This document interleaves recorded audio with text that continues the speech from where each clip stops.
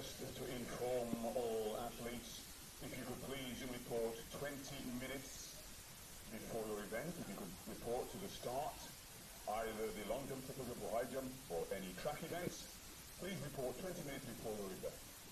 Of course, we're about 7 minutes away, so we should have all of the long jumpers before 1 should have already reported, so please, if you haven't already done so, please make your way to the long jump.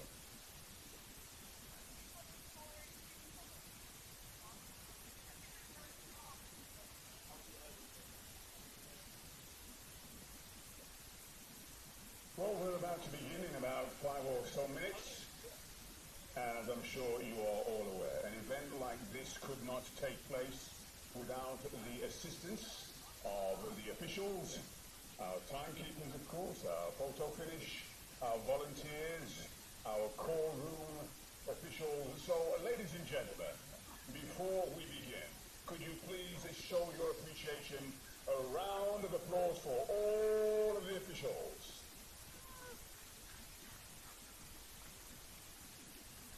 Thank you, and we look forward to the spectators continuing to support all the athletes throughout the day.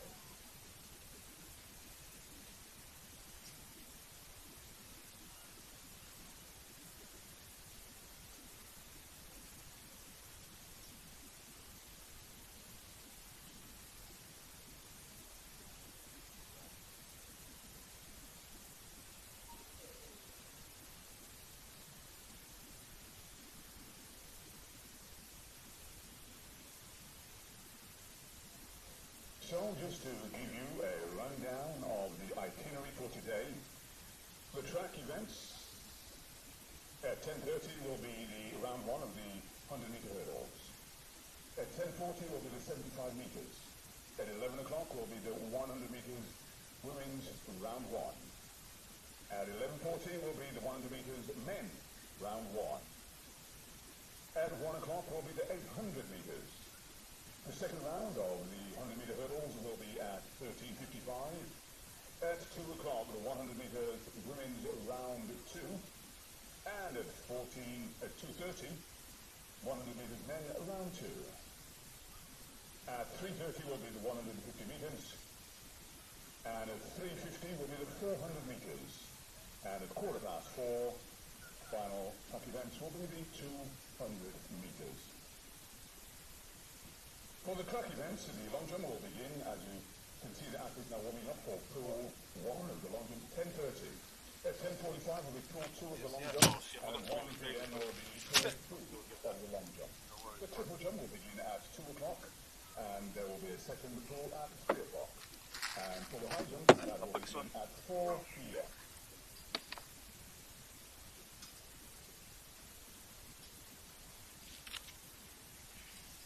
Once again, athletes, if you're competing in the hurdles, please, if you've not already done so, make your way to the start. We are due to begin very shortly.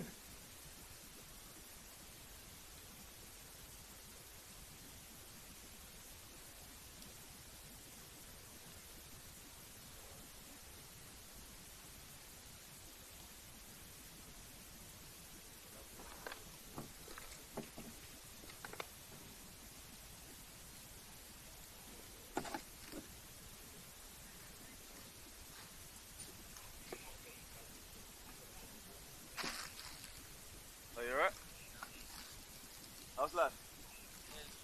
Yeah? How's the running going? Yeah, it's going alright. I'm just prepping for the trials next. On the 20s? Yeah. Where is it? It's in Birmingham. I will come. I don't know, man. Kind of far. It's over 3 days. But you know what, yeah? You can't even complain, bro. Trials, but some events trials are like first heat and final, bro. I've seen this. So 3 days for me is better. Because at least you get heat semi-final or something.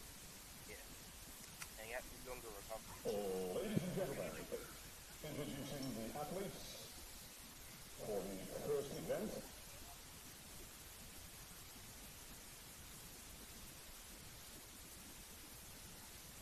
I believe we have a couple of no shows, so just a few lane adjustments.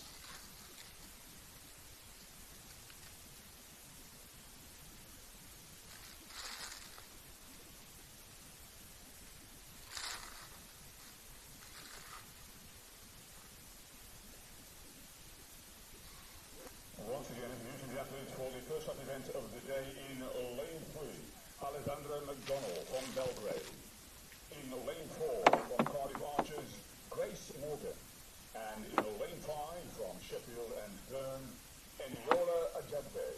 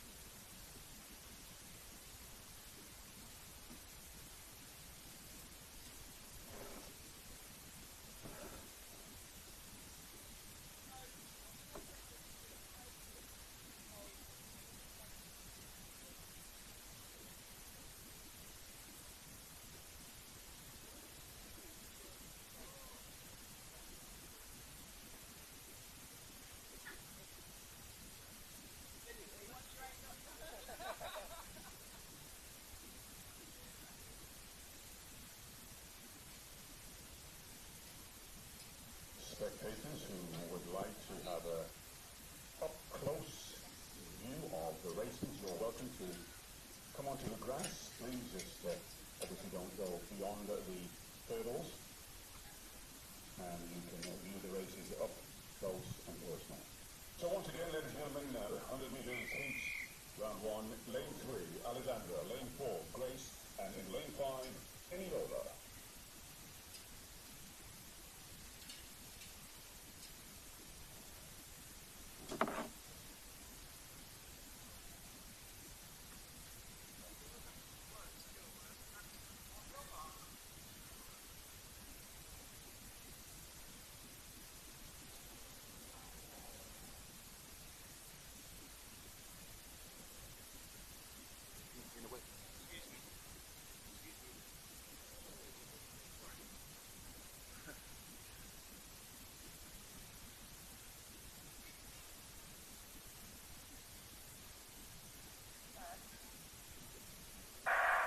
We're underway with the first event. Alexandra McDonald in 3, Grace Morgan in 4, Eniola Ajagbe in 5. Very close race developing in the central lane. Grace Morgan holding her own, but on the outside, Eniola Ajagbe looking very good into the close indeed. Oh, just a very close finish. What a great start to the Bftta Series 4 here and the Lee Valley Centre. We'll certainly look to see the case. Indeed, the result, Eniola Ajagbe in first place in 14.17.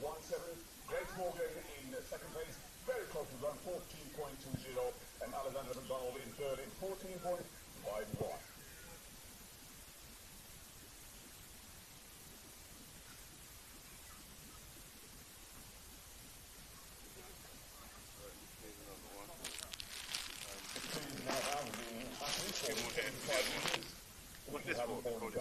I live stream. I live stream, guys. Oh, you might have doing live stream, yeah? We're commentating. This is not a small thing. I know. This is not a small thing. I'm good too. Yeah? Yeah. No, this is no. I know you used to run, innit? I still run. You still run? That's like run this year. Okay. No, you came down to Dark recently. Yeah. Yeah, Check. Let's up now. 45, no? Yeah, I know. Was it 45? Yeah, man. I'm just a humble guy. 10-1? I'm just a humble guy. I didn't know you. I'm just a local man. Imagine people are more impressed about 10-1 than 45. Yeah, I know. But I said 45 and a 10-1. But you know what it was? No, It was so hard to do it in the same year, though. Yeah, that's what I mean. It was so hard to do it. Like, no one's done it in the same year, except for me and Charlie. Me and Charlie, the only ones that done it ever in GB history. Yeah, look at Charlie now. He's running. He runs fast. He's race. Is that Charlie's up Charlie? Yeah, Charlie class. Doing his thing. Doing his thing, man. So always tell the kids, man, do 1, 2, 4, do everything. Yeah, everything you can. That's right.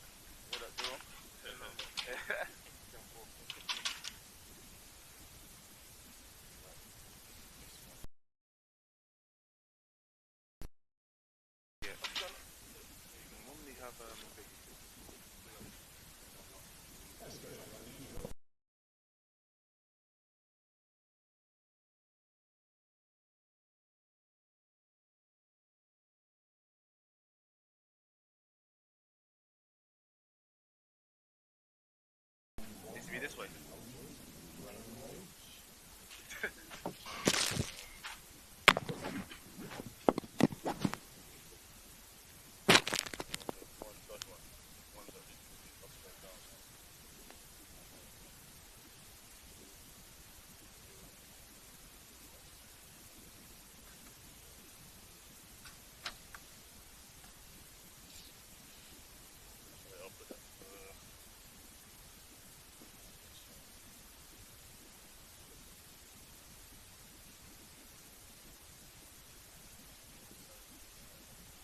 This one's the right way up. Just the one with the round. Oh.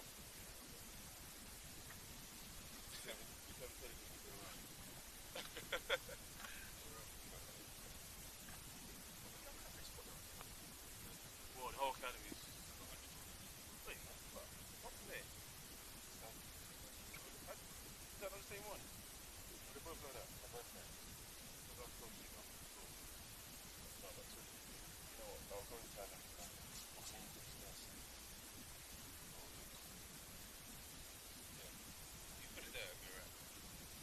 Yeah.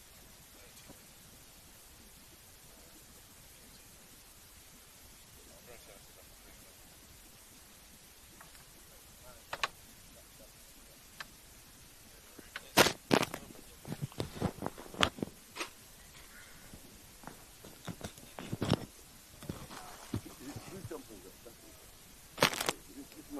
Nah, mine's here. It looks like a little kid. I think that man brought it. Bftta. Yeah. Got a good bit. Excuse me.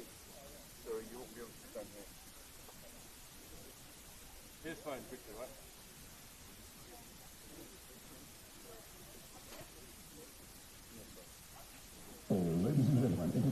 Maybe just get everyone to stand on the other side, you know?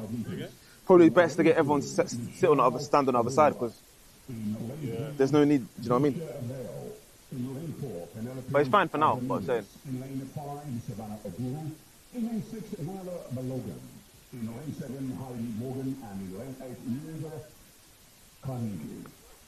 I believe it's Nevaeh Carnegie. Thank you. In lane 8, Nevaeh Carnegie.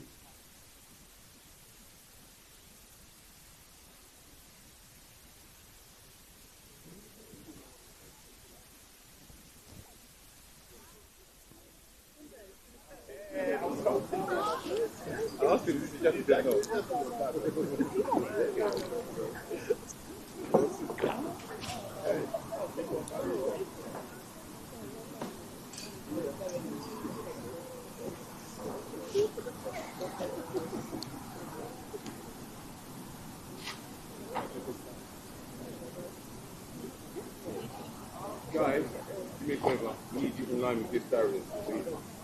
Guys, can you just come a step back, 2 big steps, please? Thank you.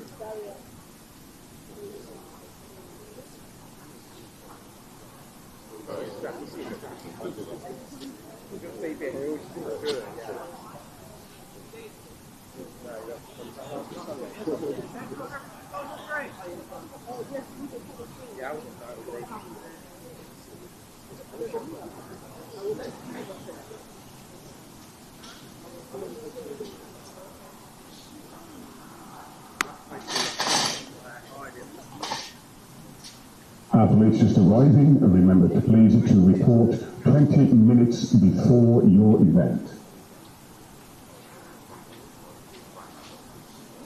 Guys, behind the barrier. Sometimes they have to stand in front of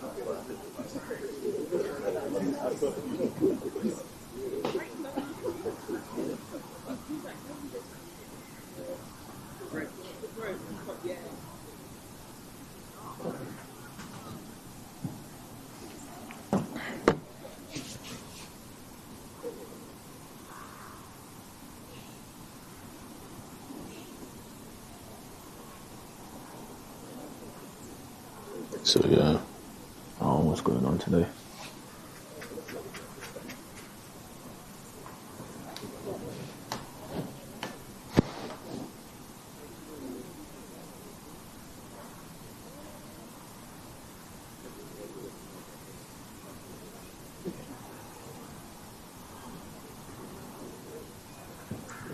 Could athlete number 483, athlete with bib number 483, could you please report to registration? Athlete with number 483, please report to registration. Thank you.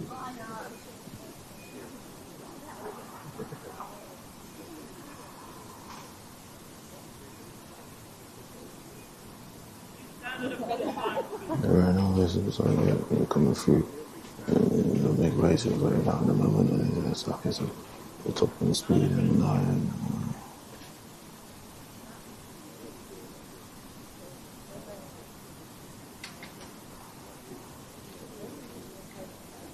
Yeah, he's good.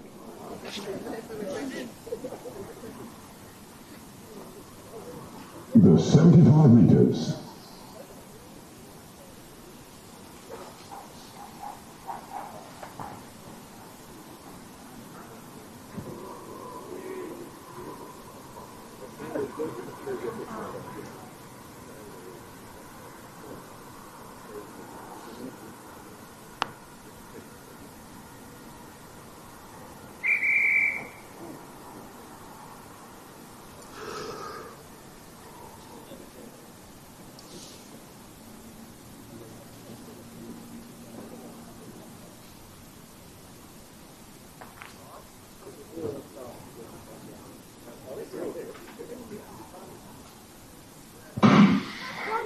There we go with Michelle. Bftta, Penelope, Savannah, Nora, Heidi, and Nevaeh.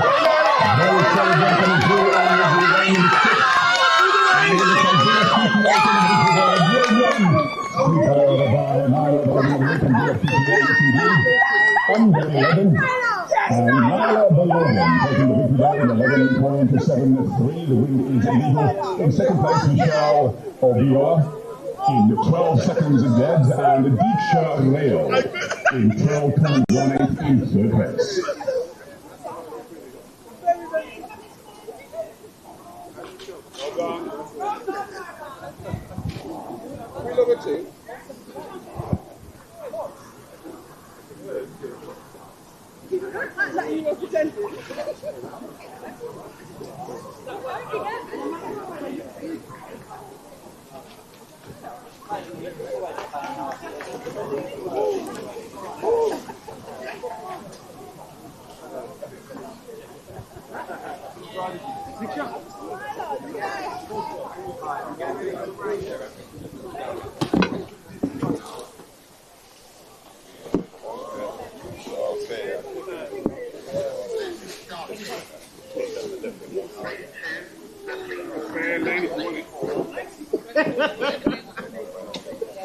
Yes, yes, the man himself. Good morning, good morning, good morning. Introducing the athlete for the next race in lane 2, we have Sienna Bateman. In lane Long time, bro. How's life? Good,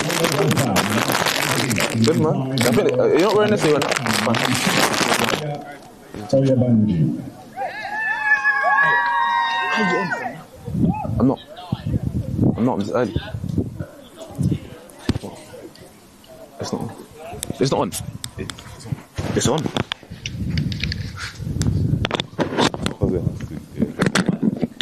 I remember press it one.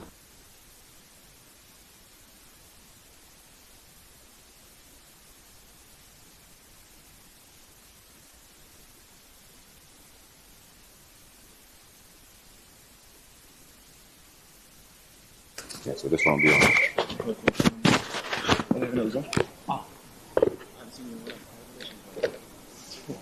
Thank you, man. How's married life?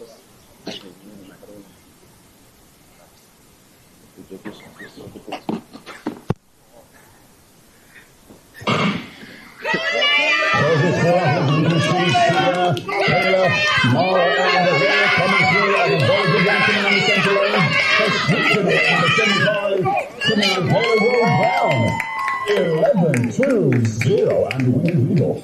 Superb second track event of the day. Kalia Rose Brown in 11.19. Mara Sandrini in second place in 11.74. Leia Oyabanji in third in 11.83. And Sienna Bateman in fourth, 13.05.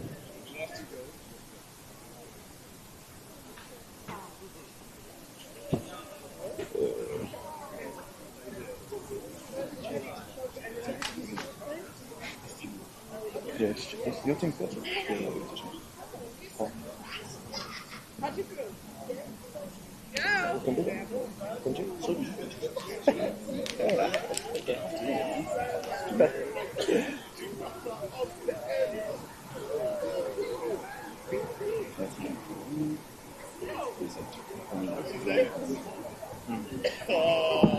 Ladies and gentlemen, introducing the athletes for the next 75 meters. In lane 2, Tara Tawalawi. In lane 3, Shara Ingleby. In lane 4, Zara Table. In lane 5, Malcolm Kayand. In lane 6, Ezia Robinson. And in lane 7, Amber Barlow.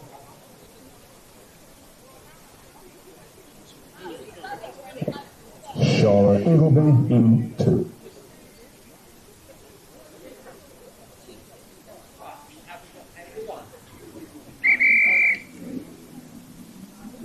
Also no lane 3.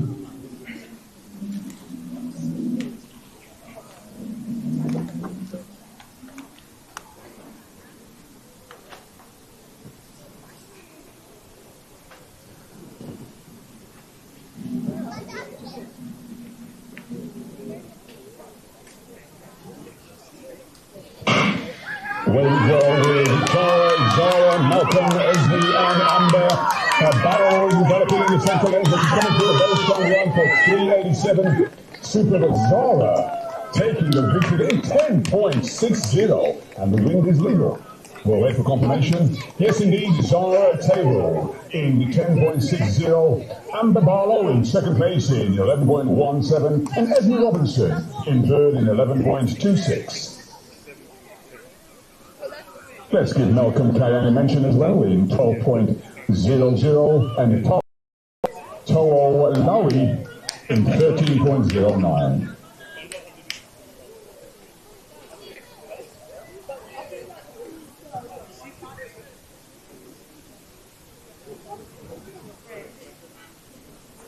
Esme Robinson getting a lot of love, as we can see from the spectators. Well done, Bftta athlete.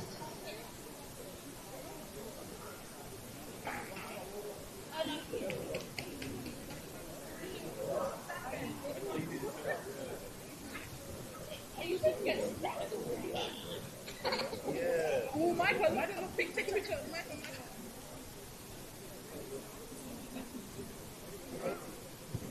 Introducing the athletes for the next 75 meters. In lane 2, Malik Yusuf. In lane 3, Morgan Thomas. In lane 4, Micah Oyabanji. And Oyabanji Fan Club. In lane 5, Milan Oduro. In lane 6, Zillion Tuit Dupois. And in lane 7, Dempsey Ingleby.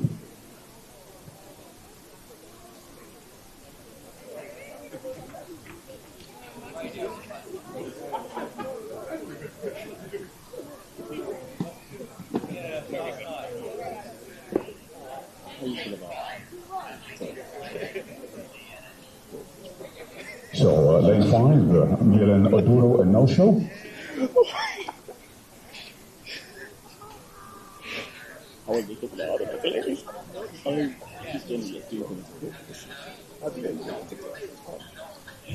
Okay, my apologies. It's just that he's not running. I do apologize.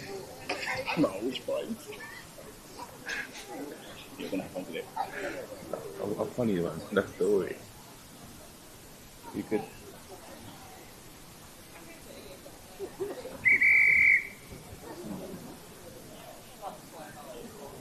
When was the last time you shooting?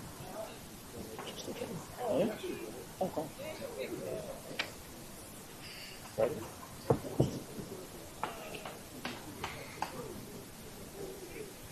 Oh, well, I'm expecting you. I've been so busy working, I've not even got clean sheets yet. Who's that?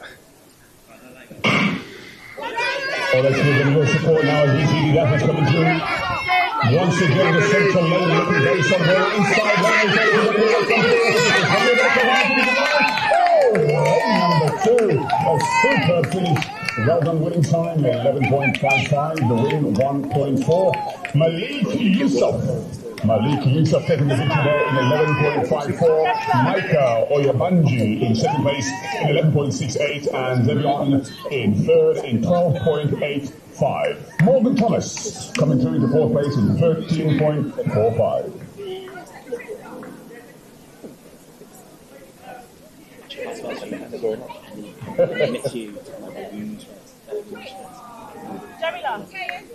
A great moment for these athletes as the spectators now taking their photographs.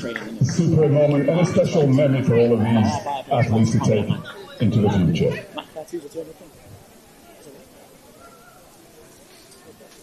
I think I need to take this one away. It doesn't look too good.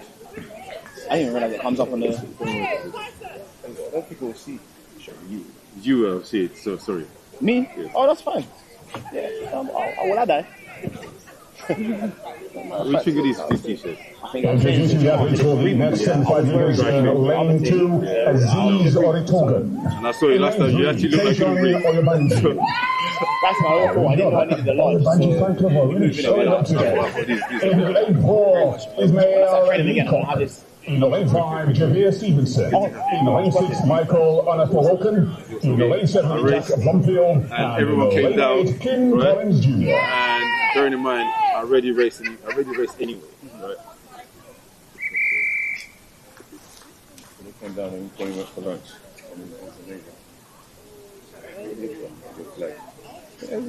That's it. Is that Kim Collins? Yeah.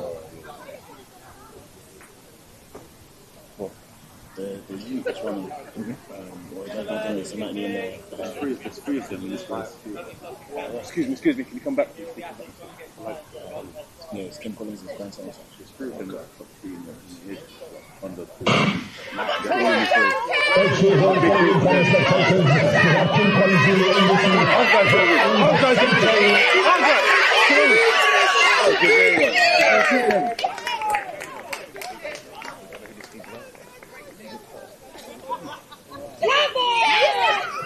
Testing. Back. So Javier Stevenson, 10.77. Michael Anathorokan in second place in 10.83. Kim Collins Jr. in 10.89. Tejan Oyelanji in fourth in 11.01. Ismail Leacock, 11.14. Jack Benfield, 11.53. And Aziz Oritogan, 12.06. Could I ask all of the competing against each other, parents? 100 meters, if you could please report to the start. All athletes for women's round 1, 100 meters, if you could please report to the start. I'll cover the 100, isn't it? Let's get it. Is it odd time now, yeah? I'm not going to need anything there. We'll do something.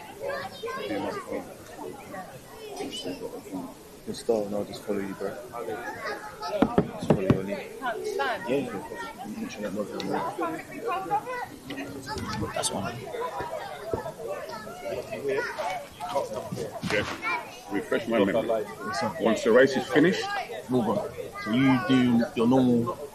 say that again. You do your normal thing. After they finish. No. As they're going. When they're going. When we're doing the replay, we'll be speaking. Right. So how long is the replay after the race is done? 10 seconds. About 20 seconds. 20 seconds. So I've got 20 seconds to ramble, and then Yeah, but replay. as ever, if you've got something that you're saying, Yeah. just let us know we want to say that. Okay. Well, I want to make sure I don't. Yeah, we've got overlap. Okay. You know how we do. We listen. You're the GOAT. We make sure that No, we no. your thing. No, yours stuff's really important. around, so I'd rather someone use To move this. Hold on, move this mic. Does Mike's call like this? No. Yeah, does Mike call like this? Yeah. Well, you can't move back because our heads are not in the thing. Because when they start panning for the 100, it's going to be deeper. Pause. You are a grown married man. Talk about pause. that's alright. I've only done No, it's not. This is finals, yeah? What?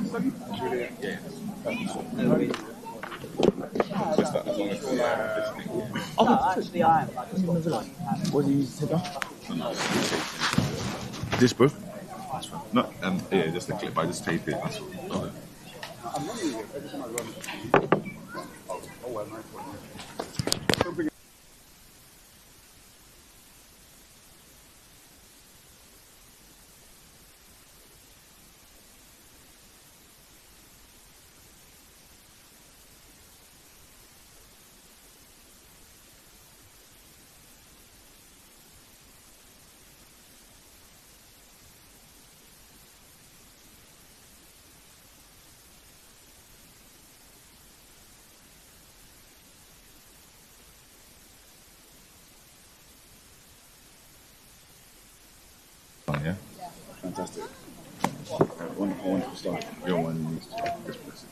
Are you sure? Yeah, because it has to be green. This one. No. Tap it once. No. Tap it once. Oh. Look at that. Powers of modern technology.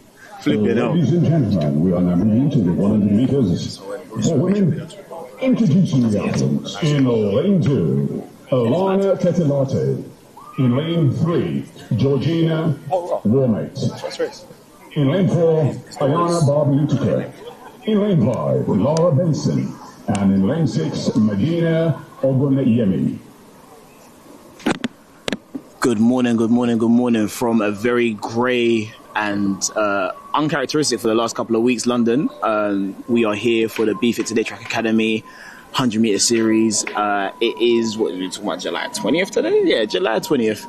I am here, Ruben Arthur. I'm here with somebody a little bit different. Normally we have someone that can only do 2 events in Richmond Miller, but we've upped our price a little bit. We've got someone that can do 4 fantastic events. The 60, the 1, the 2, and the 400 meters. We've got Jamal, Marcus Reyes, and Stevens. Jamal, welcome to the show. How you doing, man? Thank you for having me, man. You can call me J Marcus. I know my name's quite long, but happy to be here for the second time. I filled in. I think it was series number 2. Okay. So this is series number 4, I believe. So I'm back, and I'm excited to see the sprints, of course. Of course. And I think we're gonna have a very nice day. I think we've got 13 heats of the women's races, and then we've got 25 heats of the men's 100 meters. So it's a lot today. I'm sure at some point we'll talk about things like maybe a bit of English schools, a bit of the Diamond League from yesterday, and then we've got some really fast races. I think some athletes from that Diamond League yesterday are here today, so yeah, it should be very, very interesting. Jamal, the weather today, would you race today? Of course, racing anything, man. Listen, you never know when's your last race, and you never know when you're going to run your fastest race. That's 2 things you'll never know. So always race, always be prepared. Man, I'm doing this with a serious person today, so like, I'm not going to be saying all this positive stuff like, yeah, man, keep going. All right, but if you're listening to the live stream, make sure to drop your comments in the chat. We'll be happy to acknowledge and shout out anybody that you want to shout out. We'll be asking questions to each other, I'm sure. So if you have anything you want to weigh in on those, please let your voice be known. We love to hear it. Just getting ready for the first race. The wind seems to be in the right direction, so haven't seen any negatives so far. Let's just hope this trend continues. Yeah, we need that, man. I think I've been seeing a couple of the open meets going on. Obviously not here, because here we do things correctly, but a couple of the other open meets, I've been seeing a lot of the winds have been swirling, and one race is 1.1, the next race is minus 1.7.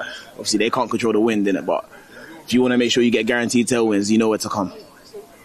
There's been one track in London this year, I believe, that's had a legal 9.9, and we're here today.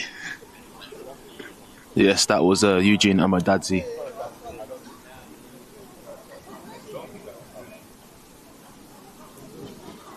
Officials checking. You have to do all these checks as an official. I think being an official is probably one of the hardest things. And quite a thankless job, actually. So thank you to all the officials and volunteers that's organising this meet, along with obviously TJ, who's put on this meet as well. No, most definitely. We couldn't do big animal, big animal flying there. No, we couldn't do anything that we do here without the officials. So again, just want to reiterate that. Thanks. Have you ever had an altercation with an official? Yes. Officials used to hate me because I'm going to talk about a bit later. But yeah. After this first race, we'll talk a little bit more about that. But it looks like they're ready to go in a second.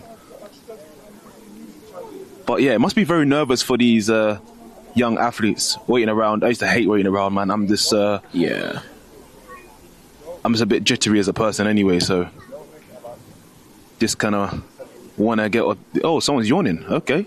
Yeah. Listen, I got coffee. She could take mine. It's a bit cold, but.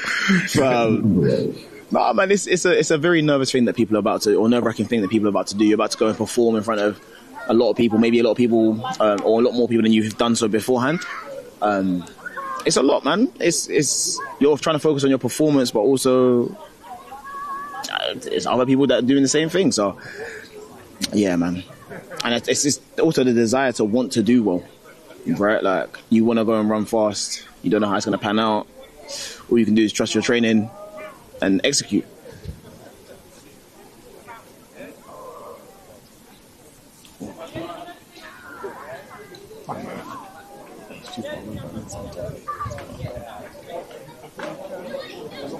You can say it for this race, but when it starts getting the four lanes, you know,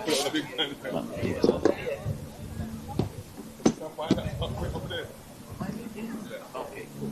Because if we find Big Mo the dress, he's the one that said he can shout. Hey, you're good, you're good. I'm gonna go tell man. Yes, so still trying to get underway. Bit of a long hold here. I've actually been held for 45 minutes to an hour before, so I know how it feels. Maybe not as long as the whistle goes and we're finally about to get away. Looking forward to this race.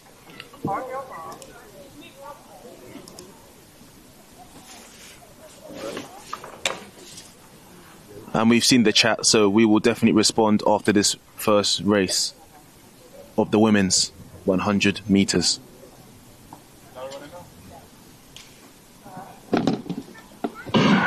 Oh, clean stop. In 3, Ayana in 4, Laura in 5, Medina in 6. As you can see now in the lane 4 and 5. Looking at the outside there, the lane in the 3 also. Didn't have the lane in the 5, looking very strongly to come through. A solid run there as we see Laura Benson. Win, oh, beautiful win, 1.9. So 14.36 for Laura Benson. Georgina in second place in 14.42, and Medina Ogunye in third place, 14.61. Yes, we just saw the wind at 1.9. That is just under the allowable limit, which is 2.0. It's very confusing if you don't understand track and field, but basically, if the wind is over 2.0, it doesn't count for record purposes, but it's obviously still a valid run, and you can still brag to your friends that you ran that fast.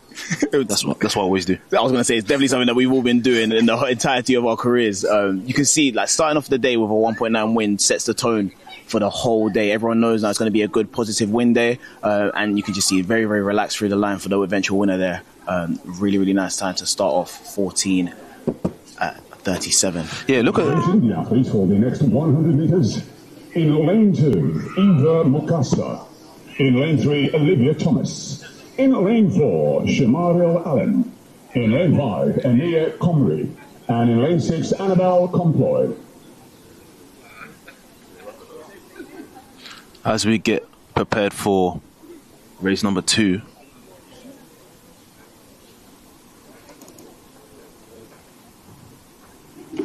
Eva, Olivia, Shamari, Anaya, and Annabelle. Hopefully I've pronounced that right. Yellow vest. I'm not sure what club that is, but vest is kind of fire, though. Very nice fit.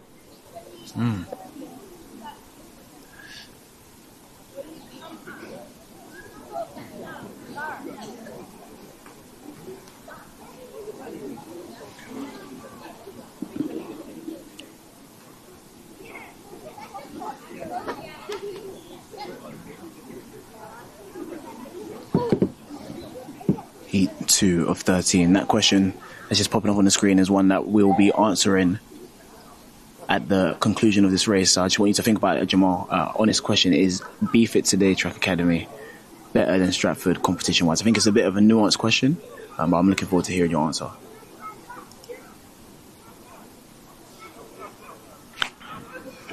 Ready to go for race 2.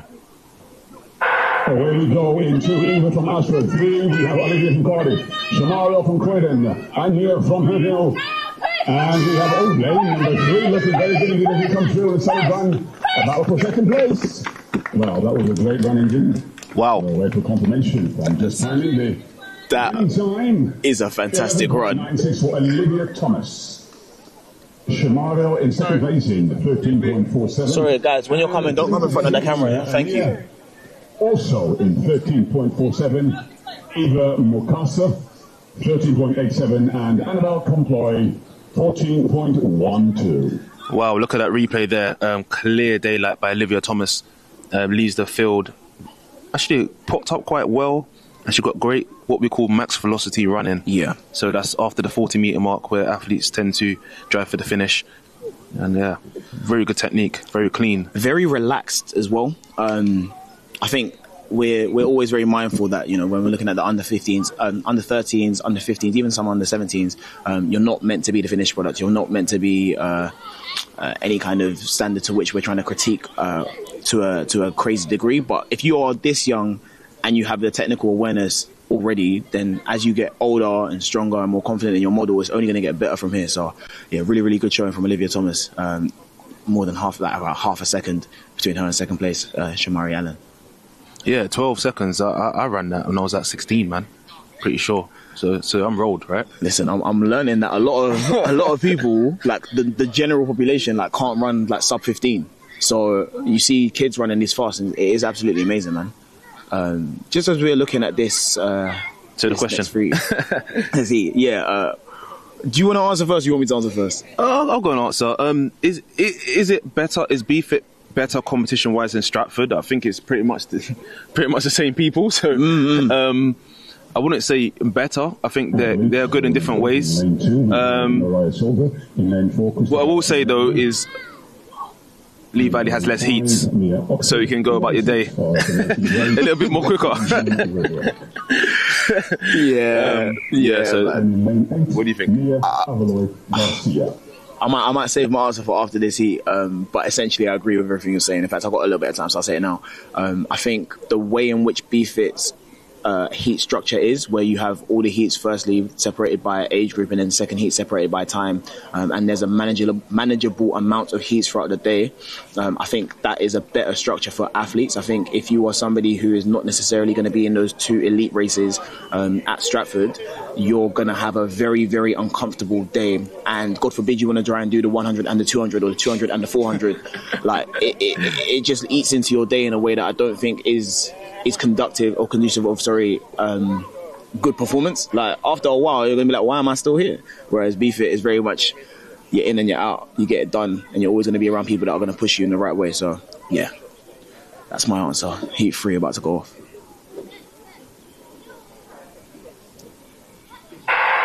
So yeah, Avaloy Garcia in lane 8 of the season's gets at 13.67 could very well be one of the pole position runners for this, but also in the lane number 6 coming through very well. Tara Finlayson Gray has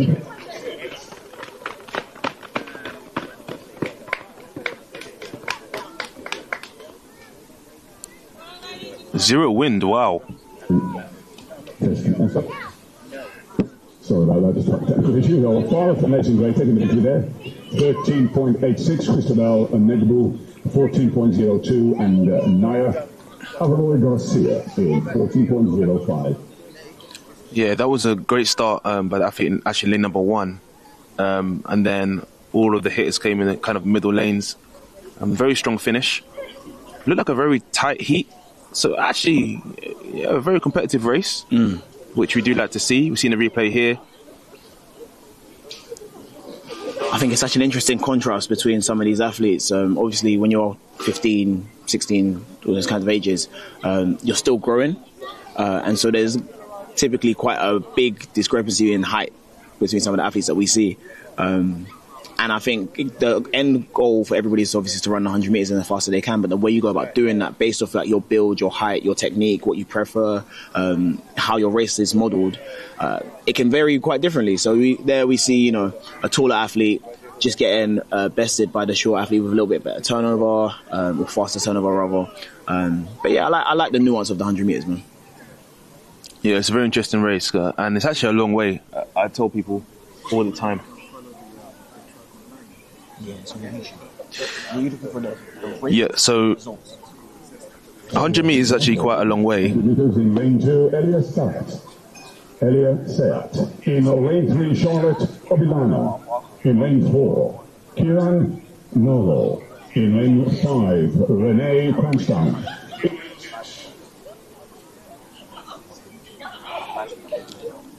Lane 6, Scarlett Perrott. Lane 7, Millie Pumley, and lane 8. In lane 6, Scarlett Pellet. In lane 7, Millie Rumley. And in lane 8, Neema Taiwo. A little bit of technical difficulties there.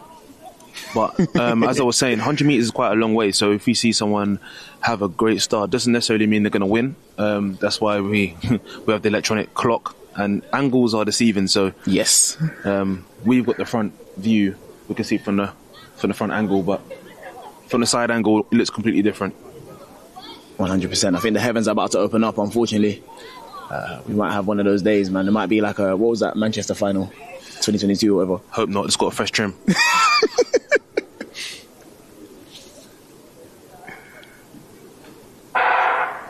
Solid pace on by all of the athletes already. Central lane looking very good on the inside lane. Lane number 2 also looking good on the outside lane. Let's keep our eyes on the central lane number. Well, on the outside lane coming through very solid very end. And then it's closer. A very close finish with wind time 13.63. The wind is legal. Renee Cranstown taking the victory there in 13.61. Neema Taiwo in second place in 13.63. And Kieran Narwhal 13.69 in third place. That was a very, very nice heat. I liked the contrast in the faces of the first 3 athletes, so they weren't separated by that much. You got 1361 to 1369. But when you see the replay, you'll be able to see just the level of relaxation on each athlete's face was very, very different.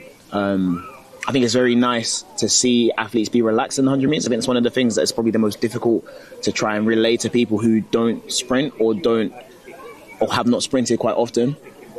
It's a weird contrast. You want to go as fast as you can, but you also want to remain relaxed. Your muscles have to be flowing in the right way. And if you've got an athlete that's quite young, that's able to grasp that concept and still run fast and win races, they're in for a really good time, man.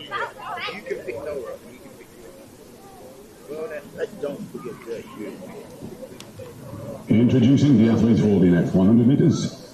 In lane 2 from Bftta Track Academy, Brianna Reed. In lane 3 from Blaine Chambers Sprint Club, Faye Etwazin.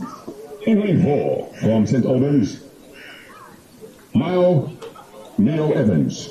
In lane 5 from Cardiff Archers, Holly Taylor. In lane 6 from Rush Athletics Club, Leah Frendo. In lane 7 from Thames Valley Harriers, Mariana Dimitriou. And in lane 8 from Gloucester Athletics Club, Amber Tandy. Yeah, heat 5 of 13 on the track now. It took 5 races for it to start raining in London, so that's fun.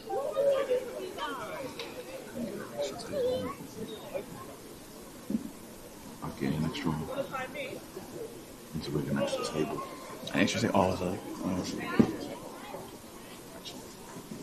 Yeah. That was? Just, you can... Yeah, one. You want me to say? Great.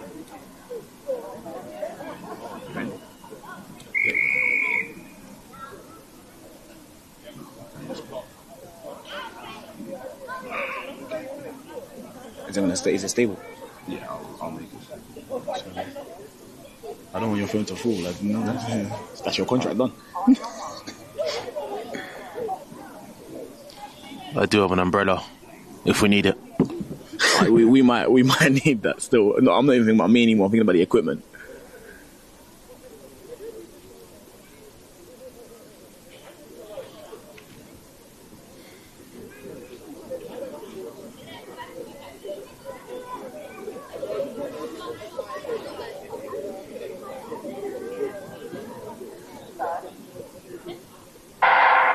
Brianna, Faye, Leo, Holly, Leah, and Amber Tandy in lane 8. Lane number 4 is going to be battling on lane number 3. As we can see, lane number 8 also in the fight. But it looks as though it could be well. Lane number 4 taking victory there in 13.10. The wind is legal. We'll wait for confirmation on that flash time. In fact, yes indeed, Mio Evans, I'll get that correct, 13.09. Holly Taylor in second place in 13.21. And Faye Etwazin in third place, 13.25. You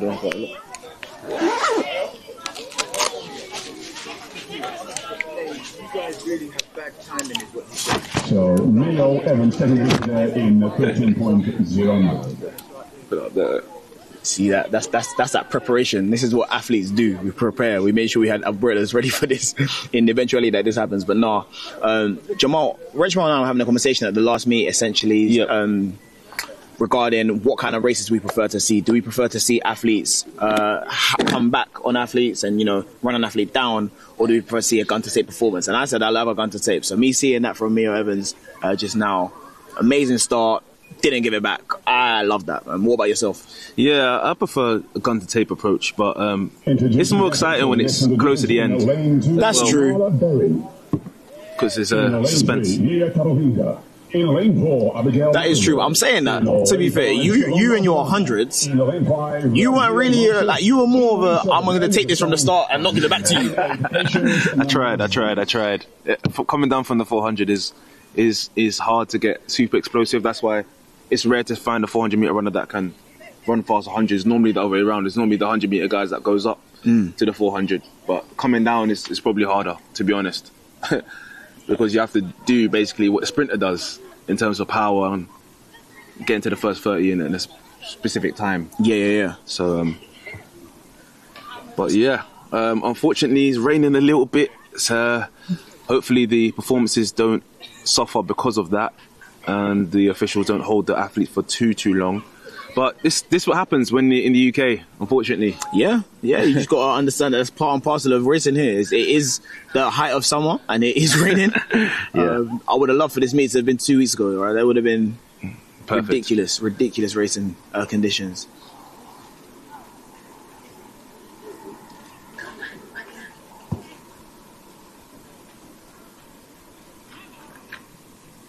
Heat 6 of 13 just on the track. And the officials giving it the once over. I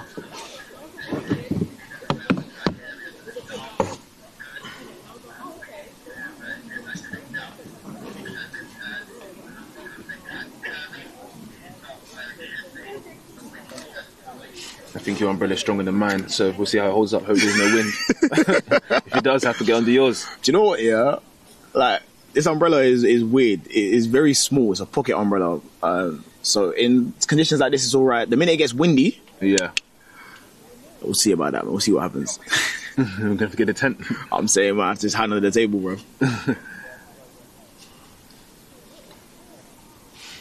While we got a bit of downtime, were there any stand-up performances from yesterday's London Diamond League for you? If you watched it or if you saw any of the highlights? Yeah, I was there. I actually watched it live. Oh, sick. After this race, I'll tell you, because I've got to think about it, to be honest. Yeah, no problem, man.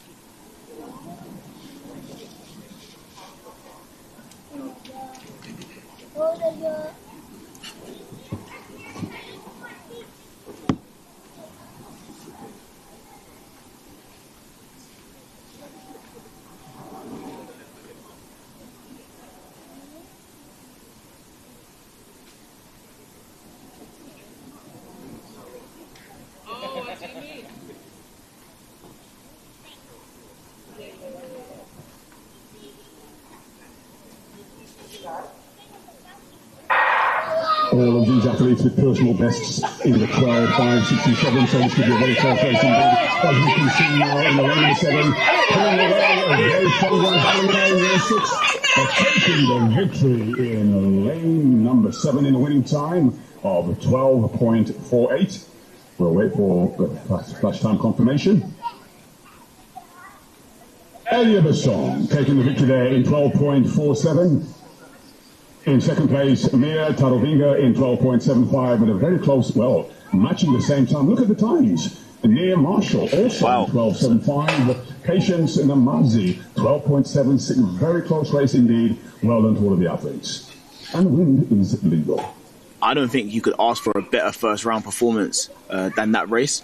I think we've said before, typically, because the races are seeded on entry times and age groups, that sometimes you can have situations where people can run away from it and be very, very far away. But that was, aside from the eventual winner pulling away towards the end, that was a very, very close race, very competitive. I'm sure everyone there was pushed to near their PBs, and in the conditions that we're dealing with right now, that's fantastic. Yeah, there's 3 people basically running 12.75, 12.75, 12.76. How do you explain to your friends that you kind of came fourth and the second place got 12.75 and you got 12.26? So it's like, you know, from the outside, people say that's a tie. But yeah, we do separate by the thousandths of a second, which is basically nothing. And it's pretty sad to actually lose a race, especially an important race, by such a small margin. Yeah. Because essentially it's like, well, maybe your chest is a little bit bigger than mine. Let's run it back. Yeah. Let's run it back. Exactly that. Or like the timing of the dip was wrong, or there might have been half a step where you overthinking something. It's so many different things that could have affected that in that way. So yeah, small margins we deal with, man. Very, very small margins. From Hernhill Harriers, and in lane 6, Olivia Mutungwazi from Seven Oaks. Seems to be a lot of scratches. When it scratches means that a lot of people have dropped out from this race. Only 3 athletes remain. They probably saw the rain and said, nope, I'd rather some Sunday roast instead. Gonna go to church with my mum and just gonna allow this. I can't blame them. But the athletes that did show up, you'll always be rewarded for your efforts, man. I don't think rain is instantly something that puts a dampener, no pun intended, on your performance. I think people can run fast in the rain. We've seen it. You know, one of the fastest times that I remember seeing on television, Usain Bolt 9:77 in Moscow 2013 in a thunderstorm. So yes, it was Usain Bolt, the fastest man of all time, but it is possible to run fast in rainy conditions. For sure. After this race, I will come back to your question about the Diamond League. Yes. Hernhill, that's my old club, so I'm rooting for Hernhill. It's a fantastic start. Easy looking very good indeed, as you can see now. Also, Princess Akoma and Olivia Mutugwazi. But it could very well be Princess Akoma will hold on to a great solid good high minute, and as a pickup coming through. Well done, 3:05 taking the victory there. Princess Akoma from Hernhill Harriers winning time 12.29. In second place, Olivia Mutugwazi in 12.49, and Ivana Easy in 12.73. Very, very solid running from the Hernhill athletes. So big up your club. Yeah, that's my old club. That's my first club when I started track and field. And Hernhill, hope they're doing well. But yeah, Princess ran a really great race there. But interestingly enough, she didn't look like she was breathing too much. No. So she kind of held her breath. You can see it a little bit here. She's working hard, but it seems to really just hold her breath and just let her turnover do the work. Very short, compact athlete, but very good force, very strong. Yeah. It reminds me a lot of West African genes, for sure. Oh, for sure. I was going to say it reminds me a lot of Crystal. yeah, it does. Fantastic running there. So yes, your Diamond League highlights. Yeah, so for me it's pretty simple. It was Julian Alfred. I actually watched it live. 21.71, which is probably nightfall time. And then the 400 meter boys, the British boys. Yeah. First of all, in the main race, Charlie, like running close to 43 in those conditions, like really fast. Obviously, Matt coming top 2 again. We'll see him first or second. And then in the national race, Lewis Davey, he ran a massive PB. A good friend of mine, running 44.9. I'm always excited for guys who run 44, man. That's the benchmark. No, 100%. I completely understand and agree. I think those are amazing things to see. The only thing that I would add in there, if anything... and 800 metres. I don't think you saw it. I didn't see the women. What happened? Georgia Bell. I like Georgia Bell. I like 56. 56? Yeah, man, 56, man.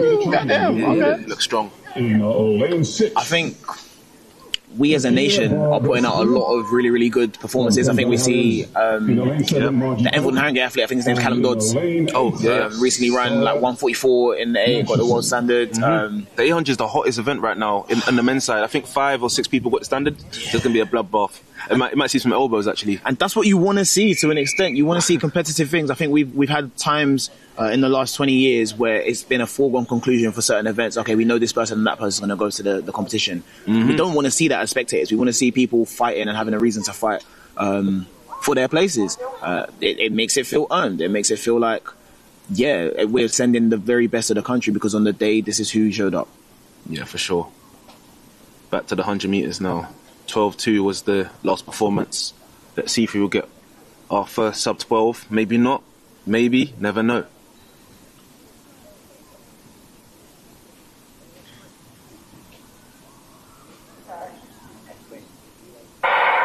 So as you can see, no lane 7, but a very good start by all athletes.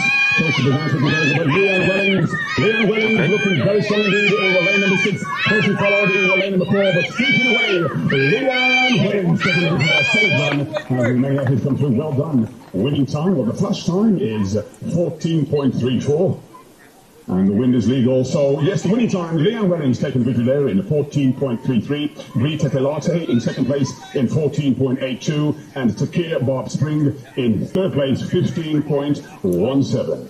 Yeah, they look like a mixture of veteran athletes, actually. So, Masters athletes, which is over the age of 35. Why, Leon Wellings. That's going to be me soon. Northern Ireland. Do you know what, yeah? I was literally about to say to you, like, whenever I come here and do commentary for these meets, the main thing that I leave here feeling is a feeling of inspiration because of the athletes who are 35 and over. Because of what I understand life to be, even for myself, as someone who doesn't have kids, right? Just the way that your life has to move. After 35, you probably most likely have a job. You most likely have responsibilities that you didn't have when you were 16. So the fact that people are still dedicating themselves to training, coming out here, competing, and oftentimes competing at the very best level they've ever seen, I don't know. I think I have such a newfound respect for the vets, and I can't say that when my time comes and I'm there 35, I might not. Know what I'm saying? Maybe I want to do that. Why not, man? Why not? The answer to the why not question, realistically, is because my Achilles hurt. That's why. That's why not. Acting is tough, man. Everything hurts, man. Bro. after you turn 30, like myself, everything hurts. Every single blasted thing, my goodness. We got a shout out in the chat. I want to make sure that I bring it up when the race is coming up, but I do see you. And, you know, you're talking about someone that's matching their PB at the age of 35 years old. Amazing. I don't think I'm going to be able to do that. I think what it's going to require for me to do. He's too much, man. It's too much. I mean, you don't realize how fast your PBs are until you stop running, and then you realize, hey, this is hard work. So for someone to get back to running a PB, the amount of dedication and hard work the muscle took, you know, it's amazing. But yeah, our PBs are quite fast, so it's going to take a lot of time. He's saying Vet's record to 45? No, 400. Hell no. Excuse my language. Oh my goodness. Heat 9 of 13, man.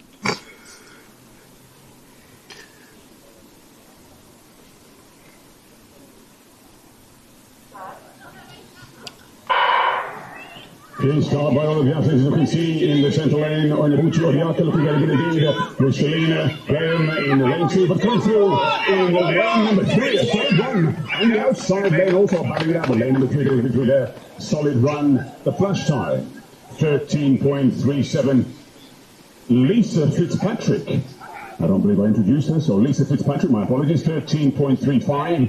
Taking the victory there, Dulcie Gordon, 13.50. In second place, Maritha Webley. In third place, in 13.55. Yeah, so the conditions are a little bit volatile right now, I'm not going to lie to you. But still a great effort from all the athletes there. Close race in the 13.3 to 13 higher range. Yeah, very good start from the athlete in lane, is it lane 2 or lane 3? Yeah. Lane 3. I think she eventually actually won this race. It's Lisa. Yeah, very good high step. Dipped a little bit early, but, you know, wanted that special time. I like the drive of her elbows, actually, on that front angle. You can see it a little bit nicely. I think a lot of people think that, you know, when it comes to sprinting, you want to get your hands back. And you do want to get your hands back, but more about getting your elbows back and making sure they're going through that nice range of motion, man. So really, really good from the athlete there. Heat 10 of 13 on the track. And this is where I want to just bring up the Morgan Richardson's comment, man. A shout out to Katie Lord, who's in this race now. Matched her PB of 12.70 a few weeks ago at the age of 35. Not the conditions to be matching that today. It's not, unfortunately, it's not the conditions. Never know, you never know. You never know. You never know. I wouldn't, I'm sorry, you can see me now. I wouldn't count it out, especially on this track. Track's quite fast. Yeah. What's the fastest time you ever ran in the rain? Was you there when it was that? Or in Manchester? I don't think it was. No, I wasn't. I I'd stopped. But I think I've run like 10-4, 10-3 in the rain. That's fast. Yeah, I wouldn't put it past me. Because sometimes you just got to do what you got to do. Like if a championship is on at a certain time and it's in the rain, you're going to pull out because no, you got to do it, man. And I think races like this actually help athletes to build up the resilience and understand what to do differently when it is raining. Yeah, for sure. This is going to be a good race.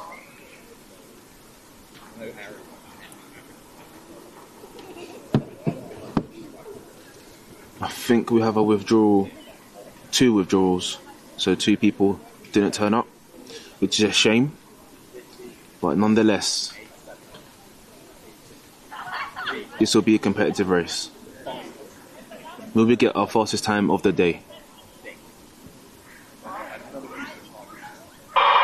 So once again, all of these athletes bar Isabel Phillips with the season's best in the 12s. Let's see how this race unwinds as they come to lane number 2. Looking very good indeed. They come to on the outside lane. It could very well be a battle between 3 and 8. But indeed, oh, again at lane number 2. Well, that was a great finish by lane number 2, I believe. In fact, Melissa Chapman taking the victory there in 12.82. How close is this? Look at the time. 12.82, 12.84, 12.84. Superb time. So Melissa Chapman taking the victory there in 12.82. Naomi Badibo in 12.84. And Katie Lord also in 12.84. Very, very close race. Yeah. Very, very much so. Very competitive. Again, it's what you want to see in the first round. And we were just talking about, Katie Lord not necessarily going and equaling her personal best of 12.70 again, but running 12.84 in these conditions, having just run a PB of 12.70, yeah, now you're in the right place. This is where you need to be. And now the rain is actually dying down a little bit, so hopefully second round it'll be overcast, a bit sunny. Oh, yeah, very. You're a bit optimistic. Ooh.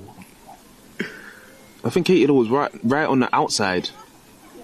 We didn't actually see her come through quite late because the lanes were quite strung out. As you see, it was Naomi in 3. I think Chapman took it. Well, a very exciting race coming up featuring very nice. Our top elite Masters athletes, Lisa Boland, recently breaking the British record. Oh, wow. In the 100 meters. I'll get confirmation on that. A superb athlete, a great ambassador for Masters athletics, Lisa Boland. So the lineup, and I believe we might have a full house. Oh, no, lanes 1 and 2. Okay, so we have a Masters record holder. So in lane 3, we have Emma Sehonen. In lane 4, Sarah Long. In lane 5, Rosie Smythe. In lane 6, Katrina Lucas. In lane 7, the one and only Lisa Boland. That's so cool. Like, to have a Masters record is so cool. Jamal. Yeah. Like, you get to say that you're the master of the masters if you have a Masters record. Yeah, no. It's going to be a really interesting race playing out. I want to see how this goes.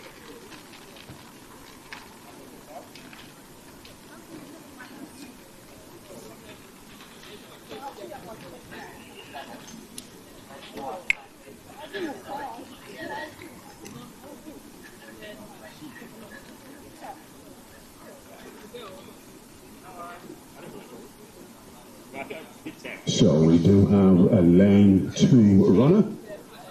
Just setting up at blocks from Chassis Born Harriers, Shireen Charles.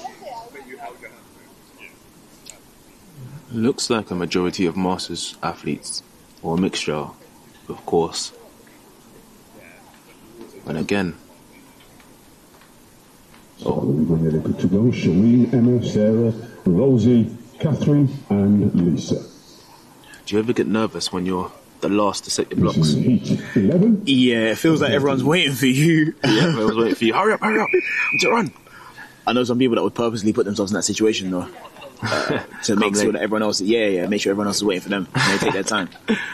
Mind games. Yeah, the 100 meters is full of it, man, honestly. Let's not even get started on the cool room. We'll talk about that after.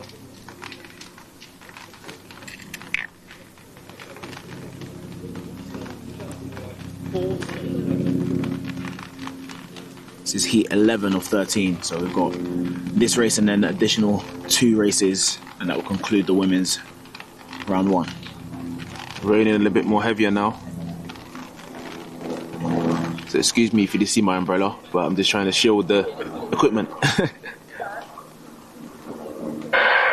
Great start there by Sarah Long, very good indeed on the outside lane. Lisa Boland, but we're looking very good indeed. Sarah Long in the central lane, could be a battle. Forward to the finish. Ooh, very, very close. Nice finish. Very, very close finish there. 12:35 to 12:37. And we're back in action. So Catherine Lucas taking the victory there in 12.35, and the great Lisa Boland, look at the time, how close, 12.37, and Sarah Long in third in 12.43. Great race. Oh, yeah, Sarah, before the next race, I know you're out of breath. Listen, first of all, congratulations. You had a phenomenal indoor season and recently broke the British record for the 100 metres. Amazing. I mean, your training is going absolutely superb. I'm doing most of the talking because you're getting your breath back. But listen, are you doing round 2 as well? Well, congratulations. How was that race for you? I mean, it's a great race. Yeah, it's a bit of a slow start, so. Look forward to round 2. Yeah. Fantastic. Lisa Boland, thank you very much. Well done. Great time there. So Lisa taking second place. Lisa, one of our elite Masters athletes. Yeah, great race again. If you look at it, very, very close. As they get up to the upright running, they really had very good style actually, good technique. When it comes down to the dip, ooh. The eventual winner of that race didn't even dip. She ran through the line, which I think is amazing. But also is indicative of like she could still keep going. I'd like be interested to see same athlete over a 2 or a 4. I think lane 6 looks like a long jump actually.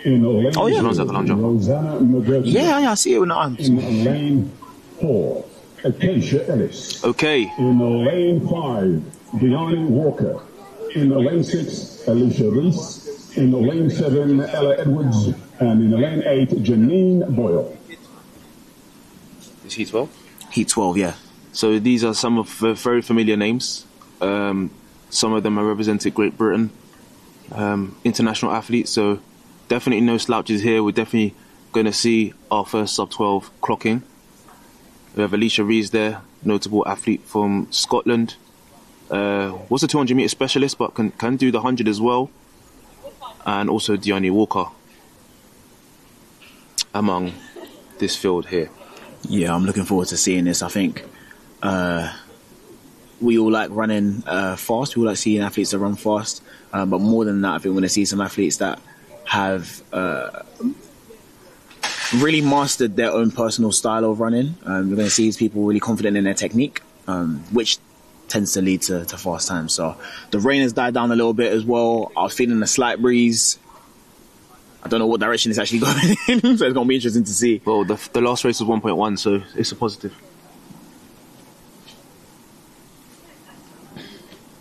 So yeah, this is our penultimate race. So these fast ladies looking to go sub-12. We're looking for sub-12. But most importantly, we're looking for a great race.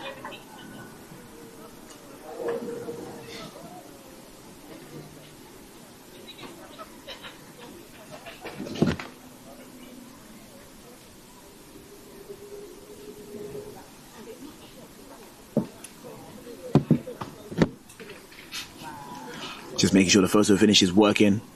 It would be a shame if the athletes race and it didn't. Yeah. Happened more than I would like for it to have happened in my personal life. So just waiting a little bit, still not ready. I know that. I invite the men now for round 1 of the 100 metres. If you could please make your way to the start. Once again, if you're competing in the 100 metres, men, if you could please make your way to the start. would you have warmed up inside and come outside, or would you just stay outside? See, I would love to tell you that I would have warmed up inside and stayed inside as long as I can, but now I've learned of recent that Lee Valley charge people to warm up inside. Oh, is it? Yeah. It's been a long time since I've been I'm telling you, man. I'm telling you. Like, Fair people enough. all pay, I think you got to pay like the day rate or whatever it is, which is like £8 or whatever it is, which you know what, to be fair, I don't condone it. Yeah, I know, you're looking at me very, very concerned. I don't condone it, but I think I would invest in that for myself. Because you want to be as warm as possible. It's either I do that or I stay in my tracksuit and I put on deep heat and all of that kind of stuff. Got to stay as bring warm a as rain possible. Mac. Yeah, man. Rain Mac, waterproof trousers. Yeah, hopefully waterproof spikes. If that's a thing. I don't know. It should be. I wish there was. It should be. I guess it's supposed to be a summer activity. Yeah. Yeah, isn't it? It is. That didn't account for Great Britain, unfortunately. But yeah, no, I think it's important to stay as warm as possible for as long as possible when it comes to the sprints. Even the time that we're out here now, the athletes are out there in their race kit. Yeah. And they've been standing there for a minute now. So hopefully they're doing some, like drills on the spot, or they're jumping, or they're, maybe some of them might put a jacket back on, because you don't want to get cold. You don't want to expose yourself to the elements longer than you need to, because what you're about to do is such a high intensity activity. You're contracting so many muscles at the same time. This is how people get hurt, essentially. This is how people get hurt because of things like this, having to stand around and get a little bit cold. And even if they're not going to get hurt, their performance drops. So, yeah, as best I can, I want to be sweating on the start line. I want there to be like sweat rolling down my face. Sometimes you cream your face too much and the cream starts coming off of your sweat. That's what I want. Bit too much TMI, to be honest. Bit graphic. But the rain has picked up and so has the wind. So I wouldn't be shocked if it's a little bit illegal. Hope it's not. Hopefully it stays down. It's now calming down, but it is raining pretty hard. Just been given the all clear, so hopefully, let's go. We're looking for a sub 12 clock in by these ladies, talented ladies. Again, Alicia Rees and Diana Walker in the middle lanes. Diani with the fastest season's best of all these athletes at 11.69. Not too far for her personal best, which is 11.4. Oh, the rain has picked up quite a bit, but here we are.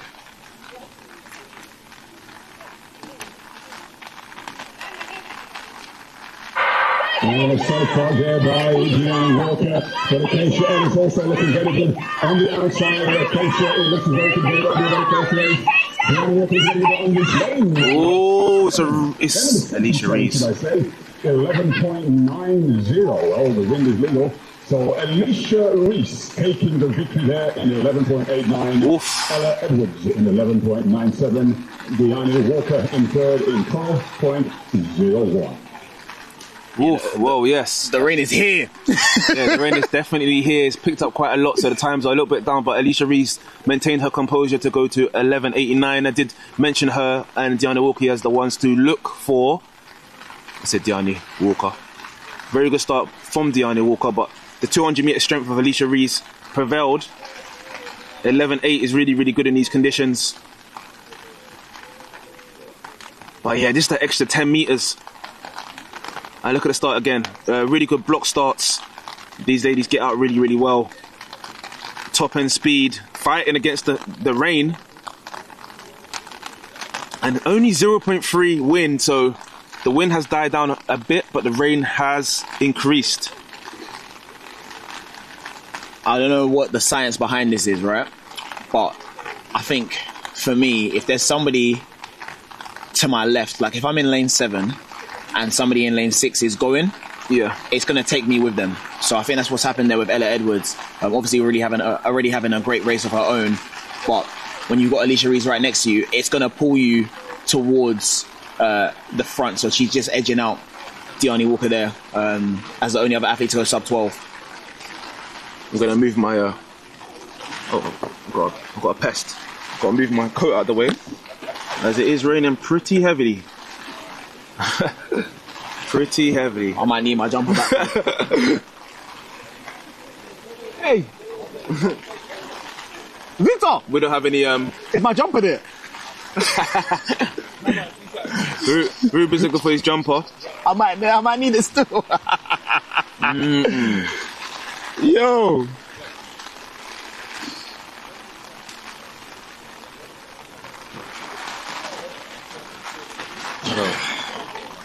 Well, as soon as this race hopefully subsides, we have an absolute barn burster of a race coming up. These athletes absolutely. It's a shame because this next race is one I'm really looking forward to, but this rain is doing a mad thing. Wow. The monitors are. Phenomenal athletes. Very good. They're not integrated. But hopefully the rain will subside. We're praying for this rain to stop because And now the rain and the wind. I didn't bring my Mac. The instructions were unclear about the weather app. They were very, very unclear. In the meantime, Yeah, I might need to just. What's that? To wipe the screen. Yeah, for sure.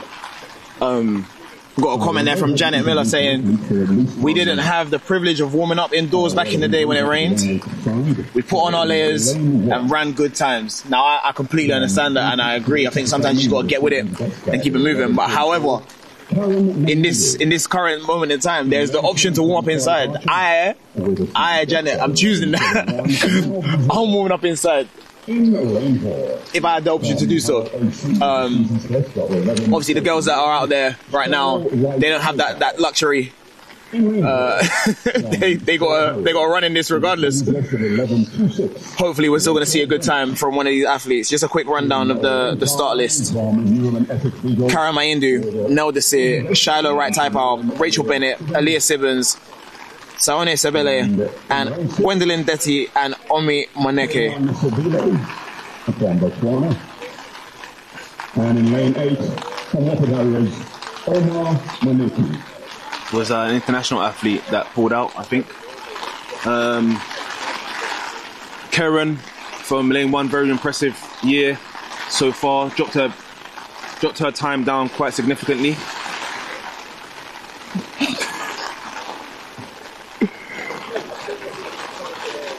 There's so many things going on. What's that?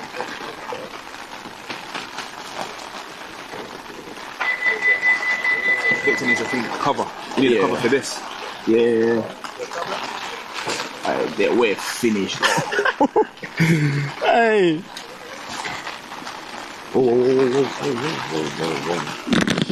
Listen, the technical difficulties are difficultying right now.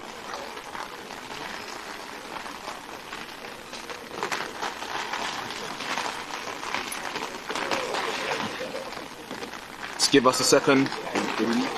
That's it. Right now, the screen's doing like heat, infrared, and that. Sorry. Just put up near it. I'm coming.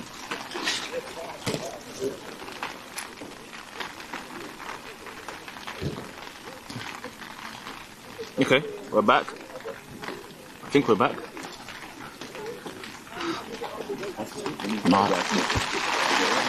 It's over this one. Hold on. It's fine. It's waterproof.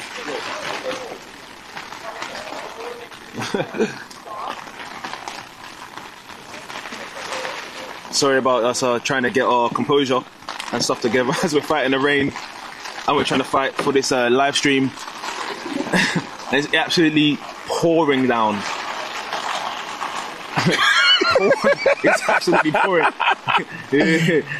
It's absolutely pouring down right now. Oh my goodness. As we get ready for the start.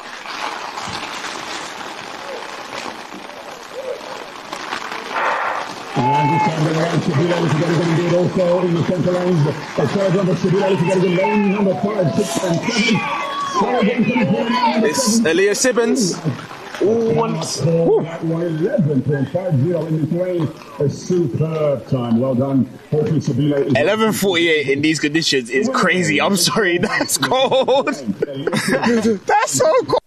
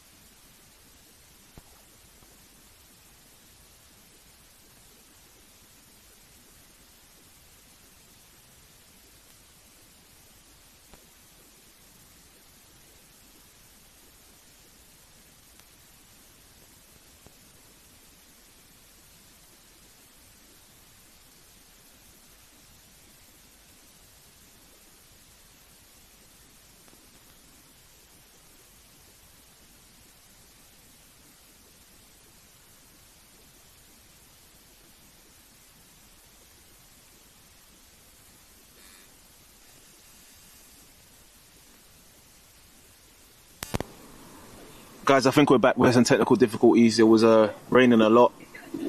Now it's completely stopped. I'm praying to God that it continues.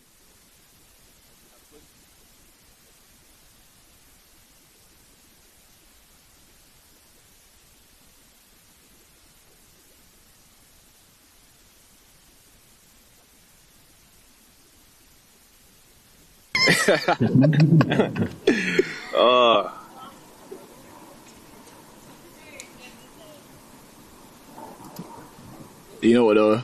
Important that we get the support from Fair you play guys. to you top guys. Top effort under the brollies. Much appreciated. Contribution to the stream. We try, man. Thank you so much, man. Honestly, I don't even know. I've never experienced anything like this. The thing is, we've got umbrellas, and you think, yeah, but we'll dry. Nah, my back is completely wet. My back is so wet right now. I might as well have been in the rain. I might as well have just been in the rain. I'm trying to cover the equipment at the same time. Thank you. Great shout out. Today's event being streamed by Virtual Media Sports. So a massive thank you to Ruben, Charles and Jamal. Ruben Charles? Beauty of these events. I don't know where that came from. Maybe. I don't Ruben know. Charles offer. So, I'll take it. RCA. Yeah, I was gonna say I like those initials. I do like those initials. RCA is nice. So we're now looking for the first in the 100 meters for men. But yeah, it's going to be a similar kind of situation as the women's races with the men. So we're going to start with the younger athletes and build as we go through towards that senior race with typically the fastest athletes. I think we've got some very, very interesting names down. Whether these athletes turn up or not is yet to be seen. But if they do, which I hope they do, we're going to see something really, really fast. I have preempted something quite crazy. Just from the athletes that I saw on the start list, I think we're going to see something quite similar to what we saw with Eugene, even with the rain, which scares me. Yeah. Well, why not? Why not, man? Why not see a 9-9 today? Just in the weather forecast, and it looks to be raining 100%, so we're cooked. Oh. Fantastic. Part of the game. Sometimes when you look at the Apple iPhone app and it says, like 90% or like, it's going down. 100% rain. It said, no, it's going to rain. And it's going to rain for 2 hours. Oh, beautiful. Joy, in fact. Heat 1 of 25 getting ready. We need a tent. We need a booth, man. We need a booth. If we had the booth, life would be great. We've got to tell TJ to invest in the booth for us for next time.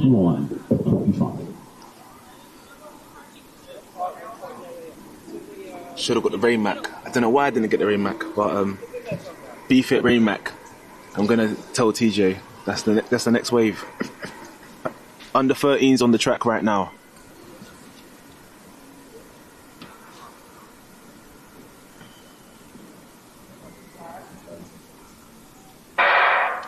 Ajay, whoa. Of the future.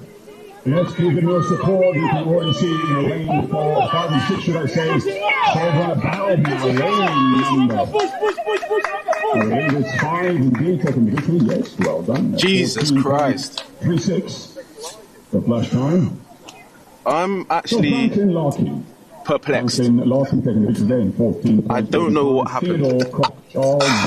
In second place in 14.55. You know what? Romeo Parovinga in. Well, we're all running 100 meters. That's all I know. Yeah. So at least it wasn't on the bend. But yeah, that was a collision. We don't normally see these type of things, but it seems to me that he just lost track of where he was and seemed to be kind of talking midway. I don't know what lane he was supposed to be in, but he finished. I think the guy that he impeded just gave up the race. Yeah. He was like, what's happening? Yeah, see that he stopped twice and then he's realised, nah, they're gone. He's running his lane. Yeah. Yeah, so... Yeah. You know what? Maybe the rain has obstructed his view. I don't know, because it has been raining. But yeah, that was it happens. It happens. I think. Yeah. I think it's also a thing we have to remember that some people, everyone's race, everyone has their first race at some point. This might just be little man's first race. So understanding the rules of the 100 meters as it pertains to staying in your lane, It's a little bit different from like an 800 or 1,500 where you can just run wherever you want. But I think the main thing is that nobody got hurt. It's wet on the track. It's very easy to slip and fall. Nobody did that, thankfully, so we'll take that as a win. Hopefully in round 2, there's a little bit of a different situation. Hopefully a little man gets a rerun, man. I'll be... Yeah, hopefully little man gets a rerun. He was impeded there, so definitely going to impact his time. Oh, for sure. Yeah, so he would have been a bit disappointed. I was a really bad loser as a kid, and if that happened to me, I probably would have got really upset. But he's probably a better kid than me. Yeah, you know, as you're saying that, I'm thinking back. It's been a long time since I was a kid, right? But I probably was a bad loser too. I think. Oh, here we go. Oh, this is we're speaking. The rain is starting again. Yeah. Guys have been stripping off for a long time. You need to keep warm. Yeah. Hopefully there's no injuries or any sort of issues for these series, because the rain can affect a lot of things, and it's quite chilly now. Actually, I've just seen something in this race, right? Or in the start lineup that I want to talk to you about. When we finished watching the race, there's an under 11 actually in this race. In lane fantastic! 1. Under 11, wow! Just getting started from early, man.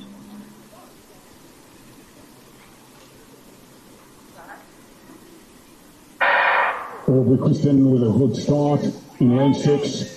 And on paper could very well be in fact, yes, Aubrey looking very good as he pulls away.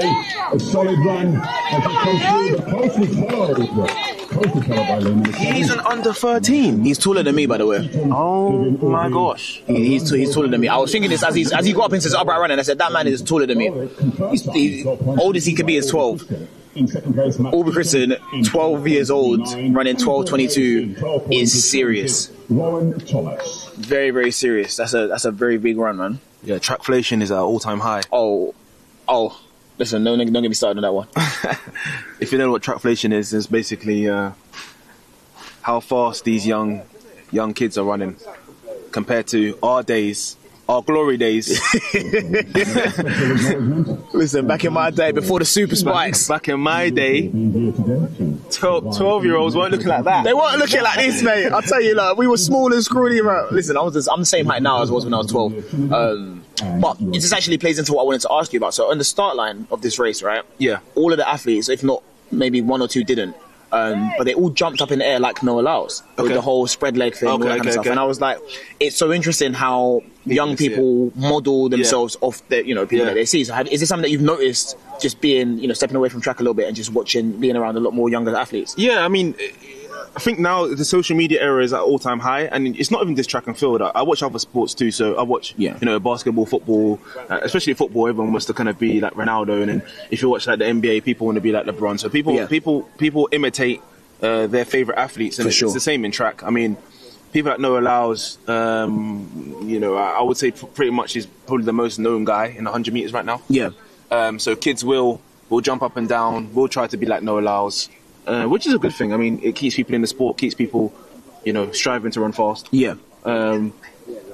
So yeah, a lot of people do. Is it we call pre-race rituals? Yeah. I didn't really have one. I just got myself into the blocks and said, "Let's go." I don't have any time for this. But you know what? I respect it. But me personally, nah. He said my pre-race ritual is let's go. Let's go. No, I hear it, and you're absolutely right. I think as you said that. I neglected how many kids will be like score a goal in football and do the suit. Yeah, of course. Like LeBron's things are a bit more elaborate, but even still, people will do that when they play basketball. So you're absolutely right. And it's just interesting for me seeing it in track because we didn't really have that. When we were in track. But we had the bolt celebrations. Yeah, but people try to do the whole, but then they'll lose. They come like exactly. Yeah.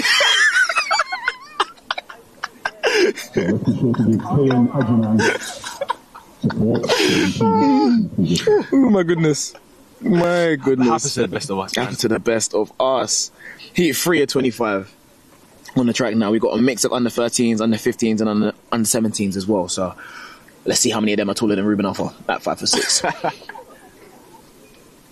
Ruben Alpha 5'6", but also ran 10.1, 100 meters, which is amazing. Thank you, man. That means a lot. under 15s and under 13s in this race, and under 17. It's a mixture. Well, Lucas, I don't even know who's who because on the outside of Lucas, we have no, we can see the under 13. Lucas suffered against sliding away. Super run. Let's give a round of applause for Keelan Adjuman. 2 races back to back. So well done. What was interesting? So well done. Lucas suffered victory there in 12.24. Ross Boniface in second place in 12.41. And Thanasis Pinkibas in third in 12.75. And a shout out for Keelan Adjuman running in 14.66. So Keelan Adjuman just got impeded about 3 races ago and returned to run 14.6. In the first race, he ran about 17.2. So he's obviously obstructed by 3 seconds, but he actually could have run a bit faster if that was his first race. But so that was amazing for him to jump up and race under 17s, which would have been a great experience for him. But this goes to show, man, his fighting spirit, man. 100%. He said, "Nah, let me run that back. Let me run that back, man." And he got it back in blood. I respect it highly. Yeah, let's get it. The winner of that race, Lucas Lafavent, someone that I'm always going to highlight at these meets. He's a Bftta Today track athlete. Under 15. Under 15. So Rechmal and I were saying, like, as we've been doing these meets for a while, we see some of the same faces all the time, and we've literally seen this young man grow. He wasn't this tall like last year. And I think Ross was the under 15 from Hercules. He is huge, by the way. Like, it's insane, right? But you get to see the growth of these athletes, and I think one of the things I always highlight is that Lucas always comes with his family, right? His dad is a very active member of his team. He's recording, supporting all the races, and you know, just as we're getting to the ages where we're starting to think about having kids ourselves and all that kind of stuff, like, I'm always very appreciative of seeing things like that, because I think there's the support that you guys as parents give, and you guys as family members give, coming down on your Sunday in the rain, watching your siblings, your children, your grandchildren compete. I think it's an amazing thing. So big up yourselves, big up everybody that is supporting somebody, whether they're on the stream, in the building, even just from home. It goes a long way, man. As athletes, we really do appreciate it. Yeah. So yeah, those are good results. I think even 12 seconds, man. I mean, these are really fast times. I mean, I'm on TikTok quite a lot with the younger generation. I've tapped in with quite a few of the youngsters, so I pretty know most of the youngsters under 17 and 20 level simply because of social media. But they always ask me, "Is 12 seconds fast for a 14-year-old? Is 12 seconds fast for a 17-year-old?" 12 seconds is fast, man. Like 12 seconds, next is 11, next is 10. So anything 12 seconds is good in my book, especially if you're a youngster, because you can only get faster, right? Yeah. Or you could get slower, but I mean, the chances are very slim. As you very slim, and very get stronger. Slim.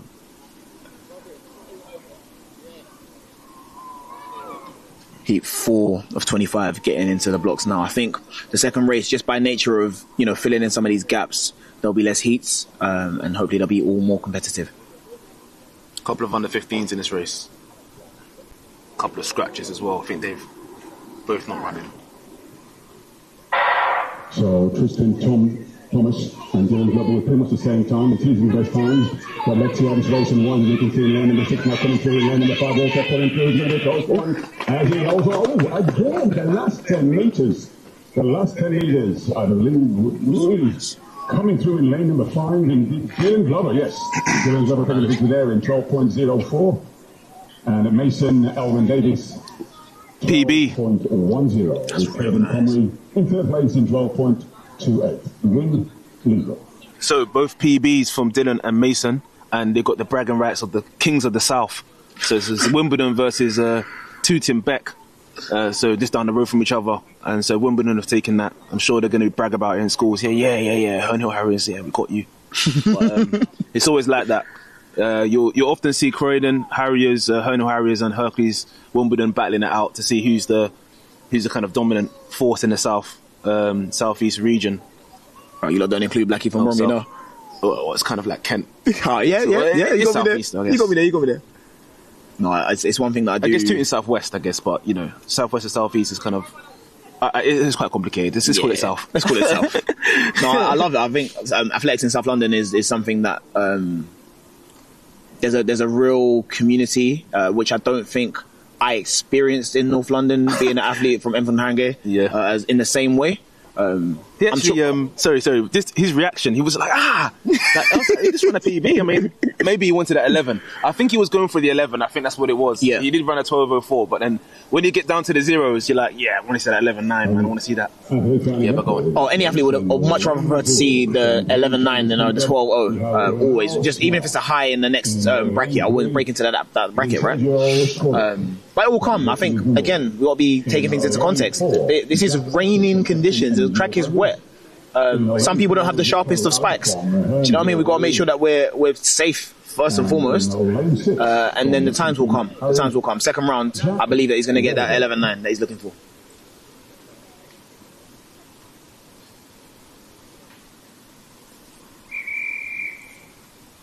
After this race, I'm going to ask you something before we get to some of the chats. Oh, your thing flew away. So Ruben Zambrano just wanted to run a time. Wanted to get in the action. As we get ready for this next race, I'm about to ask Ruben a question actually that relates to young athletes.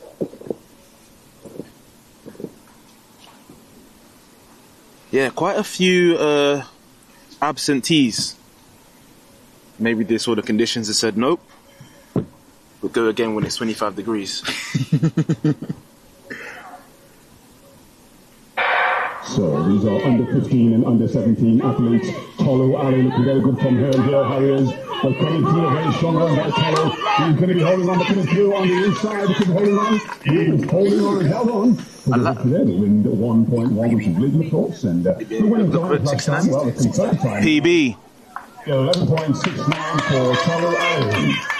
Vincenzo scored it in second place in 11.86, and the Ramel Smart in third place, 11.96. So first time under 12 for Ramel Smart. He's a Dwayne Chambers athlete as well. Uncontrollable spectators going crazy on the sidelines for Tolu. Very happy, I'm sure they are, for his victory there. Well done. So Tolu Ali, I like his bounce. Like the last 40 meters, it really gets up tall. And he's look at his knees are coming up.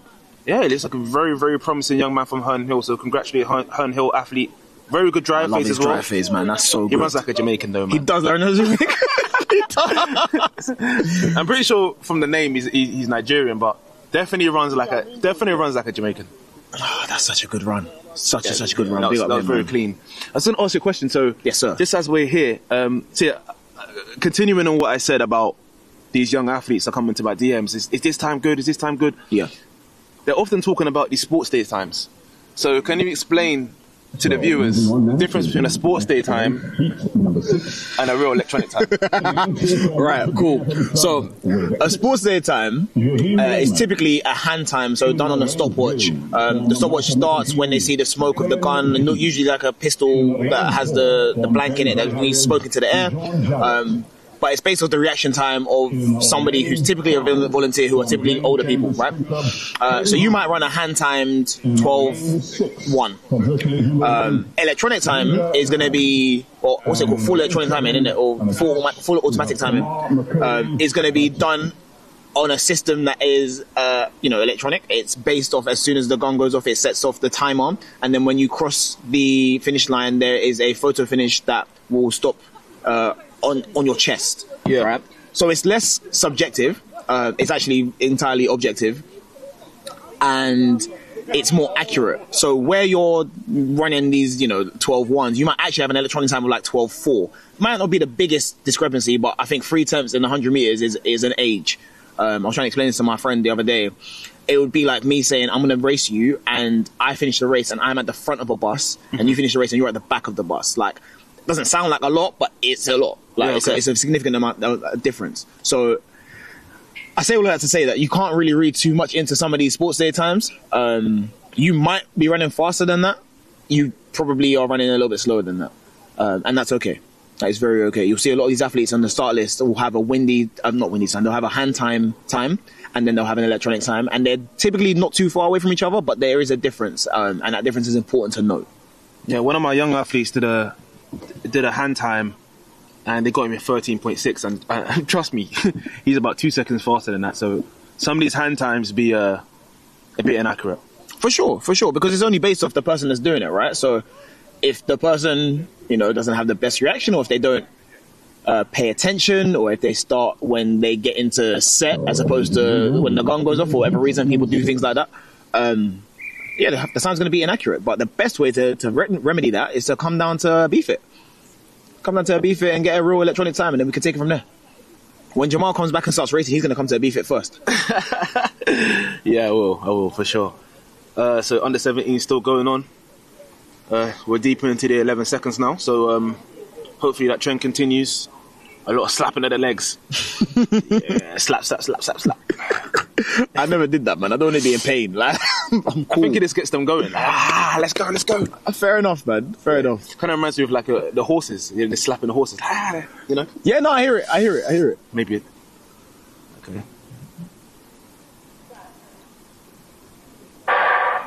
Dylan in 3 looking very good also in lane 2. Jaheim Roman looking solid as well on the outer lanes, but the centre lane also looking very powerful. Lane 8 could very well. Now that is the black, but I think lane number 4 may well have taken that. So these times will be close. Watch and see. Yeah, Caden Hines in 11.59 in first place. Ginger Russ in second place in 11.64. What did I tell you? Kamar in third also in 11.64. So great race. Wind is legal. Yeah, PB for Kamar there. And I think a PB for Jana Rass. He hasn't got time. But the volunteer nearly got taken out. So, yeah. And also, just as we watch this race, a very, very tight race. Catering for you today, I can already smell the aroma wafting over to me. Fifis are here. And so I believe very shortly, if not already, they'll be ready for you to. Very good, clean run. I will get the nod from them by Caden Hines. When they are ready. And kept his form really well. Stephanie is not going to eat everything. It's a bit dangerously close to the outside of his lane there. So I was just about to say, sometimes with these young athletes, they like to stop so suddenly. So they just stop just after the line. And I think, you need to give yourself time to kind of decelerate because it can hurt your hamstring. I've definitely done that before. That was the complete opposite, man. I'm rolling around into the 150 start. Yeah. I once saw a race many years ago. We don't have a full as they introduced the next heat. The names of the athletes we have in lane 1 from Rugby at Northampton, we have Dylan McEwen. In lane 3, Jan Bukhari Philly from Colchester and Tenbury. In lane 4, from Bournemouth Athletics Club, the William Hinchcliffe. In lane 7, we have Maxwell Kristen from Marshall Milton Keynes. And in lane 8 from Colchester and Tenbury, Judah Asamoah. Yeah, I was just about to say, actually, a few years ago, when I was actually quite young, believe it or not, I actually watched Sean Saffo Antwi actually finish 100 metres and literally go straight to the reception. So he literally ran the 100 metres on this side, literally ran around the corner, went straight into the reception. I don't know where he went after that. Maybe he went to Costa to get a coffee.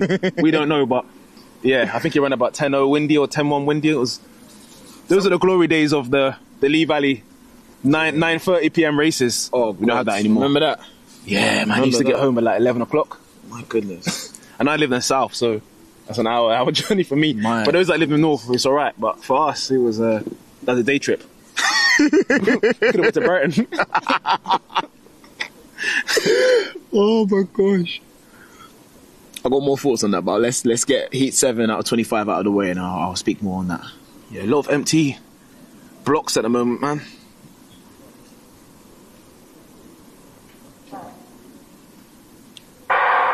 Jan Bukhari looking very good already, but on the outside lane, it looks as though William is also giving battle on the inside lane as well.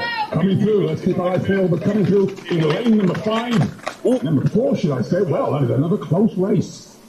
And these very brave officials standing open as they're charging at 100 miles an hour. Dylan McWayne taking the victory there in 11.43. Very close second place. William Hinchcliffe in 11 point. Look at the times. 11.45. Really, really close. Period. Superb run there by Jan Bukhari. 11.47. Just hundredths between first, second, and third. And indeed, fourth. So well done to Judah Asamoah as well and Maxwell Kristen. Yeah, first to fifth being separated by 1 point, about 11 hundredths is a really, really close race, man. really good from all of the athletes there. And I think Was that the athlete from rugby in Northampton? Did he take it? Look, really, really good try phase.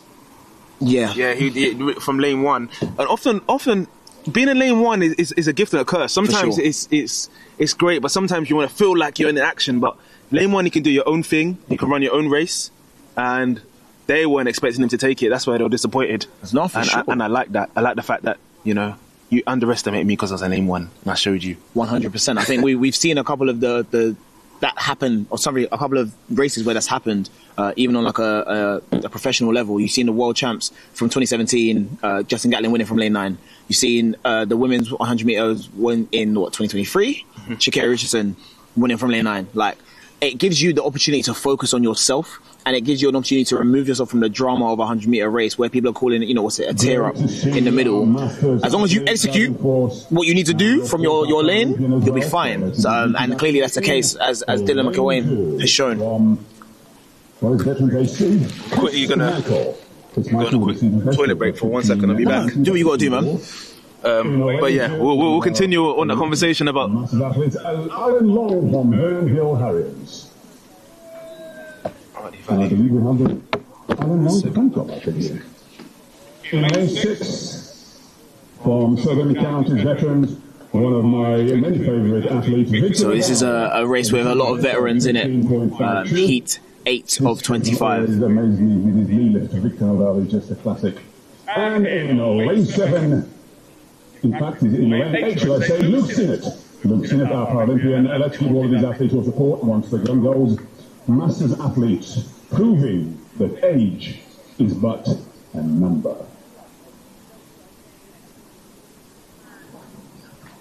Luke Sinnott, also a great long jumper.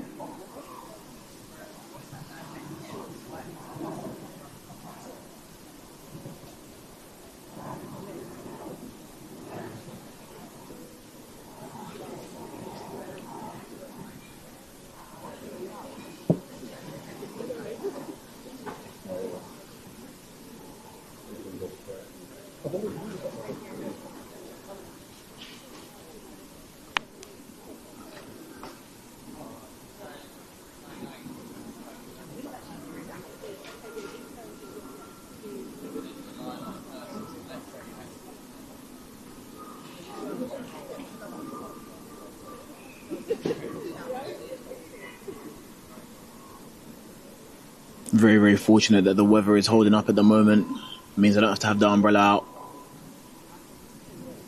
Hoping that the athletes get going soon.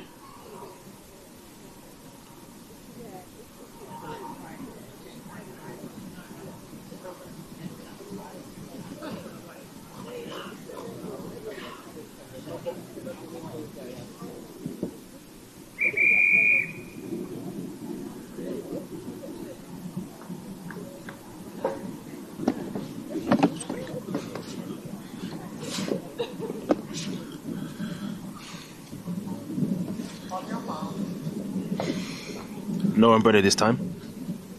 For now.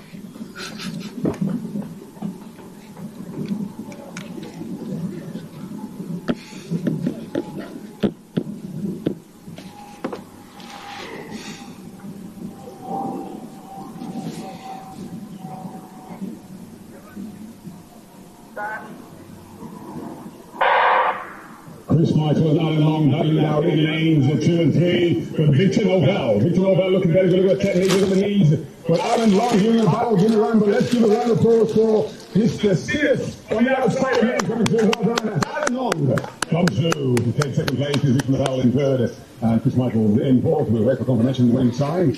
The plus time is 14:40 and the confirmed time, Luke Sinnott taking the victory there in 14.39, the winded single. Alan Long in second place in 15.22 and Victor Novel in 15.51 with Chris Michael in fourth place, 16.09. So Jamal, there was a social media trend not too long ago that I saw people engaging in. It was saying like, the average man, or like to be in the top 10% of men, you should be able to do this, that, whatever, right? Yeah. And one of those things was to run 100 meters in under 15 seconds. Okay.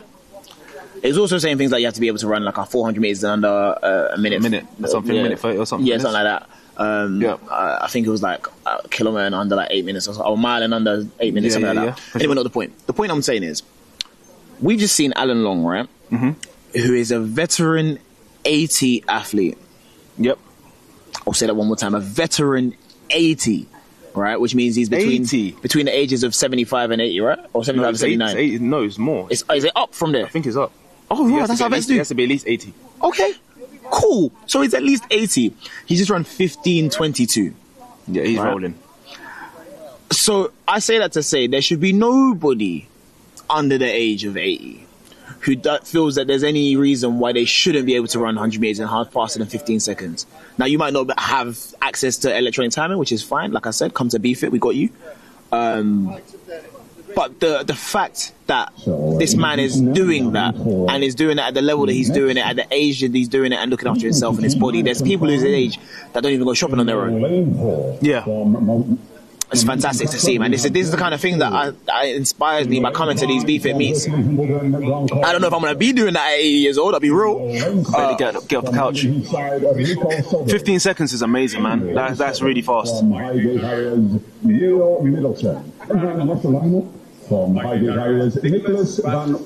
that is literally somebody's granddad. Yeah. And great granddad. Yeah. 100%. Someone said he still got it, and I agree. How can he not still got it? Running 15:51 at his age? Come on, man. Fantastic. Absolutely fantastic. Heat 9, we've got a couple more vets in this heat. We've got a veteran 55, veteran 50, and a veteran 60. Wow. Although I might be wrong, there might be some scratches in that. I think it's lane 4 to 8 or 3 to 8.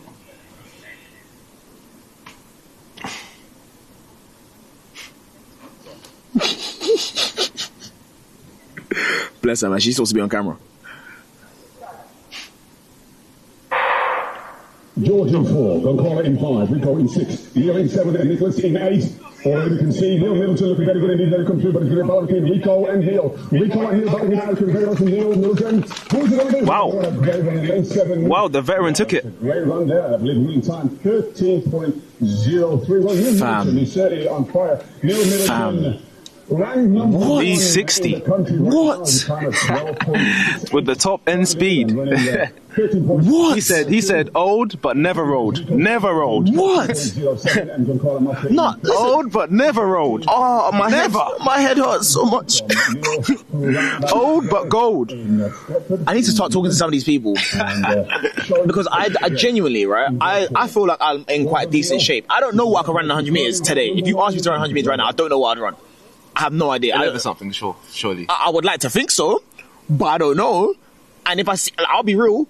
V60, yeah? Something in my ego is telling me that I can't lose to someone that's a V60. That's so amazing. I know it doesn't look, it looks 40, I know, but hey, he's 60 or 60 plus, and he's running. I love the fact that when he saw the guy get out in front of him, he was like, yeah, I'm going to chase you down. What do you think of going, son? He said, look, I'm old enough to be your dad. He said, don't worry, bro. I've got you. I've got something for you. You just wait there. Wait till my turbo kicks in, yeah? Fam, honestly. You ain't seen this before, young'un? You ain't seen this before. What do you know about this? What do you know about this, young'un? What do you know about this? So let me show you some old school R&B 70s. Yeah, man. You don't know about them things. Yeah, you don't know about this at all. I was raving when he was a youth, bro. So you man talking about Max Fly too. Don't worry, I sampled that. You sampled Artig. You sampled Artig. Man brought out the old school spikes and that. Nah, amazing to see. Genuinely, it's fantastic. My whole MO behind Masters Athletics is like, people are doing things that they don't have to do. This guy has lived a full life. He's probably, quite accomplished in himself. People would be understanding if he wasn't as fit and as healthy and as spry as he is, but he is. It's so amazing, man. So sick to see. Yeah, man. He's rolling. V60, man. Someone said you got 10-8 in you, surely. Listen, 10-8 off the bat. Hey, listen. They believe in the kid. They believe in me. I'll be honest, bro. I'll be really honest. If Usain Bolt stepped on the track right now at a Bftta, I don't see him go faster than 10.7, bro. Maybe 10.6. You still sprint? No, you still train right now, innit? Yeah, I still train. I can just about run 10.8, 10.7 right now. I say that. I could. I think you run faster than that. I think if I you're ran 10.5 last year with for my first race and my last race because I opened and closed it. grand opening, Grand closing. But yeah, man. Listen, even Usain Bolt, the greatest man. Even if you jumped on the track, 10, 7, 10. These times are still fast. You can't just wake up and do these times just because you ran faster in the past. Yeah. Your muscle memory remembers, but your body is something else. You know what? what? It has to be on tune. Genesis, thank you for that. Thank you for that. Because now you're giving me something to aim at. But 10 will be good though. 10 will be nice. But with no training though, it's going to be hard. You have to train a little bit. Oh, yeah, of course. Of course. I think no training right now, I could probably run like 11.9. Nah, you run faster. You run 11.1, 11.0, maybe 11.2, even 10.9. But then you'll be hamstring or hurt after that. Oh, yeah, for sure. You need an ice bath after that. But 10.8 is... 10.8 are Mickey Mouse times, man. They're very hard to run. So, I mean... Can't underestimate it. We got heat 10 of 25 on right now. So let's see if any of these athletes get close to those kind of times.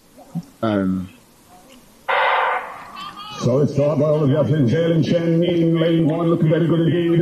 Kieran Harvey also in the bright yellow shorts, looking very good in the centre lanes. But Jalen Chen could be holding lane number 3 coming through. Where did that come from? A solid run there by lane number 3. A superb one. Very hard to predict that race. That's tough. The winning flash time Big PB. That's tough. By nearly 0.3 of a second. That's so tough. That's so tough, man. From 12.3 to 12.06. That's such a good run. What a chunk. Helen Chen in second place in 12.28 and Chen in third place in 12.42. But Abdullah also running 12.42. You know what I call that? I call that secret training because he went from 12.3 to 12.0. He must be doing something that we don't know. Yeah. Because he looks like he's got more in the tank. For sure. And he said, I'm leaving here with a sub 12, man. Sometimes it's not even, it is that obviously it's the work you put in. There's no way you can escape the work. But sometimes it's just something clicking, like a technical thing that you were or were not doing, and you change it, and it's like everything, it's like the colours start coming into your life again, and you start seeing things a little bit differently. It might just be like, okay, cool, listen, you're not transitioning your hips well.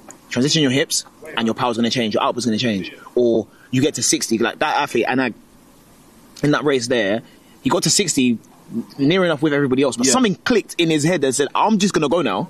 And it's like people can't go with that. And it's such a sick thing to see in the 100 meters because we're told all the time, oh, it's such a quick event. Oh, if you blink and you miss it and it's done. But it's so many different facets to 100 meters throughout. And it's like, yeah, man. It's big shout out to Taha as well. He PB just about as well. So, listen, PB's good all round. That's all you can ask for. Just add on to what you said after he introduces the next heat. In lane 1, from Cardiff, we have Jordan Roach. In lane 2, from Glen Chambers, the sprinter, Kai Rizio. In lane 4, we have Tawanda Saithol. And we have the Saithol Fan Club. In lane 5, the man himself. Wow, this is an incredible athlete. From St. Helens AC, Darren Scott, one of our all-time great massive athletes. If I told you his records and achievements, he would be here all day. But beside him, we have another incredible athlete. I believe he was the 2019 European champion in the Tour de Vitesse. The one and only Giuseppe Minesci from Hernhill Harriers. And in lane 7 from Serpentine AC, David Well. Got the lineup. In the lane 8 from Basildon AC, Dominic Barnard. Jamal. Yeah. Thank you. J-A-M-E-L? A-L. A-L. J-A-M-A-L. Chicken jerk, yeah? Yes, please. Thank you very much.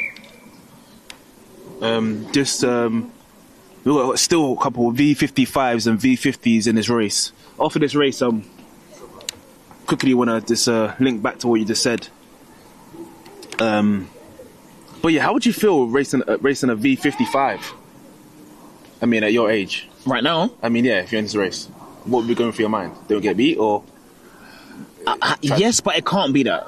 Yeah, my thing would be, don't get beat, but it can't be that, man. Like, I think I have more to say about this, but I'll see if I can say it quickly before the racing. But like, we've been the 15-year-olds, 16-year-olds, 17-year-olds, 18-year-olds, 20-year-olds beating grown men that were beating grown men. So we can't then expect for the younger generation to not be that. Everyone just got to do what they need to do for their own selves.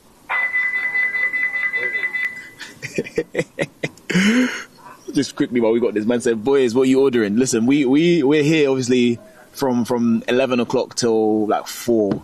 So we have to make sure we're looked after here at Bftta. So there's a fantastic food service that happens to be, at the meet for all the spectators. And we get some privileges by doing the commentary. We make sure that we're looked after and we're fed. So we're just getting some rice and jerk chicken just to fuel us so we can continue to bring you some commentary throughout the day. Apologies for you lot having to hear that. Yeah, try to turn the mic off for that. Oh, so is that our first faulty or false start or something like that? Yeah, just as quickly as we green cars are coming up. Fantastic. Just quickly go. Green car by our official Joel Appiah. Yeah, linking back to what you said, 100 meters is a long way. A lot of kids ask me, how do I improve my start? I'm like, your start is only maximum 20 meters of the race. After that, it's 80 meters. There's a long way to go. So for sure. Sometimes we see these races who guys with electric starts. Sometimes we see guys with not a bad start. Sometimes a balanced race. So you can different ways to run 100 meters. And yeah, it's definitely a long way, longer than you think. Here we go again.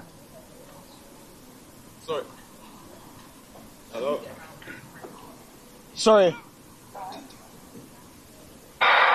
Jordan and Kai, lanes 1 and 2 off to a great start, but also Giuseppe Minetti. But take a look at Darren Scott, but look at also David Bueno, but on the outside lane, this is going to be about between Sydney and I believe Dominic Barnard. But no coming from where did he come from? Where on earth did that was lane number 4? A superb runner there to come through the victory there. Tawanda Seathole taking the victory in 11.69. Kai DeRizio in second place in 11.88. And Darren Scott, the great Darren Scott, in 11.92 to take third place. Well done. I like that one. Yeah, that was a great race. It looked like that's Tawanda's first race of the year because if we don't see a season's best next to his name. For lane 2 got a really, really great reaction. Yeah, man. He was gone. But as you see the replay again, it's all about the top end speed in 11.69. of Tawanda. The latter part of his race, he certainly turned on the afterburners. So a great one, looking forward to seeing in round 2. Goes through his drive race pretty nicely there, and he gets up tall, and he's just focused on that finish. He's focused, man. He wanted to take that victory. And I mean this with all respect in the world, but he runs akin to like a bobsledder, or like someone that is like a power athlete, primarily a power. He's built like one, right? Like he's in really, really good shape.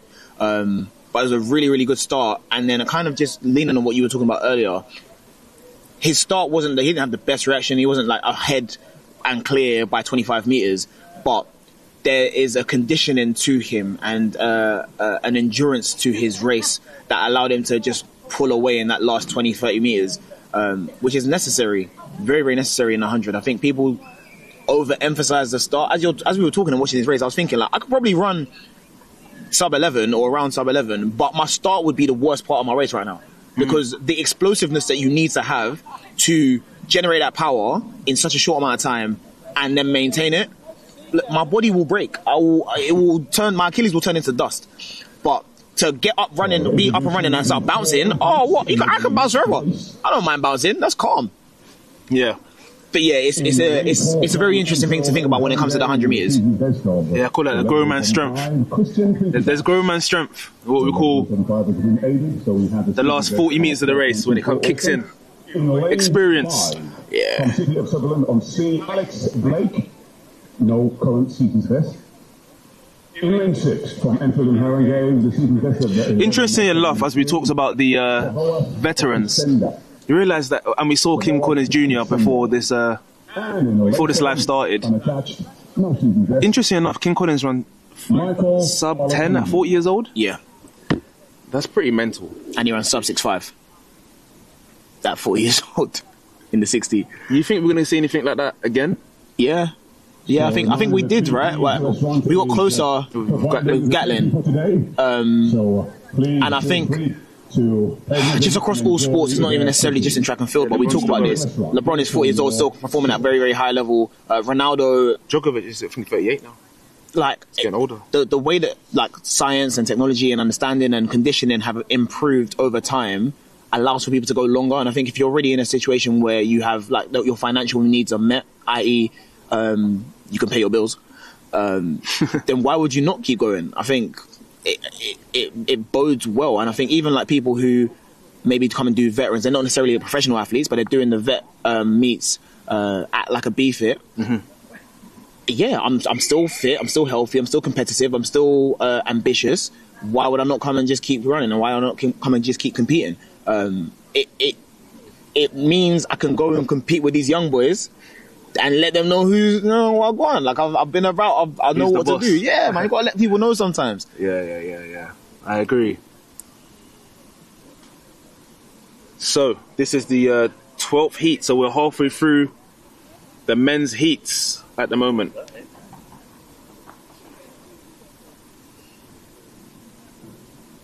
Mixture of under 20s, 1v50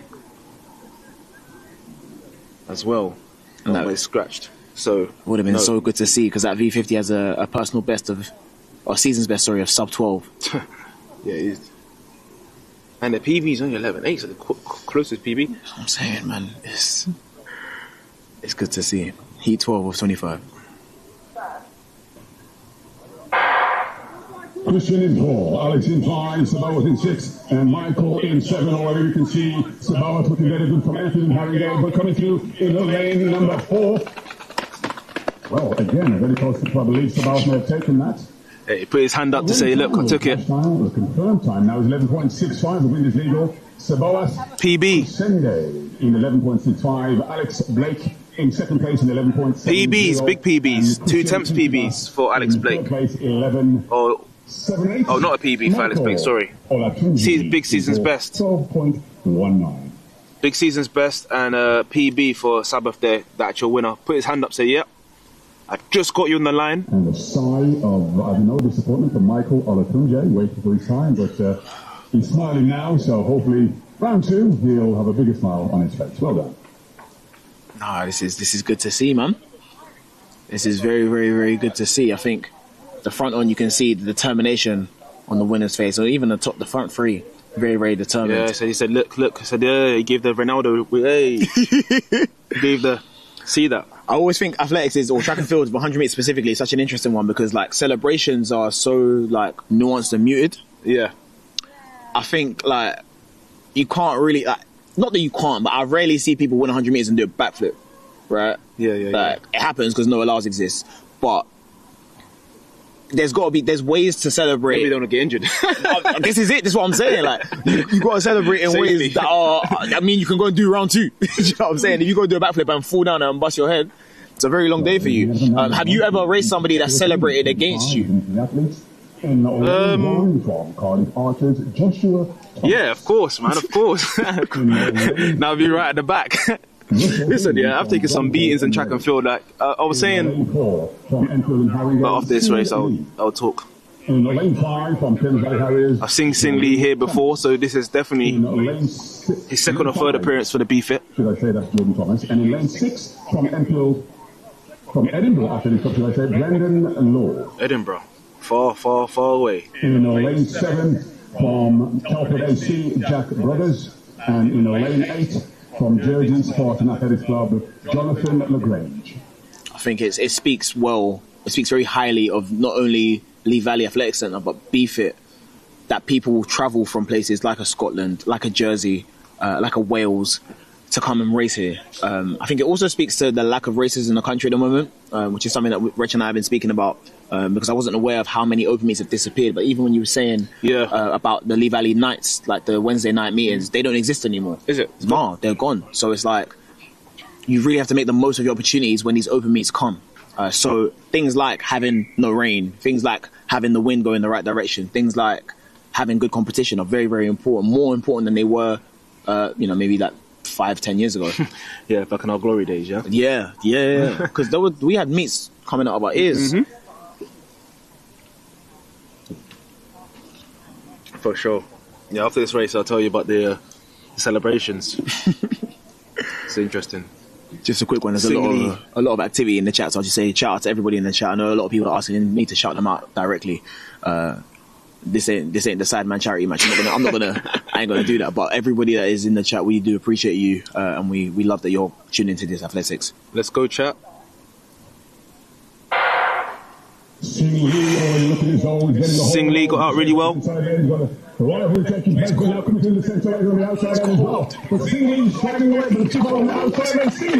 Yeah, I'm so glad I shouted him out because he won, so he's done good for my parlay. Yeah, I've seen him before and I thought he would take it, but very competitive race.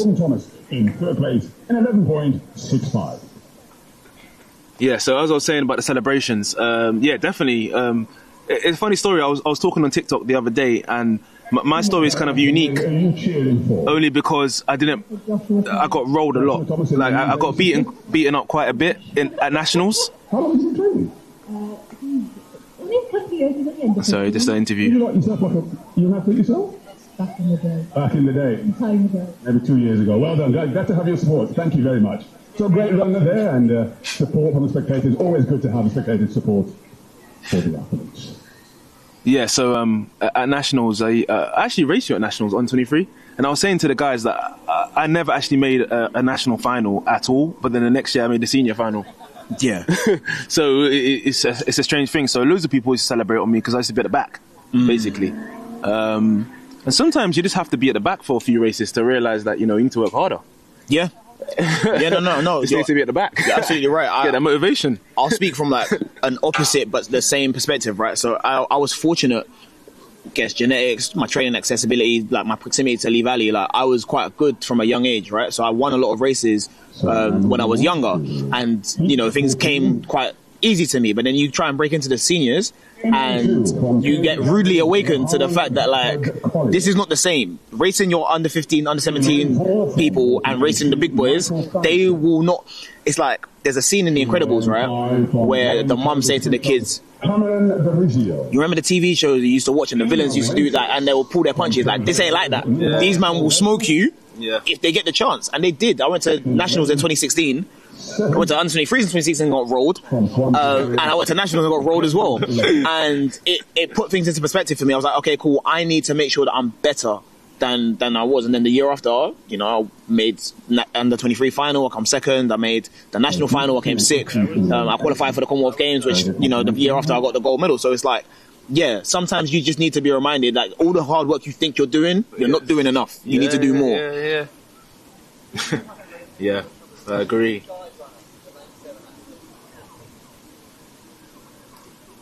So we have a guide runner in the lane 8. Oh, sick. So let's be sure to cheer on James Ledger. He's a T11 athlete. This is another thing I really enjoy about coming to these Bftta meets. There's a lot of the parasport athletes that come here that feel comfortable here, that are supported here. So we've got a guide, a blind runner in this race in lane 7 with his guide runner in lane 8. Not something you see typically. I think a lot of the meets that are specifically designed or specifically put together for parasports are few and far between. So it's really nice to see athletes feel comfortable enough to come here and get the races in. If you was impaired, would you do track and field? Do you think that? I do, Okay. I think it's one of the more accessible sports for people who are a bit impaired. Okay. Or have an impairment, rather. What about yourself? I don't know. 100 meters. I don't know about 100, man. I don't know. It's kind of scary. Yeah. No. I feel you. I think it depends on your impairment, I guess. Yeah, I guess. Yeah, I've got a bit more to say on that, so I'll let this race go. So definitely going to be watching how they set up. It's quite fascinating.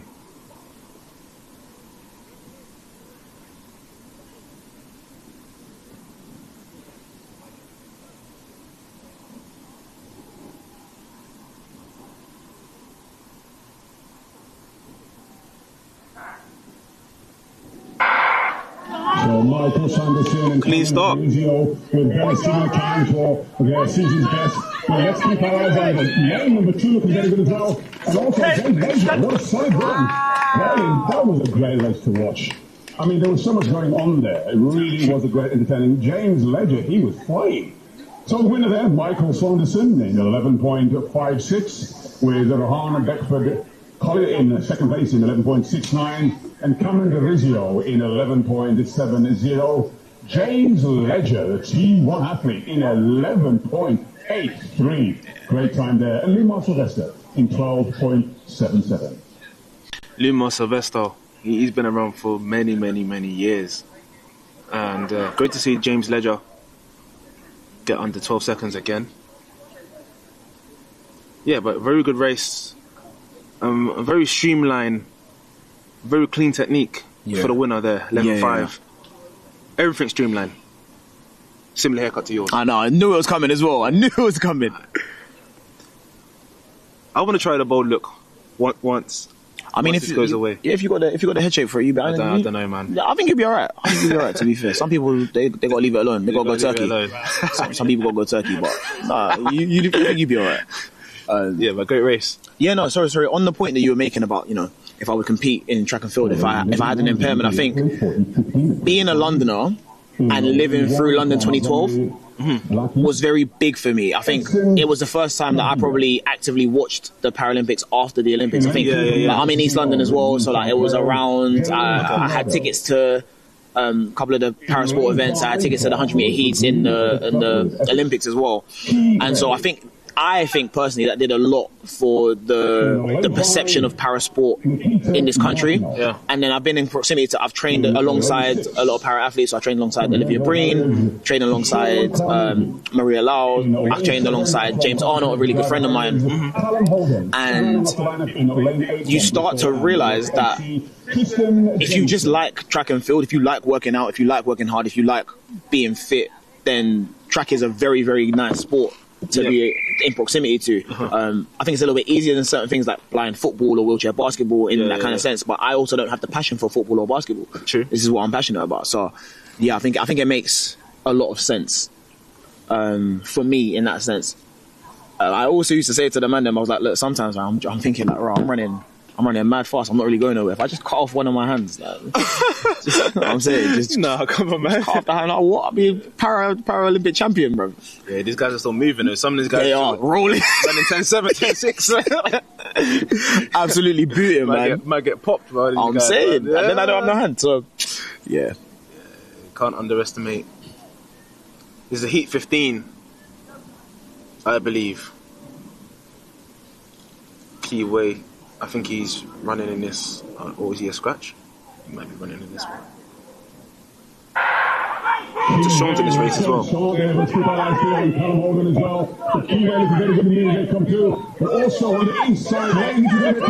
It's a solid run.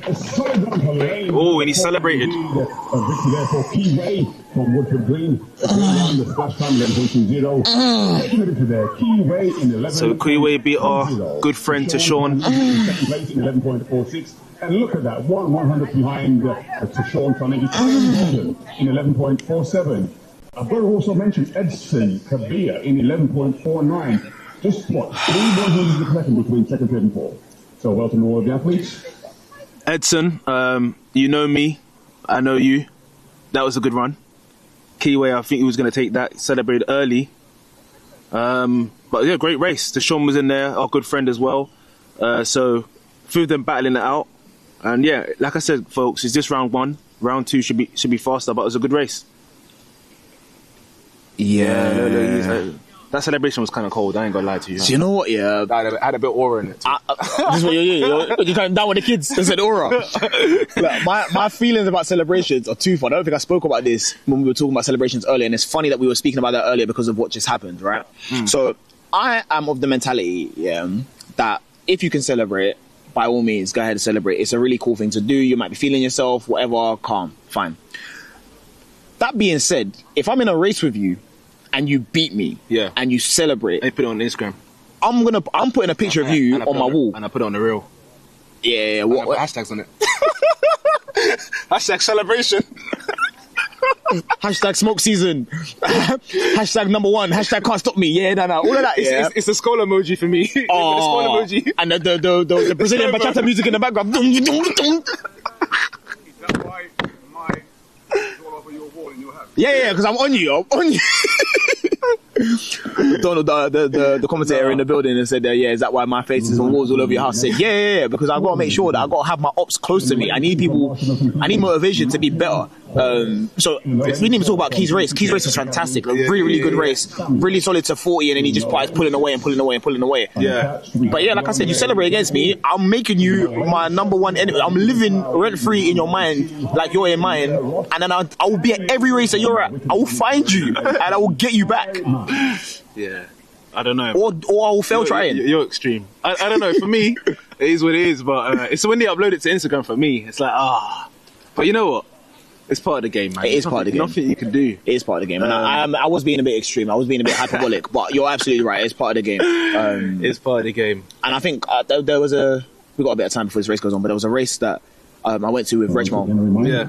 And we didn't celebrate, but we shut down. Okay. And it was a 60. Okay. There's not really time to shut down in a 60, but we shut down from like 45 meters. Mm-hmm. And I will never forget Mark Finley, who's another athlete, ran 10-2. Now does a lot of like high rocks and boxing and such. He pulled us to the side. He's like, "What the F are you guys doing? Run properly. Yeah. If you're feeling yourself and you're running fast, run all the way through the line because you don't know when you're gonna run fast again. You never know. You never know. You're never guaranteed to run another fast time again. That's rule number one. Because when you run your PB, you probably thought that wasn't gonna be my PB. Exactly. Thought that I was gonna stop at that time. I was probably gonna go 9.9 or 9.8. Yeah. Who knows? But you're on your PB. Simon Shagan's in this race. He's another para-athlete. Harley Miller Ross also, Stephen Samuel looking very good by lane number 3. Also looking solid as they come through to the very close race. You see Matthew Hall. On lane number 7. Oh, no. Shagan, I think, took it. That is so close. Super race to watch. Harley Miller same time, Ross surely. taking the victory there. Look at that. Okay, 200s. No. So close. Harley Miller Ross taking the victory there, 11.46. 2 100 behind Stephen Samuel. A great race there by Stephen Samuel and Matthew. I said Samuel Shagan instead of Shagan Samuel. I always do that. I don't know why I always call him his first name. I don't know. It's 2 first names. You know what I mean? It happens. It happens to the best of us, man. Sorry about that. Let's watch this race again. Very good reaction from lane 7. Actually gets in his running quite well. And it's just a battle between lane 3 and lane 4. Just the lean. I think it's kind of related to what we were talking about. We weren't talking about this didn't have a celebration in it, but the importance of running through the line, because the race is not done until it's done. Until it's 100 meters, the race is not done. So even if someone is ahead of you at 98, you got a little something to give. You keep going. You keep pushing. And that's the difference. That's the difference between Harley running 11.46 and Shagan running 11.48. Oh, we've got Pierre Walker in this race, a V35 now. He has been competing since I was a teenager. I remember him with the headband. You cannot miss him. Never. A Bucks legend, absolute legend. He inspired me. I ain't gonna lie to you. So big up Pierre Walker, man. And rounding off the line between the lane 8 from Medway and Maidstone AC, Harry Osborne. Got Yu Lee in this race as well. Also a good athlete, a PB of 10.93. So you can clearly see he's maybe 2 of them have touched sub 11 before in their life. When you first get that sub 11 feel, it's a different type of high, man. Yeah. You start airing your parents now. You come for dinner late now, you know? You ask for 2 chickens at dinner. Yeah, 2 or 3 chickens. Yeah, give me the big ones. Yeah. Sub 11, can't talk to me. No, for sure. Can't talk to me. When I ran my first sub, I was like, yeah, boy. That was a highlight of my whole... I think that's a highlight of my actual athletics career. If someone asks me, I'll be like, yeah, the first time I went under. Because that was a big thing for us. 100%. 100%. Like, yeah. For me, it was, I think the milestones. And sub 22 for me. That was the first time that I was like, yeah, man. Yeah, wow. 21. Yeah. You know? Wow. I remember I actually did it here. So I did it at Lee Valley. The first time I went under for both was at Lee Valley. Oh, that's amazing. Mine was a 2.0 as well. Oh, you caught life. Yeah, I know. I didn't know what that meant back then, though. 2.0. Okay. I'll take it. 1097, I remember my first sub 10. Sub 11, sorry. My first sub 11, legal, 1082. I said, yeah. Oh, you went straight then? Damn, I know they scratched it, man. Tickled it. Heat 17 of 25 about to go off now. Yuli looks like to be a favourite here, but with the season's best, it looks like it's lane number 7 with 11-0, 11-1. So it's going to be a tight. It's going to be a tight race. I can't really call this one actually. Good competitive race. That's what we like to see. Pierre Walker is always capable. So we'll see.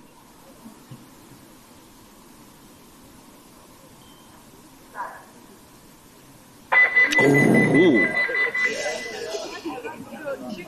Ooh. What do you do when you hear that sound? Do you think you got to reset? I think here they're a lot more forgiving than there are at most races. Yeah, if you go to, I remember when I went to Manchester, travelled all the way up. Yeah, got the train, so I thought, yeah, fly guy, whatever. Yeah, DQ'd, man. First heat. I think I was racing in Jeremiah and Andrew Robertson, man. Yeah. And I honestly, I didn't think, till this day, I still don't think I moved because the pads were so sensitive, because they're not like these pads. Yeah. It was the psycho blocks. Yeah. So, and I was trying to like, what do you call it, protest to get back in. Couldn't get back in, man. I had to take a 6-hour bus ride home. Went out there for no reason. Yeah. So, not too far for these guys to travel, but a yellow card nonetheless. Yeah. And like I say, I think things that come into consideration when they're like at these meets, like people are paying to be here, you pay to travel to get here and all that kind of stuff. You want to get at least some sort of return on investment, right? So it'd be a bit harsh to disqualify somebody for a false start here, but also the rules are the rules. So yeah, a little bit tough to navigate, but luckily no disqualifications, so we're very grateful. Let's see, hopefully we get a clean start now.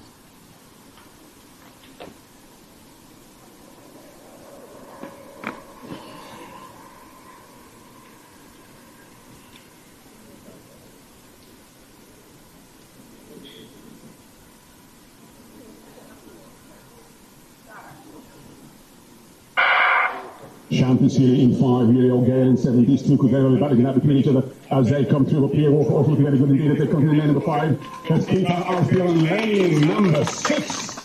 Well, superb run there by lane number 6, I believe it was. We'll wait for confirmation. No, that wasn't Pierre Walker. He ran off like you said. He was in the reception.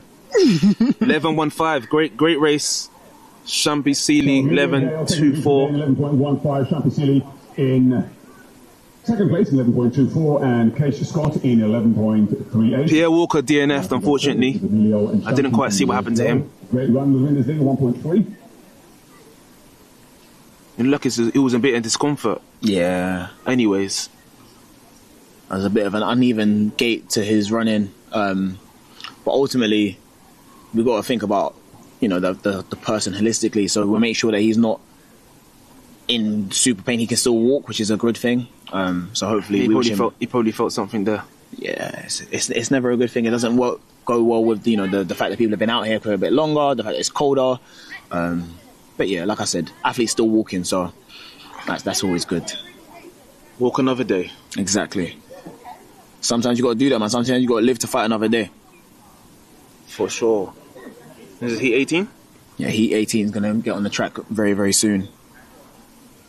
Very, very soon. So then moving on now to So let me ask you a question. Ask away. What do you think now about the price of spikes? I think it's insane.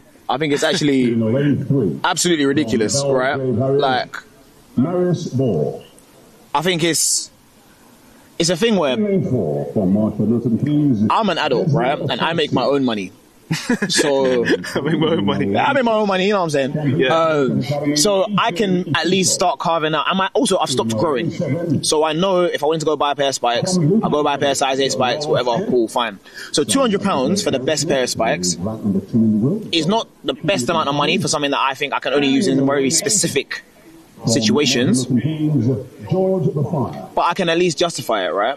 When I'm seeing these kids having £200 spikes, £150 spikes, £180 spikes, I'm like, as a parent who knows that, we're in a cost of living crisis, who knows that things are expensive, that inflation is doing what it's doing, and all this kind of stuff, I'm like, can I justify buying the best spikes for my child every year, like knowing that they're going to have to get new ones when they're growing and this, that, and the third, and kids are kids, so you might go ruin your spikes, and spikes were popping back in the day. Like, I think they fixed the technology with the MaxFly specifically. But yeah, it's just a lot. Like, I feel like I, personally, if I had a child right now that was anything under 17, I would buy them like mid-range spikes and emphasize the importance of training and being consistent.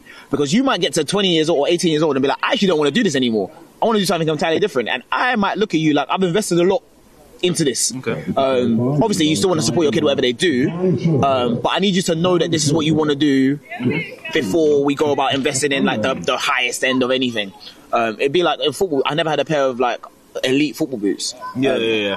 But in football, they have very distinct tiers. You went to the market and just got whatever you got. Yeah, son, I was in Sports Direct getting the thing that was cheapest, man. This is what it is. But yeah, I hope all parents know someone that has a Nike discount or Adidas discount or New Balance or Puma discount. You gotta know people with the discounts, because don't be paying full price for these spikes, man. Well, I did a giveaway for my spikes, so another giveaway coming up soon.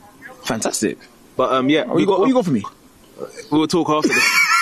Couple of seasons best, sub 11. So these guys are really motoring. If they stay true to their season's best, we're gonna see our first sub 11 clock in. I'm hoping they do, because we love to see it. But yeah, a few of them, season's best, 10-9, 10-9, 11-0. So it's gonna be a fast race. Looking forward to this. Indeed, and the rain has been holding off, so really, really grateful for that. Oh, not sure who that was. Yeah, I can't tell. The other one was a bit more blatant. This one, I really can't tell. We'll take this lull in the proceedings just to plug the next event. We've got another Bftta coming up August the 30th. So towards the end of August, hopefully it's still sunny. I think it'll be good. I think it'll be good weather. Yeah. August is typically good in the UK. Yeah. Typically. Yeah, the last few years have been really good, so... Yeah. Come down, bring a barbecue. Yeah, man. There's enough time for you to go to Carnival the week before, get all your shaking out, and then come and compete. Trying to bounce back for Carnival for track me, I don't know, man. Not sure anyone has done that successfully, but... It depends. If you're not drinking, it's cool. Yeah. But even so, the walking, the heat, it's a lot. But I typically just end the season then. Before. Yeah, but this is the long season. It's a very long season, isn't it? Trial was actually August the 3rd as well. So a lot of these people here are getting these last runs before trials. So some of these athletes here are just sharpening up, and they typically take a couple of weeks off for trials, which will be in Birmingham. Anyways, nonetheless, second time of asking. Let's go. Let's hope to see our sub 11 clock in. Great start there by Lars Smith in lane number 7. Let's see how this person wants to see lane number 4. She's going to come through for the third round. It could be Lars Smith indeed. Crossing the line, Bftta as well, taking the victory. Super on 11.21. The win is legal. I spoke too soon. 11.20. Marius Ball in 11.23. And George Bftta in 11.28 in third place. Yeah, I spoke too soon. I did want a sub 11 clock in, but 11.2 nonetheless. Still very fast time from these guys. A very competitive race. So let's see the replay again. It's a really strong start for Marius Ball from the Belgrave Harriers. And yeah, very tight race. Can't see from this angle who's coming through. It did look like Marius Ball, but then the last second it was, I think, in lane 7, which was Laurel Smith from Luton Athletic Club. I'm really childish, and I really like the nuance of some people's technique. So there's something about Laurel Smith's first 2 steps. If you can go back and watch the replay at some point, you lot on YouTube, so you can just go back in there if you want to. But the low recovery of the foot in those first 2 steps, and what I mean by low recovery is that rather than the foot arching up and stepping over the calf, it's kind of like scraping the ground almost. Yeah. It's really, really nice to see. It's not something I ever was able to do, but you know man's working.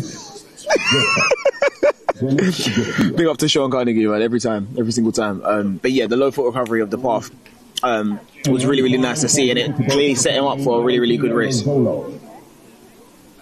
In lane 6, from Windsor, Slough, Eden and Hanwell. Yeah, I was never a low hill merchant. I just ran, man. When someone asked me how did I run so fast, I literally just ran. I think when you get at certain ages, it's not really important about things like low hill recovery and like stressing the importance of max velocity positions and bringing the knee parallel to the ground, the thigh parallel to the ground, and holding the foot and all that. Like it's not worth having that conversation with a 13, 14, 15, 16-year-old who's just enjoying the sport. Just let them have fun. When you start looking at the nuances of like, okay, cool, now you're running 10:40. We need you to be getting to 10:30, 10:20. How do we go about changing that? That's where we can start talking about these like little nuancy things. Until then, just get stronger, get faster, get more reactive, and enjoy the sport. So where you see this beautiful blue tent and the blue van, that is where... I'm going to ask you a fun question. Oh, my favourite kind. So look over to these young men in red. Other handsome one, there's another one beside me. You're probably not TJ. This is what big up TJ. Don't worry, TJ. You're better looking than me. Yeah. So let's just put. I mean, you're a perfect person to ask the question. Sure. So you're an ex-sprinter with a PB of 10.1 for the 100 meters. Yeah. Which, if you're a non-track fan, that's really fast. You do some kind of middle distance and long distance running. Yeah. What do you think these 100-meter guys can kind of run for like a mile or like a 5K?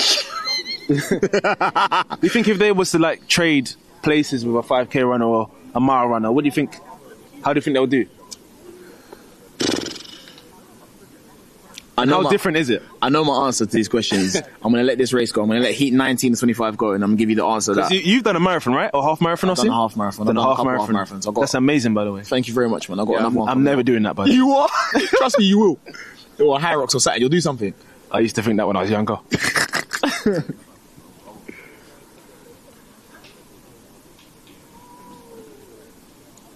Ayinla Mustafa with a PB of 10.79. If he gets close to that, that'd be really great.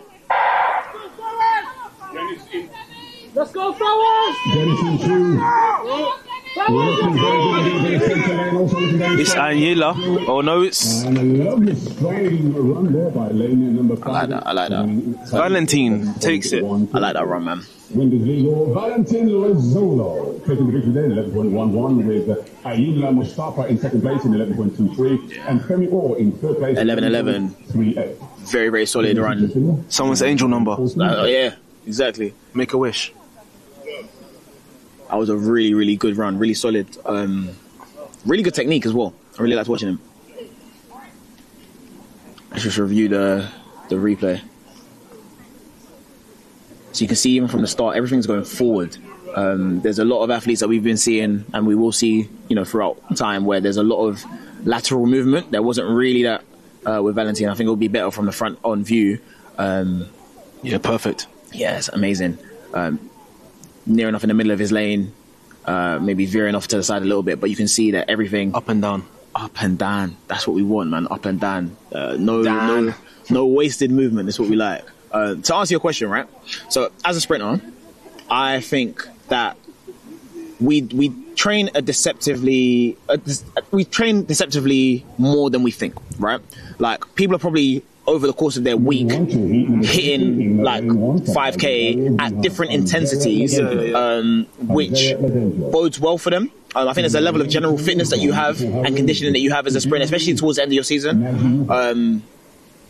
However, I think the muscular endurance that is required to run a 5K consistently without stopping, I don't think sprinters got that in the tank. I think they will find a way to eke out, like a good sprinter will get like a sub 24 minute 5K with relative ease. Maybe if the better you are, the closer you'll get to like sub 20 to like a 20 minute 5K, 21 minute 5K. But I think it would be very difficult for them to sustain it for that amount of time. Now, I think they run a good mile. I think they could find a way to run a good mile. I think they cheat a way to run a good mile. Not like a Roger Bannister mile, not like 4 minutes by any means. But like they run like a 6 minutes, 7 minute, under 8 minute mile quite comfortably. I think the elite sprinters will probably run closer to 6 minute, maybe even like a 5 minute mile if you're that fit. But it's a different ball game, man. Like you have to understand pacing. You have to understand consistent pacing over a longer period of time. Whereas like your whole MO in 100 meters is run as fast as you can and hold on. Maybe you understand it a little bit from a 2. Maybe you have it if you're a 400 meter and you understand a little bit more about for sure in different intensities and that kind of fartlet kind of movement. But as 100, I'm saying it for someone who ran 100 meters in 10:1 and now I ran a half marathon in 1 hour 36, right? So like they're decent times in both sides, but like the half marathon doing that, like you have to understand, all right, cool, you're gonna want to go fast. You can't do that. You got to be in this uncomfortable place where you're not slow and you're not fast at the same time. So okay. You're a hybrid athlete. Yeah, one of them, man. Full house today in this race. I feel like we haven't seen that in a really long time, man. Yep, so everyone's turned up. They said, listen, I don't care about the rain, I need to get my PBs and my SBs. Fantastic. Heat 20 of 25. Couple of season's bests in the 10 seconds. Haven't seen a sub 11 clocking yet. I think this is going to be the one.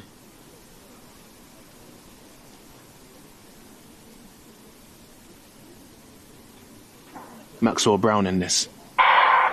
This could be a battle royale between 6, 7, 8, Maxwell, Alex, and Jacob. In fact, it looks as though it could well be that. So let's keep out on the inside lane as well, but on the outside lane. And it was indeed. So lane number 1 also came into the play. Right 10.99? Yeah, it's got to be 99, man. So let's keep our eyes. And in fact, 98 even. 10.98, so we've seen our first sub 11 clocking. And that's a huge personal best. 2 temps personal best. First time under 11 seconds for Isaiah Ladejo. 11.07, sorry. 11.08 for Alex Bramble for a very close 4th place as well. So well done. So that was a really good win, beating athletes like Maxwell Brown, whose PB's at 10.6. So he's beating legit sub 11 guys from lane 1. Again, no one's watching him. He's pulled away. He just sneaked. He sneaked ahead, and by the time they look up, they can't get him. Very good, clean drive phase.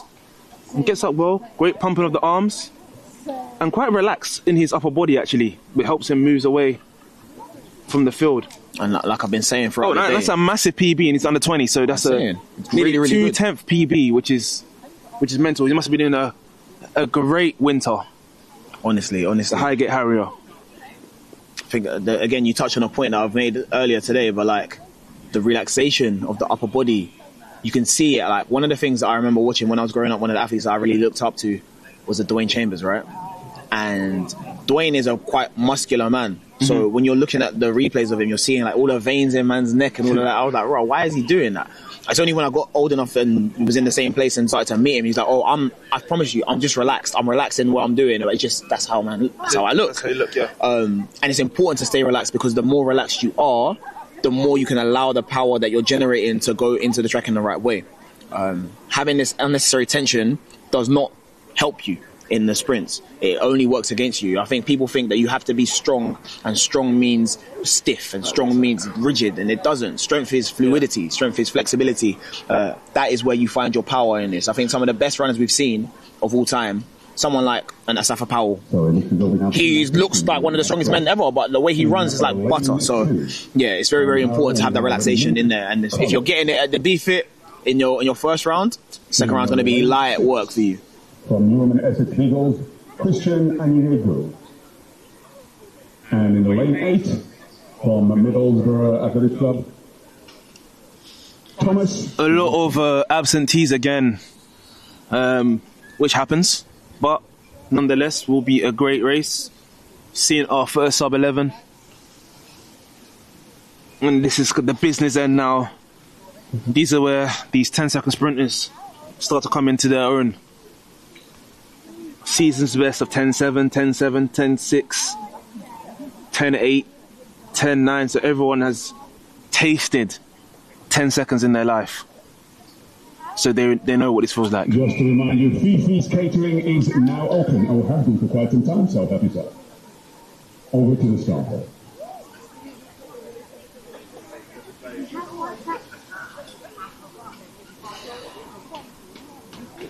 So only 4 athletes here from the 8 that were initially down. like I said, I feel like a lot of these races in the second round are going to come down. There's going to be a lot less races, which is good because it means that they'll all be competitive. I don't think anyone likes being in the position of, the athlete in lane 2.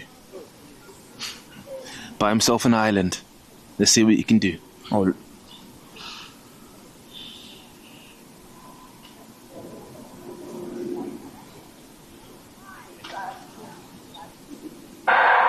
Uzo Herbert, a solid start by Uzo Herbert, looking very good indeed. But also on his outside, we have Christian Anyegu. But Uzo Herbert looking very good. It's going to be a close one. And a great finish. What a great run there. A spectacular highlight reel for that highlight race. Looks like a 10.7. And Christian Anyegu. 10.79. Christian taking the victory there in 10.79. And Uzo Herbert, a great run in 10.83. With Luke Collis in third place in 11.20. Also in 11.20, Thomas Water. Yeah, his PB is actually 10.5, 10.4 windy, so very, very fast athlete there from Christian. So 10.7, very solid in these conditions. Like I said, only in the first round, so they're just getting a feel for the track. First round, 0 wind, it's cold, it's wet track, like there's a lot to be contending with at the moment, so yeah, very, very good run from both of them. Uzo Herbert just outside of his personal best in running that 10.83.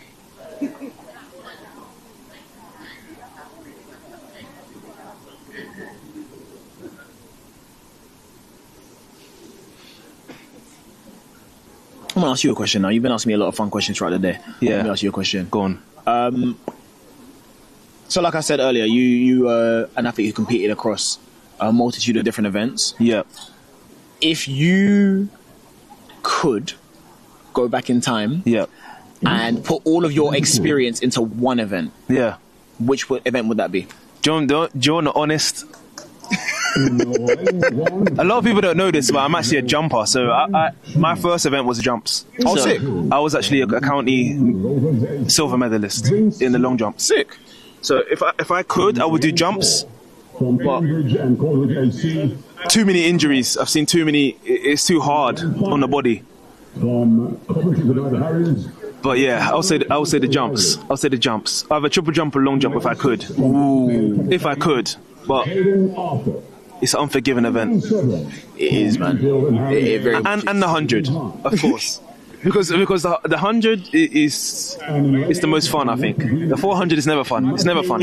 Even the 400 meter athletes that you admire, that you say, wow. Even the old record holder said, nah, listen, I'm just doing this. I can nearly run 42 seconds, but trust me, if I had a choice, I would do this, bro. I could run 9.4. I would run 9.4 and 19.0. But since I can't. Since I can just about run 9.9, which is still fast, I'm going to do 400 and run 43. It's so crazy you say that. I was watching that 2016 Olympic final yesterday. Yeah. And, like, I remember watching the 2015 World Champs final the year before. And, like, that, if I'm not mistaken, like, Wade he got wheelchaired off, right? Yeah. Like, he ran so fast. Yeah. His body said, what are you doing to me? Yeah. Hey, man, the 100 has never made me feel like that. That's all I know. That's all I know. The 400 is really... Like, I was blessed to be good at it, but in terms of the training, nah, man. Yeah, it's rough, man. If I could choose another event, it'd be the shortest one, get off the track. I'm saying. Heat 22 of 25 on the track now. It's top in this race. Nope, scratch. Just scratch. Jaden Arthur, is that your brother? Yes. Oh wow, it's Ruben's brother. The better looking one. Yeah, for sure. The one with hair. Could this be the Jaden show with Jaden 6 and 7 both running in the 10s? But let's keep our eyes peeled also in the center lane. Come on, Jaden. Super finish in lane 4 as well. Well, the time, the flash time 11.71. And wind 1.5, so that's legal. Let's wait for confirmation. That's Jaden Arthur. So fitting for him to do that whilst we're commentating on him, and his brother's right there. Proud brother. One in second place, and in the third place, 1070, solid. Time of 10.8. I think. Also, 10.89. So I think it's a really good opportunity for me to talk about something that I think we've probably all been through, all experienced at some point in life. Like, adversity is tough, man. Jaden, someone that has this year has had a really good year in places and has been injured multiple times, right? And he was quite dejected, I hope he doesn't mind me saying, that he wasn't able to go to under-23s and attempt to make the under-23 team that competed in Europe just this week. And it's tough to deal with, man. I think there's going to be times in life, whatever you're doing, whether that's sport, life, your finances, your career, where there's going to be setbacks that are outside of your control. And oftentimes it's just about how you bounce back from that, man. So for me to come and see him, I didn't know he was racing until this morning when I woke up and saw that he was getting ready at the same time as me. And for him to bounce back and run 10.70, like, that's not a time that's going to set the world on fire by any means, but it just means that he's back doing what he likes, doing what he loves, and doing it to a level that is where he thinks he should be, or where he feels he should be getting to. So, yeah, man, I know that people listening to this might be going through some different things, whatever that is in your life, where you're going through at the moment. Just understand that there's an ability that you have to bounce back and go through it. And your success and reward is on the other side of that adversity. Yeah. So I'll big up everyone, man. Yeah, he runs completely different to you, man. Yeah. So I was watching the replay and I was like, is this Ruben? Nah, not quite, but very talented. In fact, he looks more like a 1-2 guy. Yeah. He looks like he could do a good 200. I've been telling him for time, man. I said, bruv, people got to be doing the 200, man. People will be there's a gap in the market. It's funny because there's a legend in the chat, Dwayne Ladejo, talking about you need to toughen up with the 400. Hey, I run 45 seconds, man. What? I know it wasn't as fast as you, but please cut me some slack, man. Listen, we don't want to do the 400. We don't want to do it. It's so funny when I tell people, like, I would never do a 400, and they're like, okay, so what are you doing right now? I said, I run half marathons. And they're like, bruv, what? How can you not want to do a 4? It's different. It's so much easier to run a half marathon than it is to run a 400 meters well, I think. Like, I'm happy just running a half marathon. I can run a great 300 of the 400. Okay. But in the last 100, it's just praying to God. Just hope and pray. Hope and pray. Nah, all jokes aside, I love the 400, man. It's a fun event. I think if I was actually decent at it, like if I could run like sub 50, I'll be so happy. Sub 50? I'll be so happy. I'll be over the moon. With a 10.1 PB? Listen, man, don't worry about that. I run 21.2 with a 10.1 PB. My body don't like doing sensible things. Let's not worry about me. Although, we'll see, man. We'll see. Very good race coming up now. We've got Alex Hansen. He loves me commentating on his races. He loves it. We have Sean, most notable.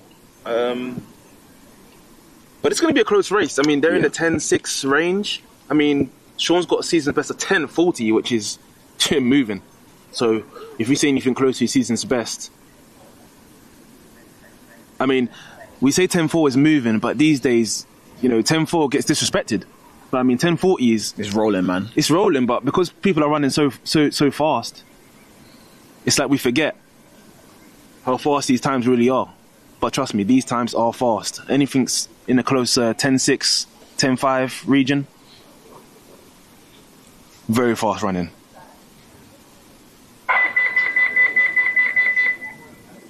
Just going back, there's a false start. I think Sean was the Bucks champion, He was, yeah. If I'm not mistaken. So to win Bucks is obviously a huge achievement for him. And we talk about times a lot, but we often overlook these championship performances. For sure. And you got to show up and win a championship, and he's done exactly that. He actually went to under-23 trials as well. He was another guy. Don't think he made the team out there, which is he'll be disappointed.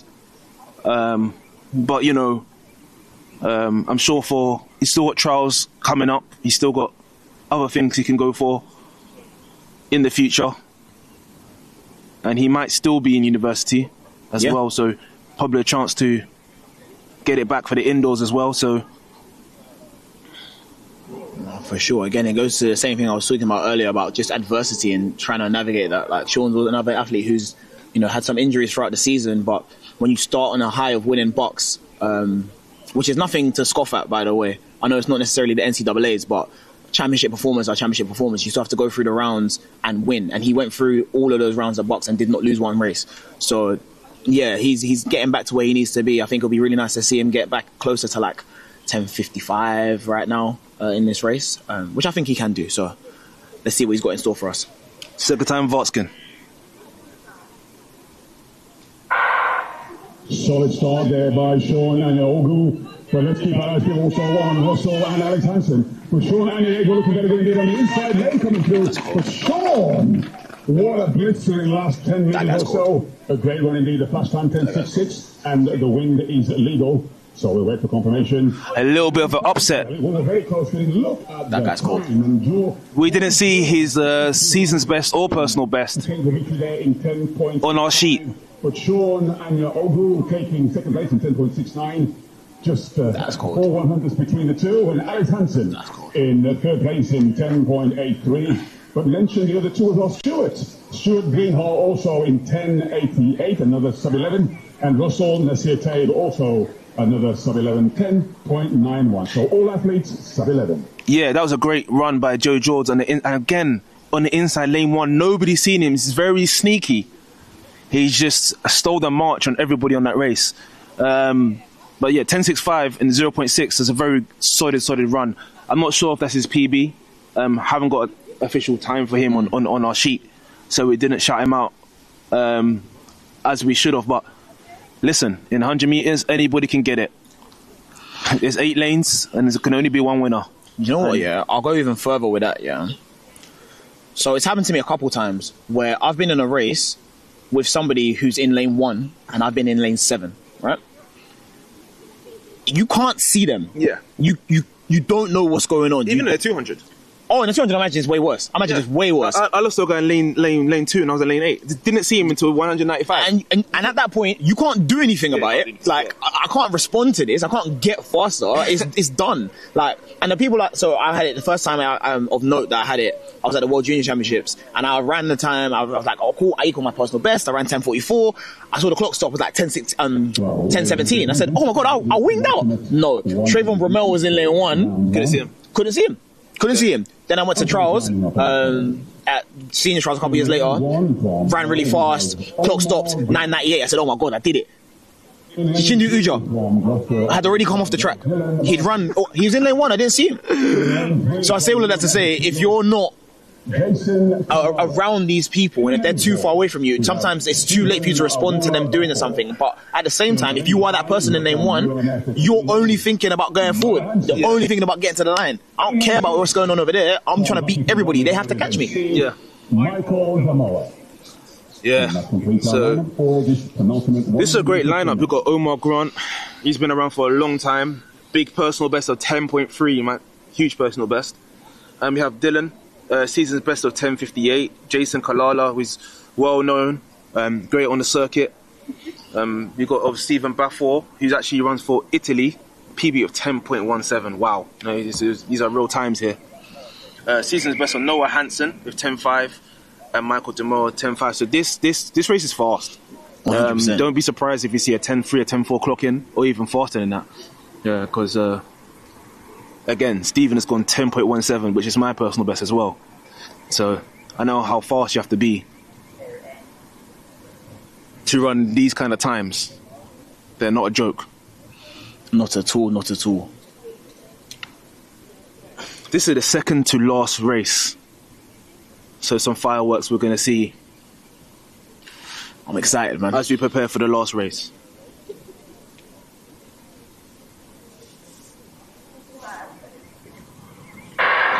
Well, could this be another sub-11 seconds for all athletes? It looks as though they're on target for Stephen.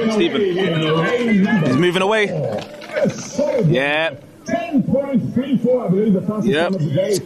Yep. 10.32, I said. Don't be surprised if you say 10.4, 10.3. 10.32. In second place, Michael Demoa. He's separated from the field, man. In these conditions. In these conditions, folks. Another 10.76. Omar Grant, another 10. 10.83. And finally, Jason Kalala, another 10. Just a casual 10.32. Casual. Do you know what, yeah? That was so casual. The time is one thing. It's the manner in which he did it that is something else entirely. Like, we look back at this start, right? Very solid, very patient, building. You get to 30 minutes, said, yeah, no, I'm gone.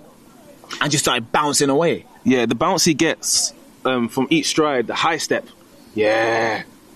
10-3 in these conditions, man. I'm telling you, he's cooking. And the way that I always rationalize it or look at it in my mind, right, is that, like, there's a balance to the bounce.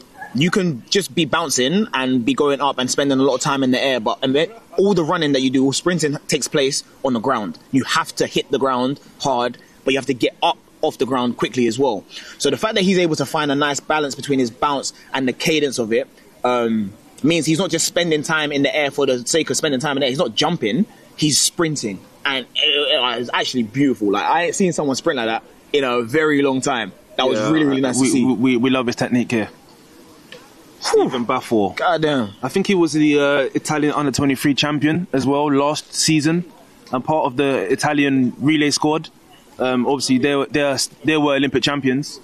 So if he can, obviously, he gets into the squad, he has a chance of actually getting a world championship medal, which would be crazy, from Lee Valley to a world championship medal. So let's hope the best for him, for Team Italy.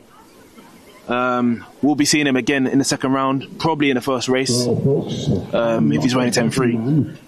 But I'm going to put it out there, and I'm going to say that I believe this could be another race where all athletes run sub-11. We've got two athletes in this race that have clocked sub 10 seconds, 9 seconds, 993 and 995. 993 and 995. Let me repeat. Windy performances. Three of them. Three athletes that have run sub 10 in their lifetimes, yeah. And two of them have done it this year. Oh, there's been some withdrawals. OJ is not in this race. From Enfield and Haringey, the high-stepping, high-lifting Adi Adivali. And I believe in lane. Yeah, so some scratches there. It looks like Elliot Jones is not running. Don't see him there. But Richard Ekenyebo is running. Very, very talented sprinter. Andrew Robertson, who was he was a bronze medalist, was he, for the 60 metres this year? Yes, yeah, I believe so. For the Europeans. It's really nice to see him get that. So no OJ, but we have Dewey Hammond, based in Spain. Season's best for 10.27, so close to his personal best. Good friend of mine. Adi Adewale, we've seen him loads and loads and loads of times. He ran 10.05 on his very track last year with a 9.95 windy performance. And we have Christian Aiken of Scotland, who ran in a Diamond League yesterday for Team Scotland in the 4x100, so he's had a busy weekend. He's obviously warmed up from yesterday, so... And he's based in Scotland, so the weather shouldn't bother him. You feeling confident about calling this? I think Adi Adewale will take it. And I will call it. This race. But Richard Akinyebo is in sensational form. He's ran 10.30 this year. And 20.7 in the 200. So look out for him in the late stages. Andrew Robertson, bullet start. Never count him out. And Dewey Hammond has had a very, very solid season, as well as Christian Aiken, sorry. Yeah, it's going to be a really good race. I couldn't tell who that was, I'll be honest with you. Could not tell you.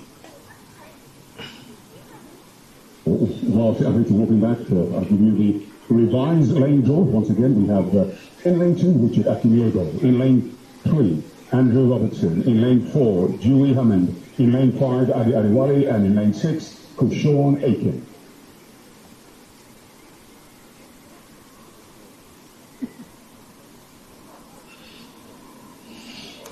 So yeah, as we wait, the Diamond League was on yesterday, and the weather there wasn't too great either. But we did still see some good performances. Unless Christian gets a yellow card, looks perplexed. He's not happy with that. He's like, oh, what's that for? Honestly, if you're not gonna get DQ'd, doesn't even matter. You gotta reset and go again.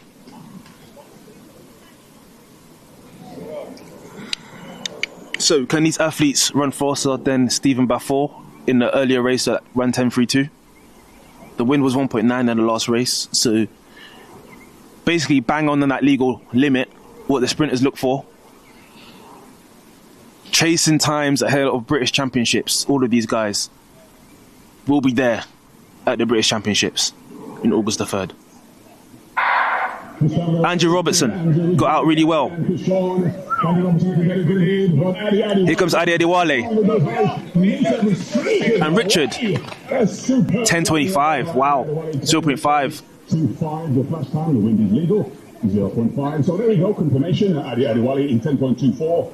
Richard Akinyebo, 10.33. And Andrew Robertson at 10.47.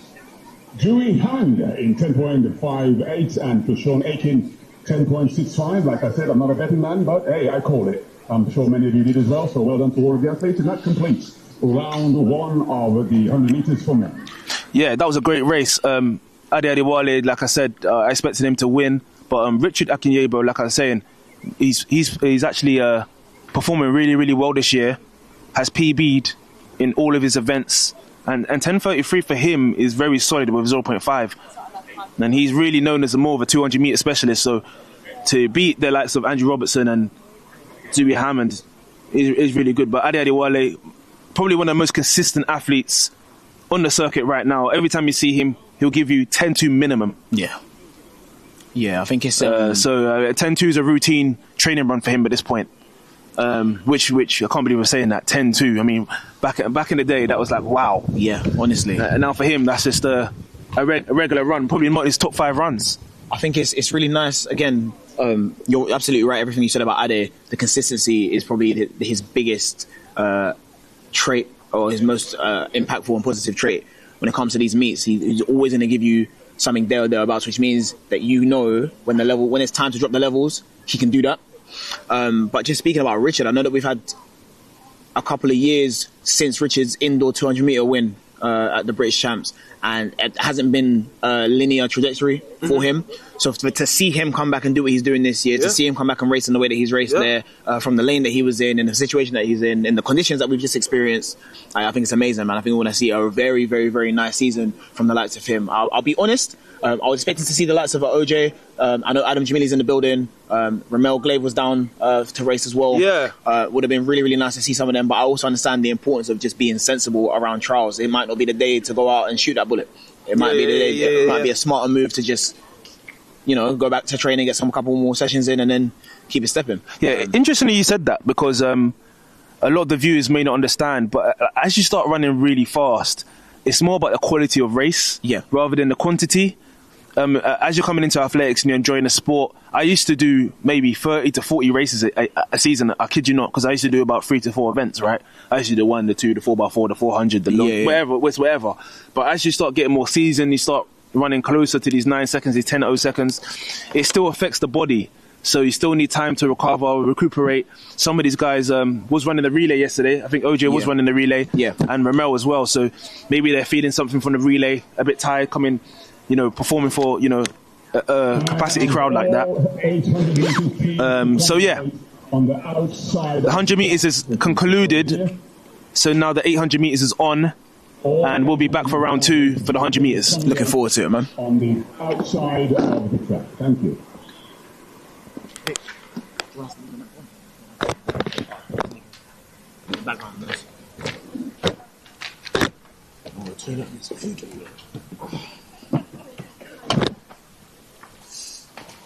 That's a nice run for both.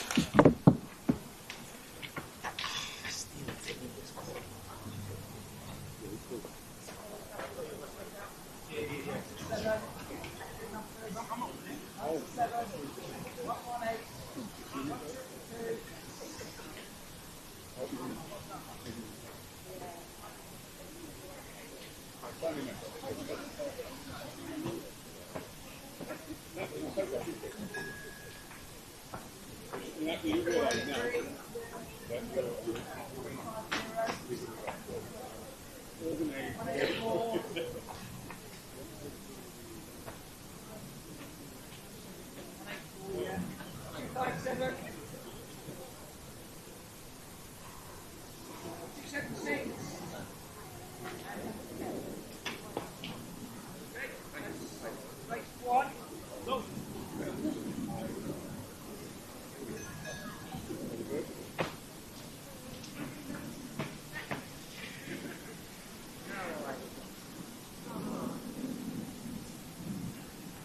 Oh, he started.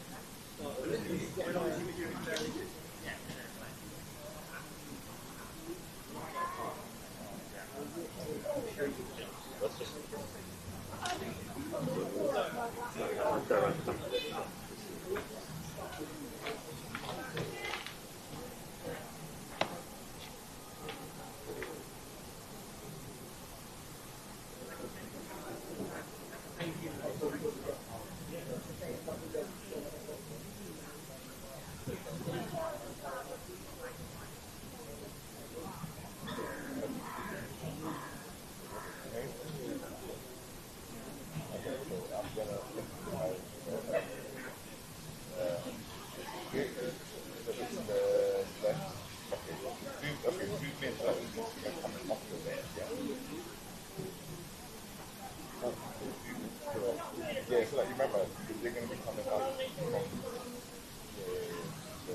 that the floor in there. Know where the floor is? Okay, fine. Like go a little bit left. So introducing now the athletes for the first of the 800 meters. Number 97 with the green.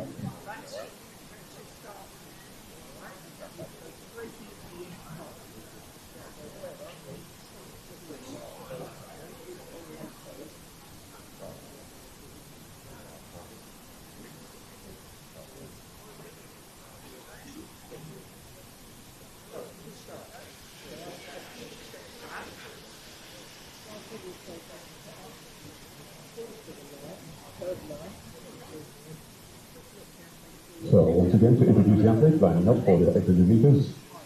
Number 97, Jessica Cole. Number 118, Jessica Dawes. Number 403, Phoebe Thomas. Number 184, Ayla Hussein. Number 257, Darcy McCrombie. Number 315, Lydia Saylor. Number 276, Sigal Netchison. And then number 10, Helena Agora. Helena Agora, sorry.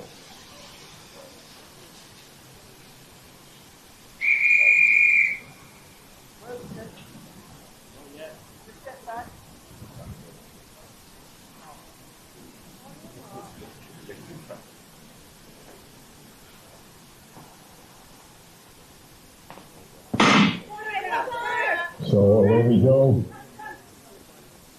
First in the series, I believe there's 5 races in the 800 meters.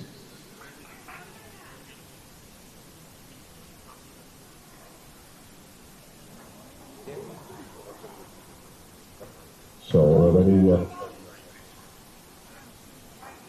Helena's striding away.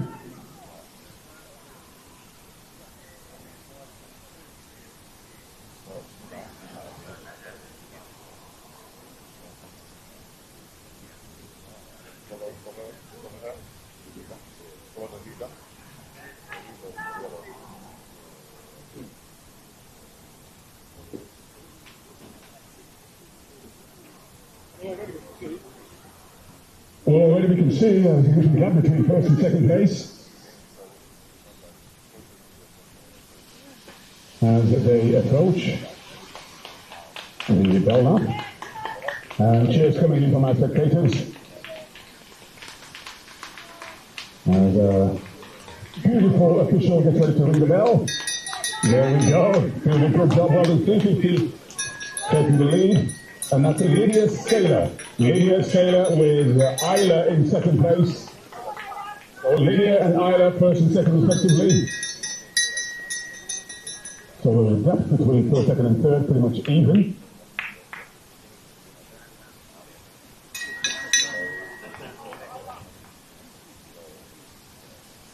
So Lydia has a season's best of 2:44.23, which is a personal best. So she ran that this year, so let's keep our eyes on the clock. It appears as though she's actually, yes indeed, she's on target for that record, well a personal best should I say, and season's best. But Isla is making a bit of a move as well, as she's also doing very well. Well, it seems as though we have a new leader.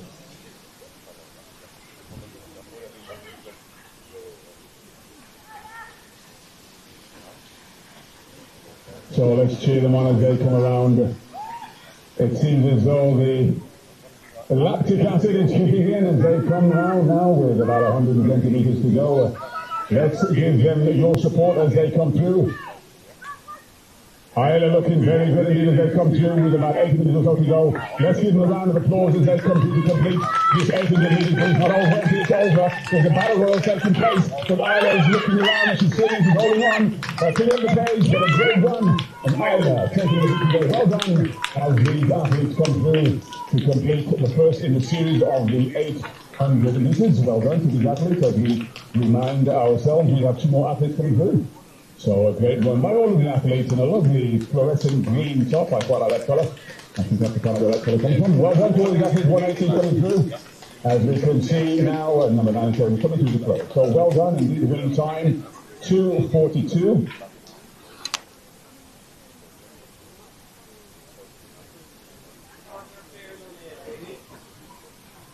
.242 for Isla Hussein, just outside her personal best, 2:41.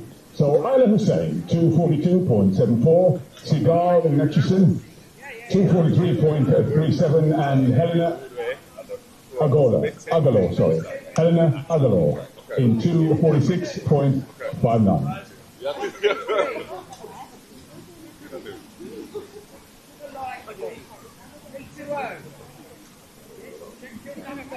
Yeah, what's that?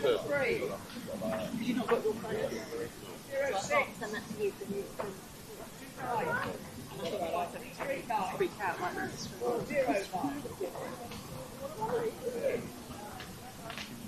07. 09.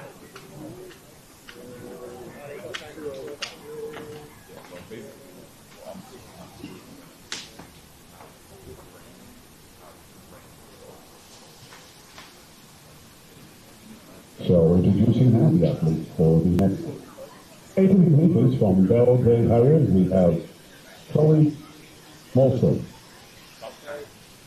I believe that's Meter. Chloe Meter. Number 320, Rebecca O'Rourke. Number 273, Phoebe Music. Number 206, Bella Kehoe. Number 129, Laura Dern.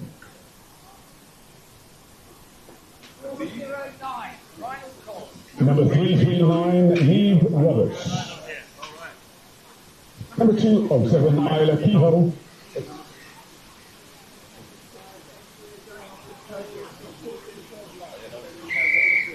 And number 139, Leanne Easterhausen.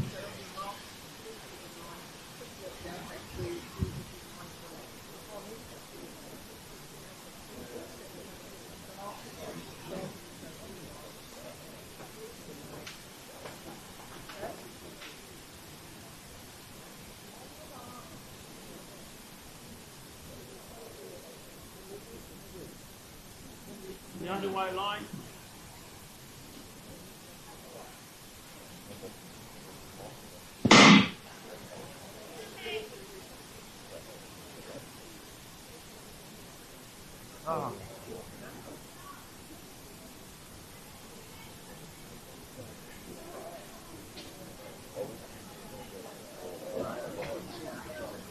Isla Kehoe streaking away already, trying to get the lead position. 207. And Bella Kehoe currently in third. Going out very strong. So, Isla Kehoe has a season's best of 221.66, which is her personal best.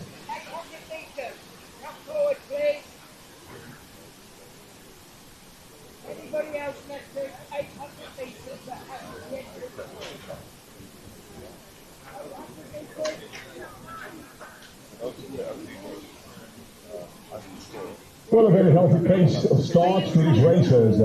As they come through now, we still have leading the way Isla Kehoe taking the bell, going through in 109 in second place. 329 Neve Roberts. Neve Roberts with Bella Kehoe in third. Well, we have modern technology for ringing the bell, and we thank Nina for making it happen.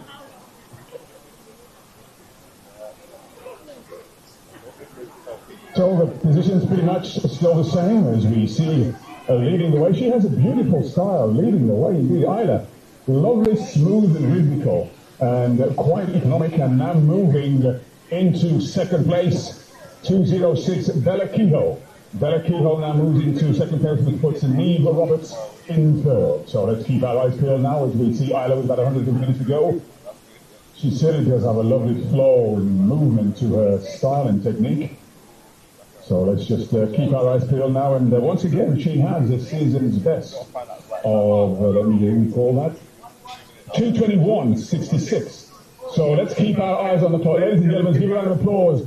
Can she be anywhere near her season's best? Well, it's going to be a good run, it's going to be close, but she's done very well indeed. A round of applause, well done to Isla Kehoe as we now bring home into second place a great run by Bella Kehoe. Well done to Bella. As we see now, Neve Roberts coming through to take third place. Well done to all the athletes as they come through. Let's keep our eyes peeled on that winning time. So Laura Dern coming through to fourth place, winning time 2:26.01, the flash time. As we welcome our final athlete, round of applause as we see number 502 coming home, Chloe Meter.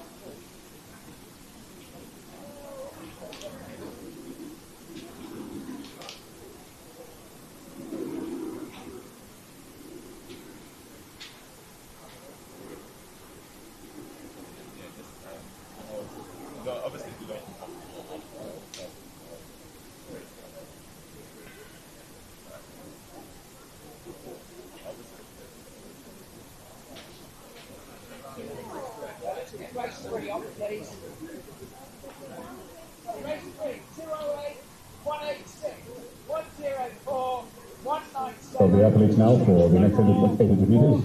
We have Kevin at the gate, number 40, 208, Tyler Kemp, number 186, Marcel Pinjevic. And I've lost the two names.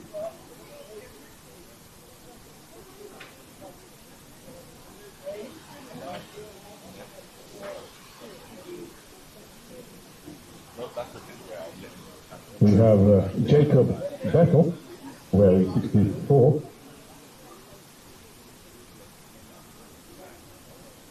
Ellie Jing from Belgrade, wearing 197. James Coombs, wearing 104.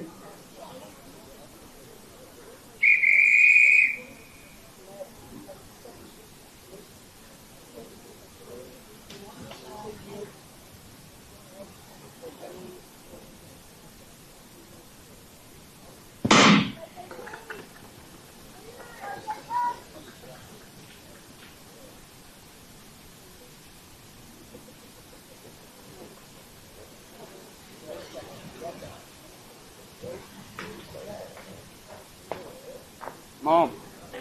So Kevin Bftta leading the way with closely followed by Marcus Lewis.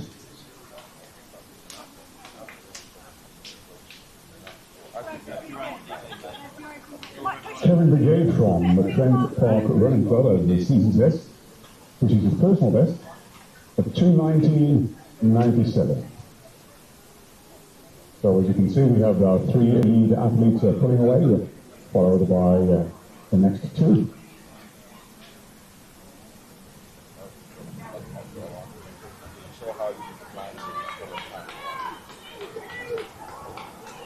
So Kevin Bftta leading the way, at least he was for the moment, and now moving into the lead. Marcus Muir going through now 106. So a great run so far by these athletes. And in third place we have James Coombs. So James Coombs in third place. Marcus Meurs. Now Marcus doesn't have a season's best, and I don't see a personal best either. So this could very well be a quarter personal best, season best. Well, he's certainly opening a bit of a gap between first and second, as we can see Kevin Bftta. But we'll still keep our eyes on Kevin Bftta, because as I said, his season's best, which is his personal best, is 2:19.97. And it's not always about winning. Sometimes it's just about trying to run at a cleaner place so that you can surpass your PB. So here we go, folks. A great run. Let's cheer now Marcus Meurs from Ealing Southall and Middlesex Club. A great run as he's striding through, he's picking up the pace. Well done indeed. A superb run. Marcus taking the victory there in 2:14. But let's keep our eyes peeled as well, because it could very well be a good run for Kevin Bftta. We'll wait for the confirmation of the winning time. And a superb run as well by James Coombs coming in, representing Belgrade, who's an under 13. Well done. Let's cheer on the remaining athletes. Good run indeed, as we now see. Number 64 coming through. 64, that was Jacob Bftta. 1:97, Ellie G from Belgrade area as well done, as you see. 2:08 now coming through. 2:08, a very good run for Tyler Kemp. He has a season's best of 2:42.05, and 1:86 now coming in. Marcel takes the finishing line in stride, and I believe that is all of the athletes. So confirmation on the winning time. Marcus Meurs, 2:14.54. Kevin Bftta, just outside his personal best, 2:22.48. And James Coombs, 2:32.88. So well done to James Coombs. And let's see, James, that will be a season's best for him, because that's his first one for the year.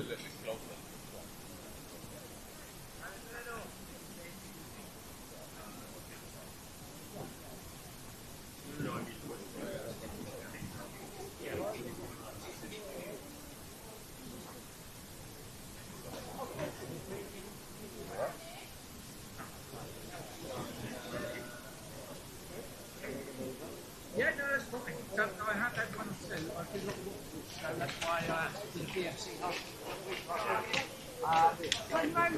Exactly. Place.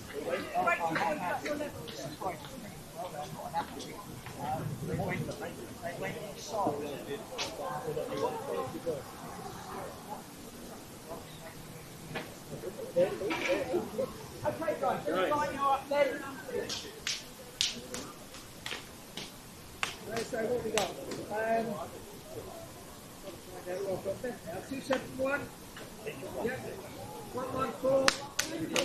Just come and line up, guys. Don't use lane 1.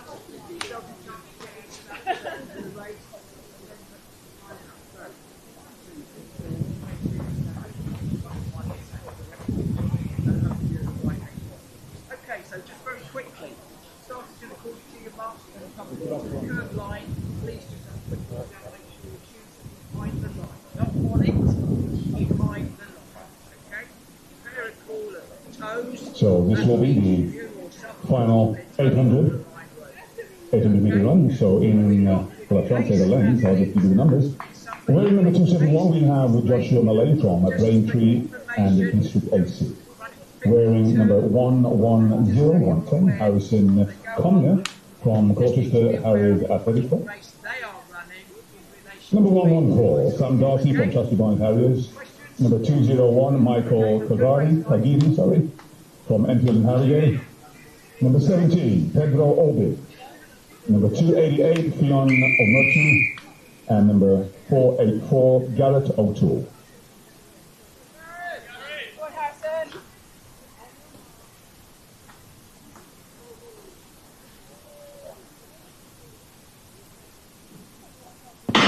Dale, Pedro, que es tuyo. Cuidado, la vuelta, dale.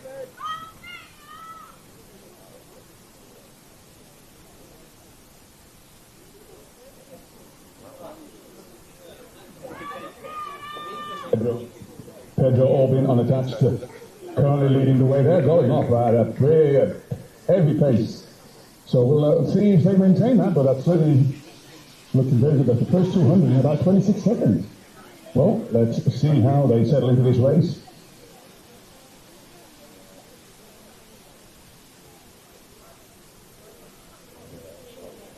So no season's best time for, or no season's time for Pedro. Dale, Pedro, con todo, dale. ¡Huevo! Well, a very hefty pace, a great pace. 484 leading the way is Garrett O'Toole. So Garrett O'Toole, well, this is a great pace that they're going out in the there by the pacer. Well done indeed as they go through now. We're currently at 110. Folks, let's keep our eyes peeled. It looks as though he's going for some kind of record. And he certainly is off in the pace with about just over 200 meters to go. So Garrett O'Toole, certainly looking as though he's holding his own as he comes through with about 150 meters to go. Doesn't seem to be feeling that lactic acid if it's not hitting yet, and hopefully it won't. But coming through with 100 meters to go, a great run. Let's now give a round of applause. Oh, let's bring him home. Garrett O'Toole, solid run. I'm sure he's looking for time. 150.69. Let's bring home our remaining athlete to super round. Well done to Pedro Obi coming into second place and Fionn Omertu in third place. Well done to these athletes, and as you can see, Michael Kagiri coming through as we see these athletes now completing the 800 meters, and that is indeed the completion of the series of the 800 meters. Special thank you to our modern day bell ringer. Thank you, Nina.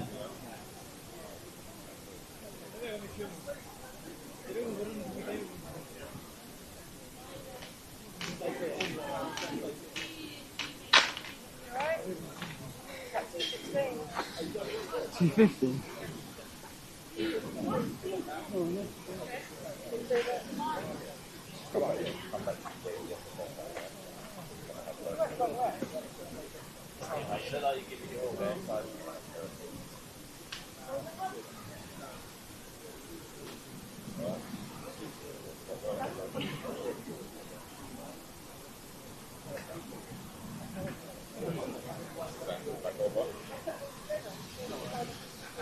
So the next event on the top will be the hurdles.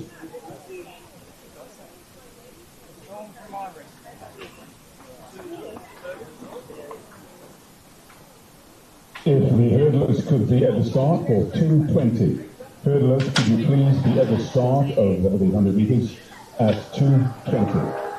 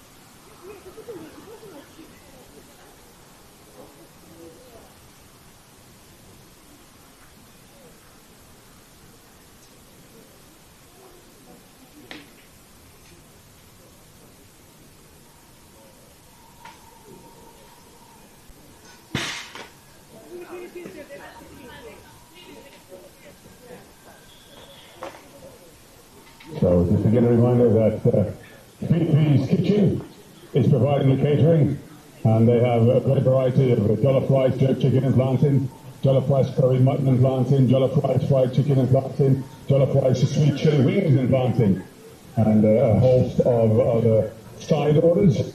They have Nigerian jollof rice, curry mutton, jerk chicken, sweet chili wings, and fried fish, and their sides are mac and cheese, plantain, sweet potato fries, chips, and coleslaw. So meal combos with free coleslaw. So feel free to come by and enjoy the cuisine of Bftta's Soul Kitchen.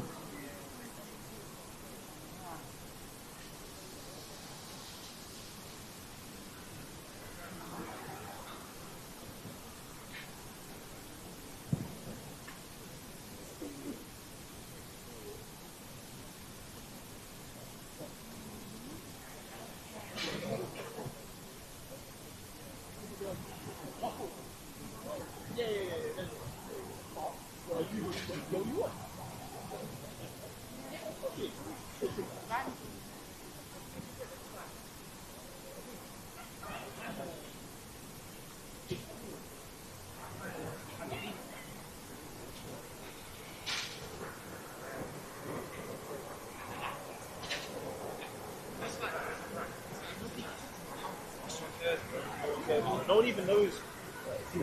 Wait, it's on.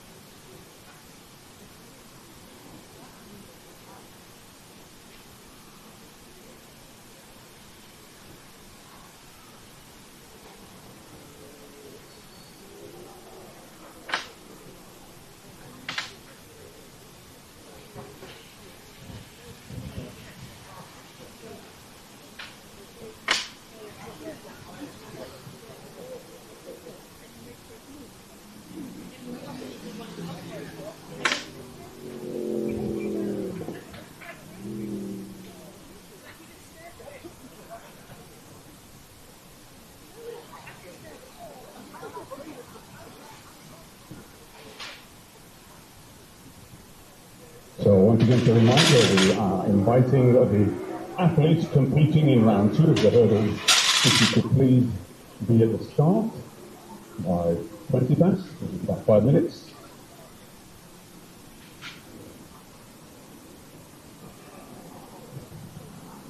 And the athletes for round 2 of the 100 meters, if you could be ready by about half past. I will give you a reminder, so please be on time.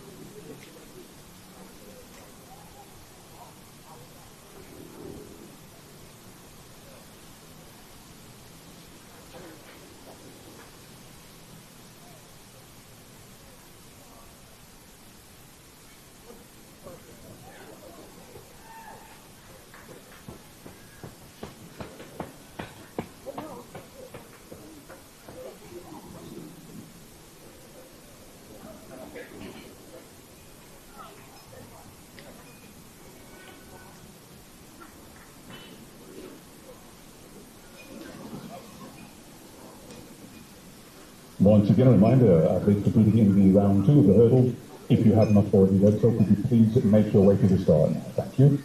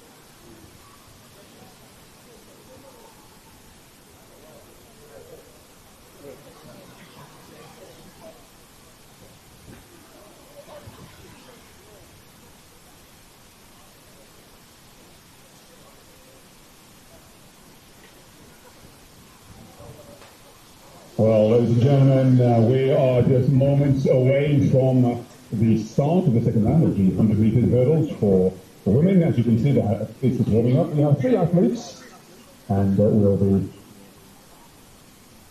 begin shortly.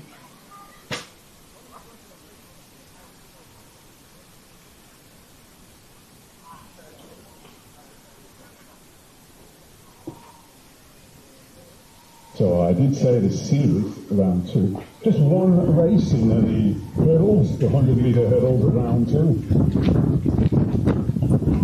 Introducing the athletes. In lane 2 from Belgrade, Alexandra McDonald. In lane 3 from Sheffield and Dearn, Eniola Ajagde. And in lane 4 from Cardiff Archers, Grace Morgan.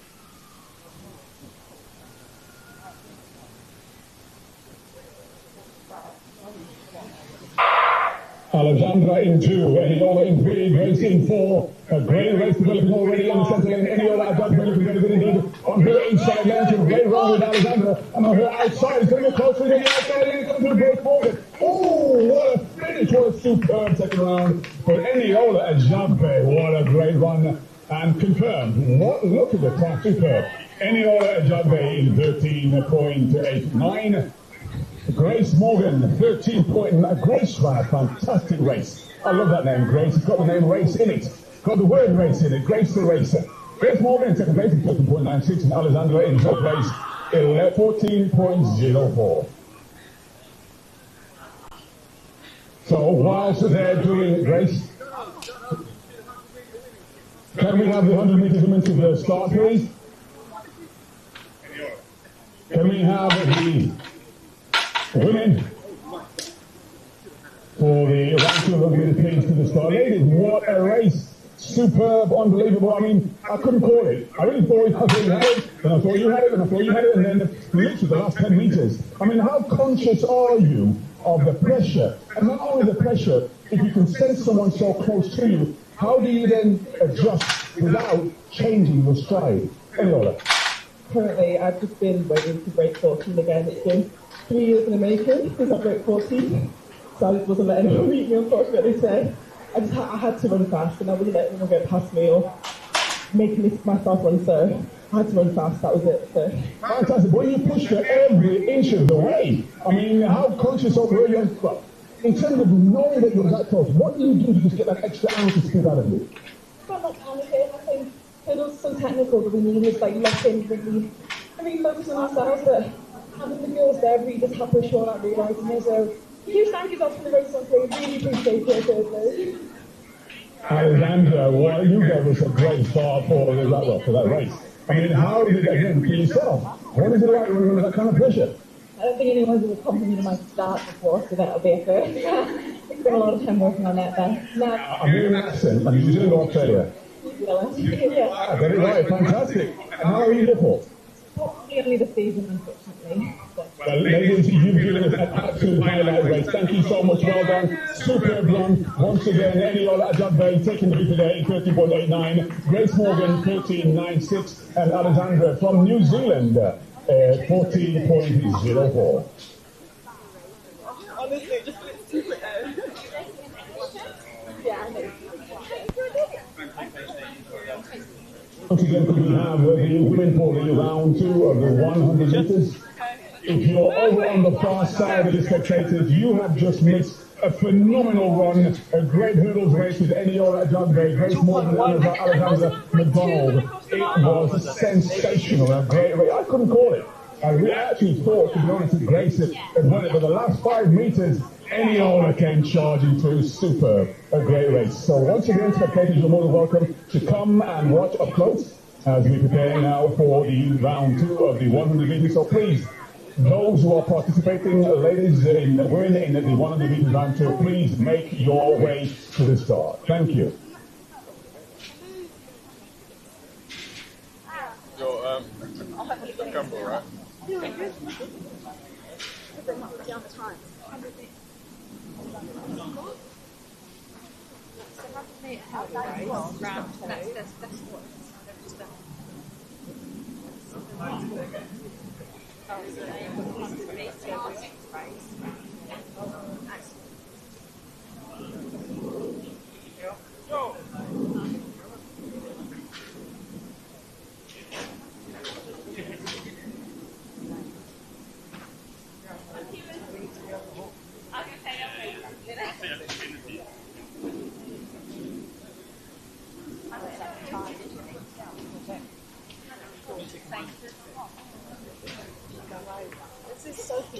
Oh, he was saying we were talking about it before. Yeah, we haven't worked it out. I think we're good now. I think we're good. To be about now that it's not rain. Yeah. That's it. Oh, no, come on. So we're getting ready now for the 100 meters. Look at it. Look at it. I fall asleep. Is it? In lane 6 from Edinburgh Athletic Club, we have Alicia Reese. In lane 7, we have Ella Edwards from Gloucester Athletic Club.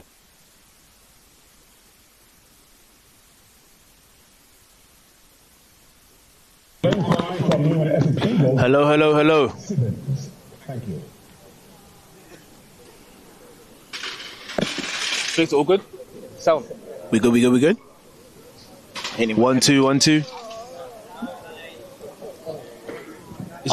I'm asking Vic, are we good? Is it recorded? Nah. I don't think so. Is it recorded? We good? No. Oh, fantastic. Yeah, it's ridiculous. This is good though. I'll take it. Grateful. 1 2 1 2. We're back.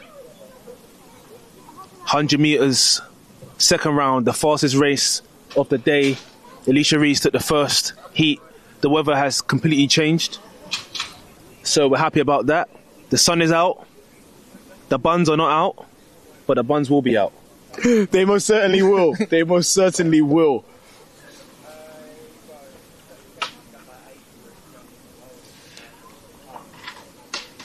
So expecting something in the mid 11s.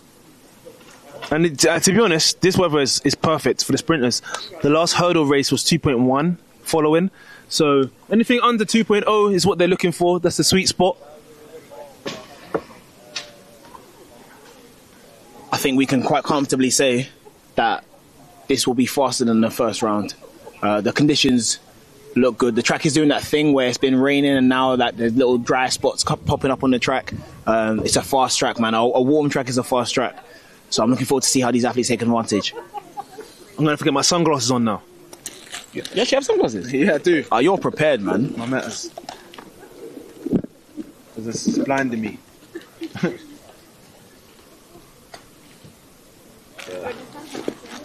It's perfect. Never know.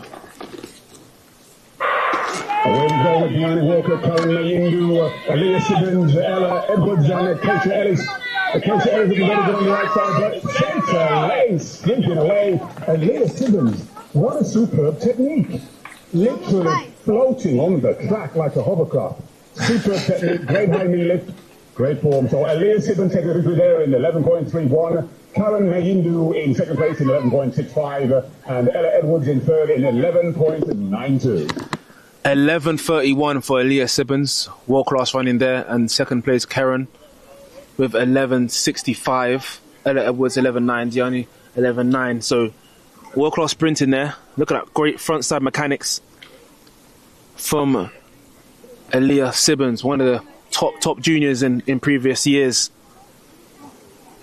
Yes, and she's going to be a threat at the British Championships. 100%, 100%. We're going 11.3 by herself, really. So it's looking good for the Newham and Essex Beagle. You got athletes like Aaliyah that are running. Her personal best and season's best this year is 11.29. So for her to just run 11.31 like that in that fashion in today's conditions, just the way that today has gone, yeah, bodes well. I think she's got something special coming for British Championships in the near future. Yeah, it's looking good. Looking good. So started off the second round with a bang. 11.31.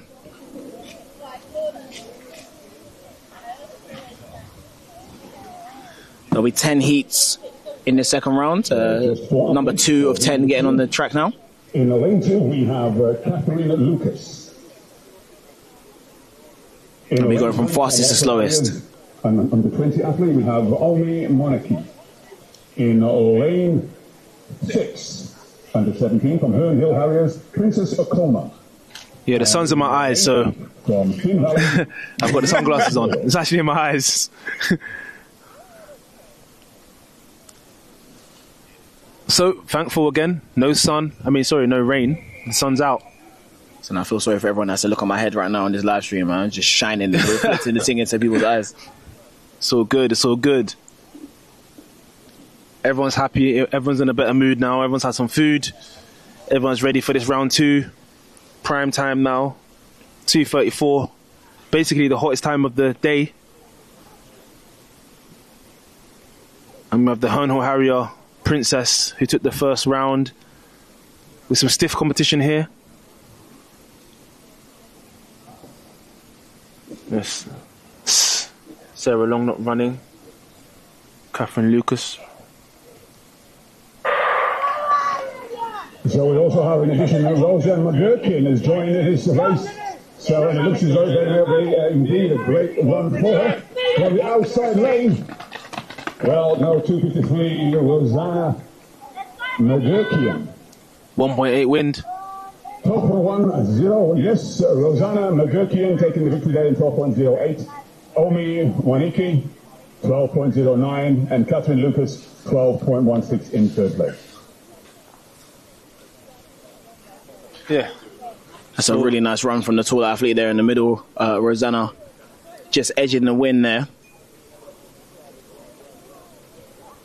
About to do an interview? Oh, no. No, walked off. Okay. There no interviews, please.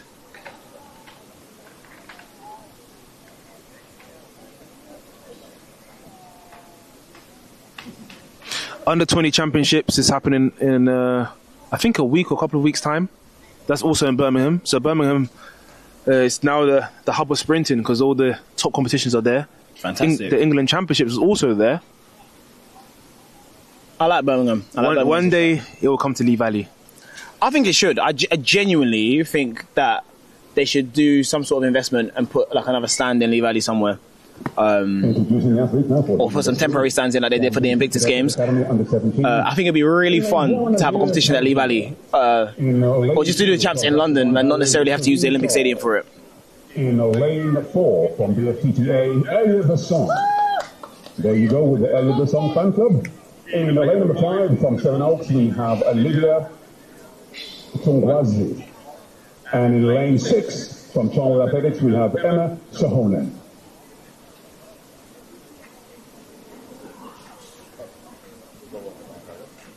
Oh, I see someone in lane 3 now, I believe. Nope.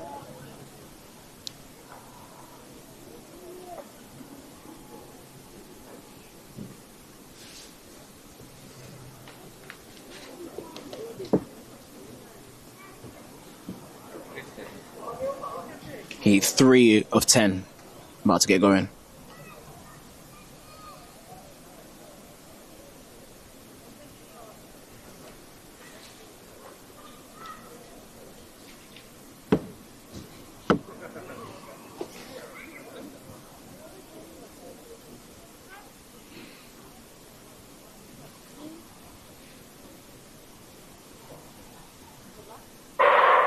Elliot Basson out very strong, but also holding her own. Shireen Charles, but Elliot Basson looking very good. But lane number 2 also looking very good. Charles going through, but looking out there. 669. Olivia taking the victory there from 2.0. 12, should I say? Maximum limit allowed. 2-0. Spot on. So Olivia. I think there's going to be a lot of PBs in this. Olivia with a nice personal best. Her previous personal best of 12.18. She's just run 12.07 now. Olivia Basson PB. A little close. Yeah, PB. So Elliot Basson there with a personal best. And Emma Suhonen not too far off her season's best. A great run there by Olivia. Also seeing a nice season's best for Shireen Charles. So yeah, this is what happens when you get sun and good wind at Lee Valley. This is it. It's all you need. Sun and a decent tailwind. And you will run fast.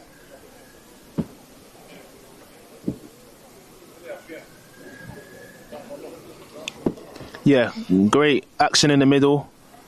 High step in, pulls away. Yeah, great run.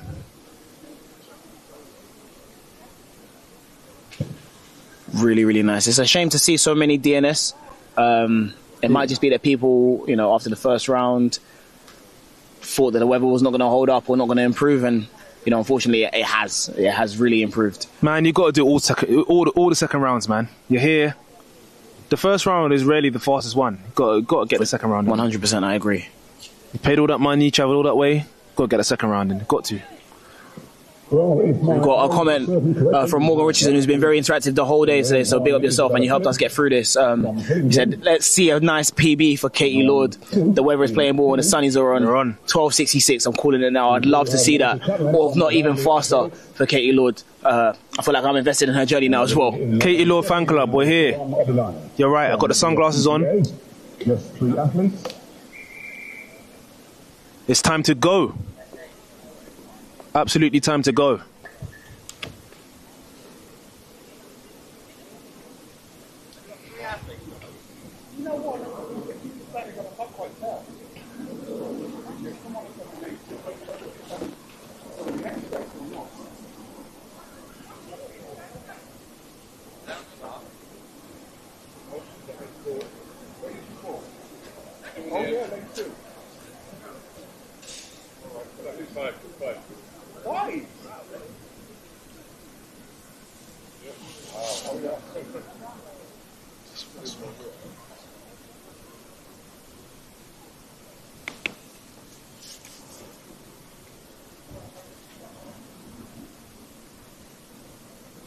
So in fact, we do have 5 athletes.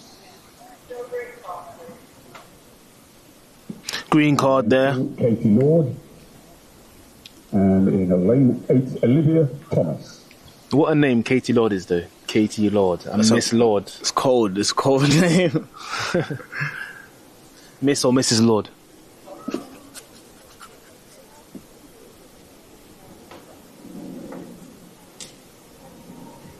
Second time of art skin.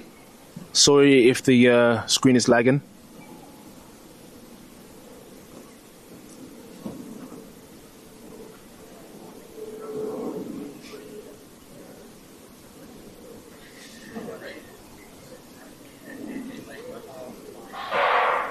So this time we're away with Isabel Phillips and Katie Lord in 1 and 2. But we have a great race in lane number 7. From GFTTA holding on, but coming through in lane number 3 and lane number 2. That is a close race. I believe lane number 2 they will have taken at Katie Lord. But wait and see confirmation. That was very close to call, 12.76. The wind legal with 1.0, so we're happy with that. And we'll just wait for confirmation from Just Timing to see, in fact, how close that race was.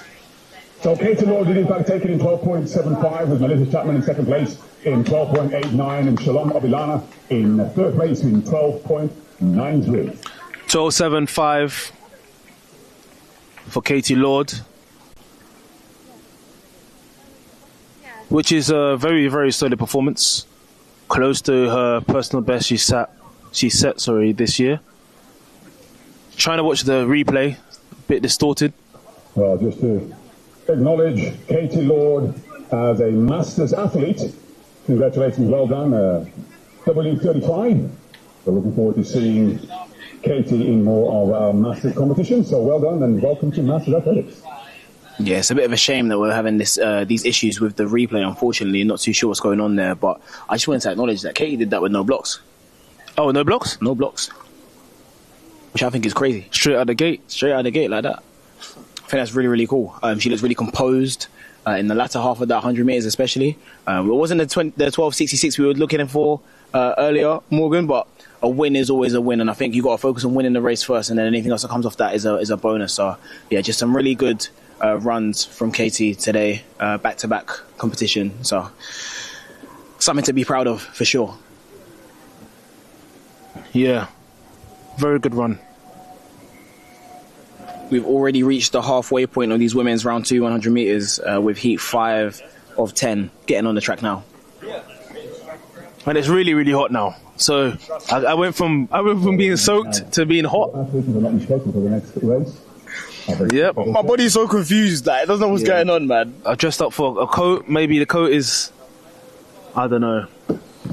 My phone's getting overheated now. Yeah, it's mad. I've got to put my phone in the shade to check the start list. Trade and Amber.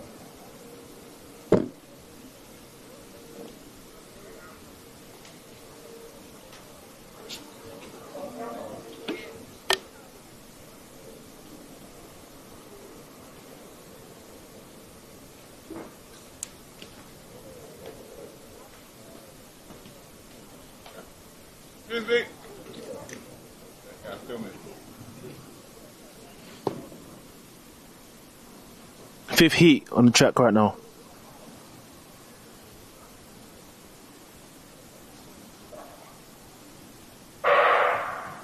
So a clean start for these 6 athletes. Let's keep our eyes peeled. Shouts coming for here.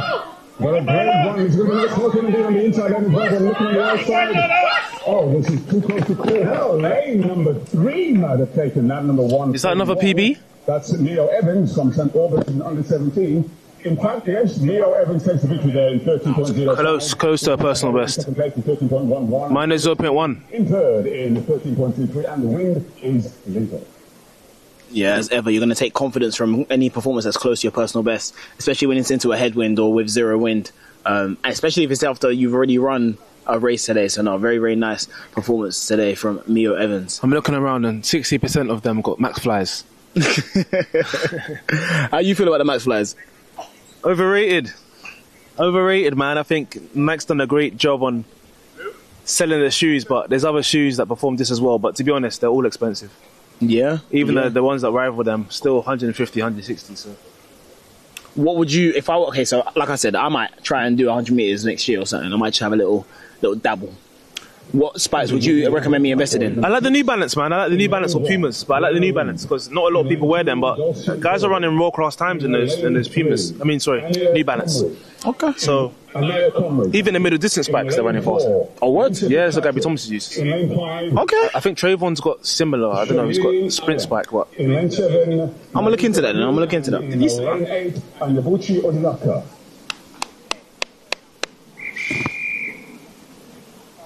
Races are coming thick and fast now. We're already on heat 6 of 10. Yeah, it seems like the officials want to get home and have their Sunday roast. As we're moving fast. The turnaround is very, very quick. No messing around. Still some empty lanes, which is sad. But only one empty lane, but.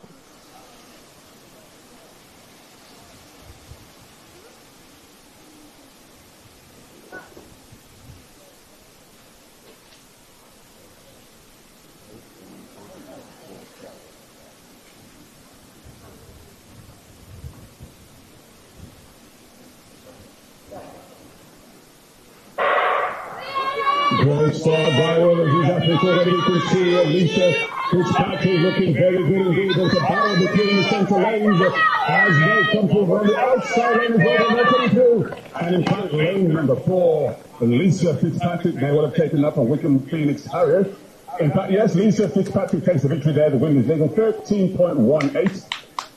Shamari Allen in second place in 13.28. And Dolce Gordon in 13.35. Lisa Fitzpatrick with her second victory of the day. All she knows is win, win, win.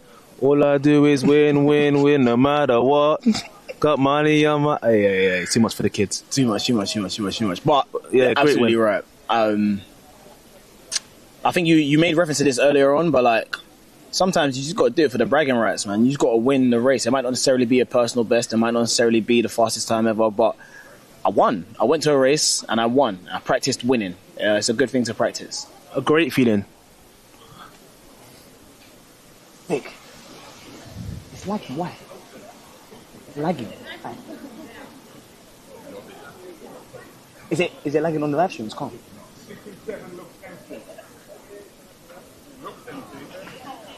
We're just going to fix some technical things here. But yeah, Fitzpatrick running away from the field into a minor slight headwind, so the wind is doing its thing. I'm gonna need to do other things for that men's race. In lane 1, Christabel Onegbu. In lane 2, Clark and Lacey Gray. In lane 3, Kieran and Noel. In lane 4, Renee Cranston. In lane 5, Eve Taylor. In lane 8, Naya Avaloy Garcia.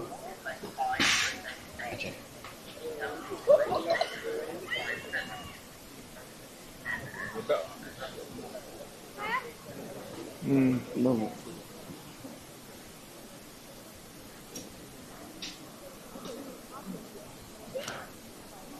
So we're going to see a similar race to the first round.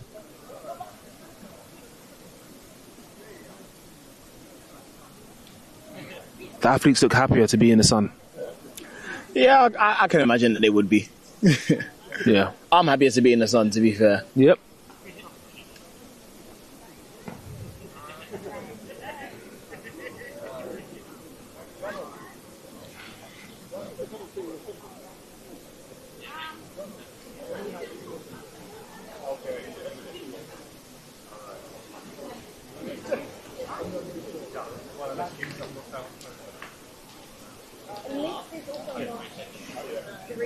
If the isn't 3, then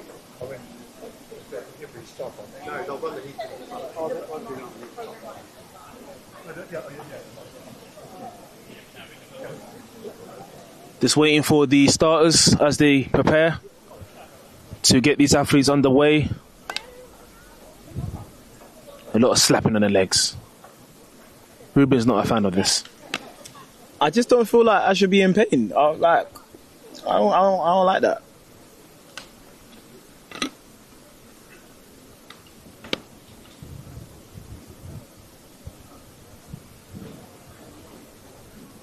No blocks.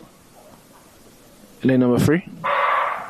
Far up in ladies and gentlemen, a good start there with Christabel and Negro in lane 1. Clean start. Mason Gray in lane 2 holding alone. But Kieran Noel is also looking very good on the outside. It looks like no blocks, no problem. No blocks, no problem. Easy.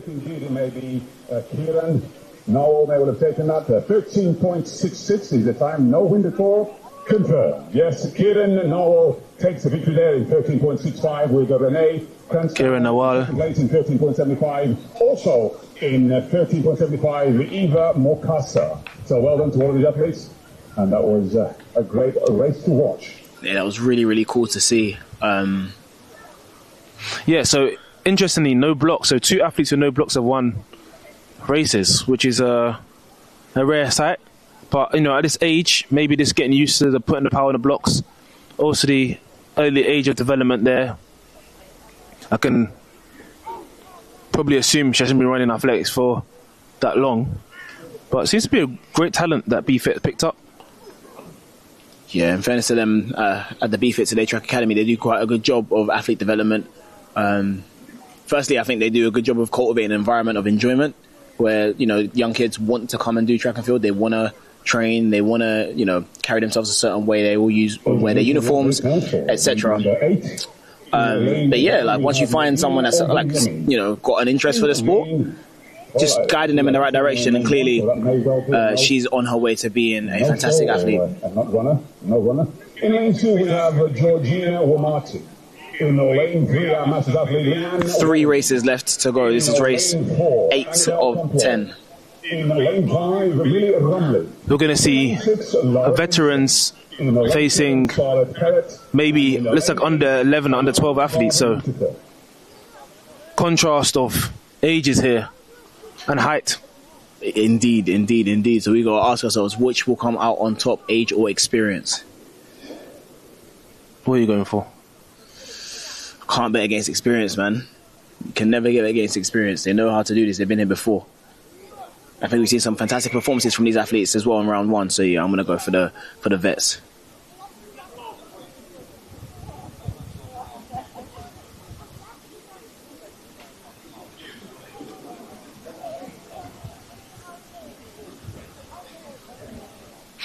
It must be quite interesting if you're a little kid, you know, racing someone who's twice or more your age. Yeah. Like in an actual race. I think it is quite an interesting thing to navigate, right? Like you've literally got an under 13 next to an under 50, or V50, sorry. So best case, we're looking at 4 times the age. Crazy. In a good way. Solid start. She took it in the first round, 50 years young. But she's not going to go all the long way on the inside second lane. No, the centre lane coming forward. Ooh. There's the lane on the 4. Well done. So close. Run there by Annabelle Comploy from Watford Harriers under 13. Great to see the young and the not so young running together. So Leanne Wellington. Not so young. Nah, come on. She's still young. In 13.94. That's a nice season's best for Leanne as well, 14.07, and you can see what it meant to her. Big claps for Leanne. PB for age group, wonderful. Leanne, I know that when we say W50, that covers 50 to 1, 2, 3, 4. What do you mind if I ask your exact age? I was 51 last week. Fantastic. What's it like when we were young one? You know what, it's brilliant. I said I wanted to get in with them. But encouraged them to just to kind of get really good rates and Just watching this replay again. She's moving away from athletes that could be her granddaughter. Great representation and ambassador. Oh, near enough. PB for the young ladies. It's a PB for her age group. She's just turned 51. And yeah, really good race. Very good technical. I mean, at 50, I'm not sure if I'll still be sprinting, I'll be honest. I highly doubt it. Right. And I won't be looking that in shape. No, not at all. I already got a belly. So yeah, she's in better shape than me. No, running fast. I really do like what she was saying. She said, I wanted to be around them kids. I wanted to be in the race with the younger people. I wanted to, push them on, inspire them to have a good race with them. I think that's what it's about, man. Like, clearly there's a desire to stay and remain competitive. Then we have the 100 meters men first 5 races. If you could report to the start, please. The first 5 men, first 500 meters for men. If you could please report to the start. Thank you.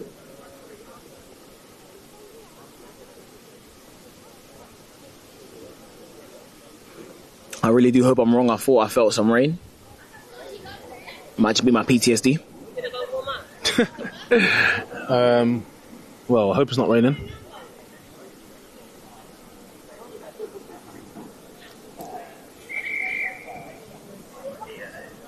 This is penultimate. It is, yeah. This is a penultimate race. Heat 9 of 10.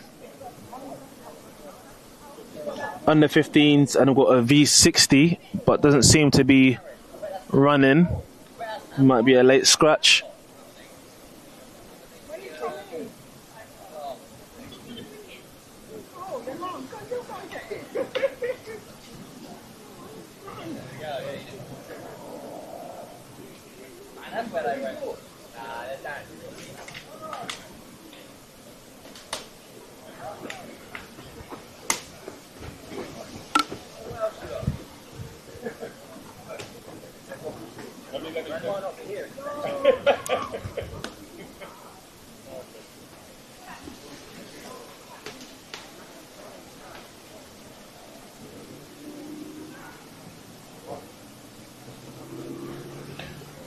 A long hold as we wait, as athletes are getting a little bit restless behind them. Sunday roast, man, they can smell it. So it's all going down. What was your favourite day to compete of the week? Ooh. You know what, yeah? I really did like a Wednesday. I don't know why. I like a Wednesday as well, and a Friday. I'm weird. Friday's nice. Friday's alright. You rarely got Fridays, but when you did, you got the weekend to yourself. Yeah, I'm not mad at that. At Saturday, it's chill. Saturday, Sundays are so long to do, man. I think Sunday's so hard because you got to prepare the whole weekend for this. Yeah. You can't do nothing on really Saturday because you need to race on Sunday. Yeah. Then by the time you finish the race, you go work again on Monday. Oh gosh. I say I'm happy for these people though. I'm happy for the people that are compete today. I love that for them. Under 15's got school, so you have to work. No, school holidays now, man. Yeah, school is that? No, yeah, that's school. You're laughing.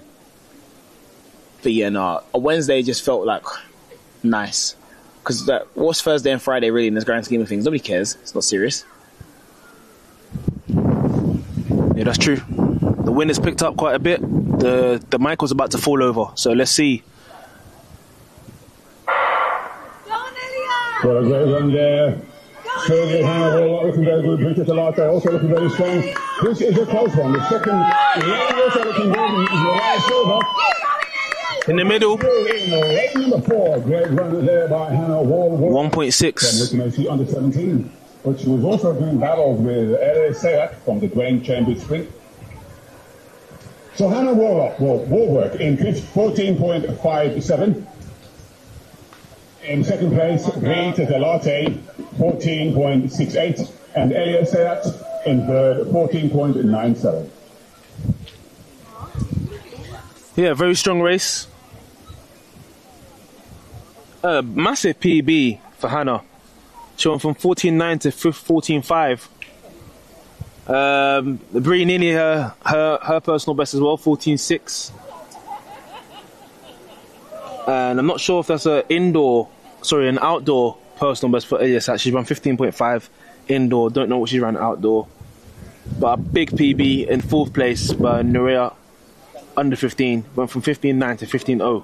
Now imagine taking nearly a second off your 100 meter PB. Oh, I'd love to do that. I'd absolutely love to do that. Yeah, then you'd be running 9.1. Yeah. They would test me until I was nothing They left. might even sleep at your house. I'm not sure if they're even leaving. They're definitely not leaving. They're definitely not leaving. No. They might even move in for a week. Bro, they'll test my hair and I'm bald. See what's going on. Yeah, they need to know. They need to know. Get a location tracker on you. Now lining up for the channel heats in this second round for women's 100. In lane 2 from Enfield and Haringey, Alana Tetelate. There you go with the Alana Tetelate fan club. In lane 4 from Oxford City AC, a Masters athlete, Michelle Wakefield. In lane 5, W40 as well, we have Selma Dilek. And in lane 6, another Masters athlete from Barnet and District AC, Sarah Natchison. So interesting enough, we have an under 13 athlete going against all of the vets. So it's age versus experience again. Yes, indeed.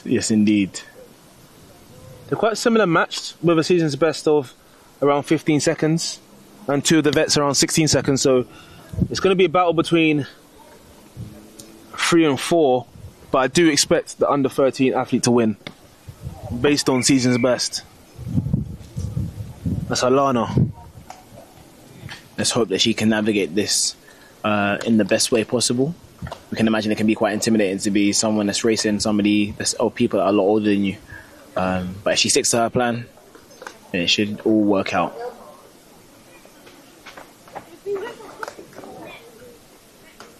No blocks for Alana. Straight into the on your marks position.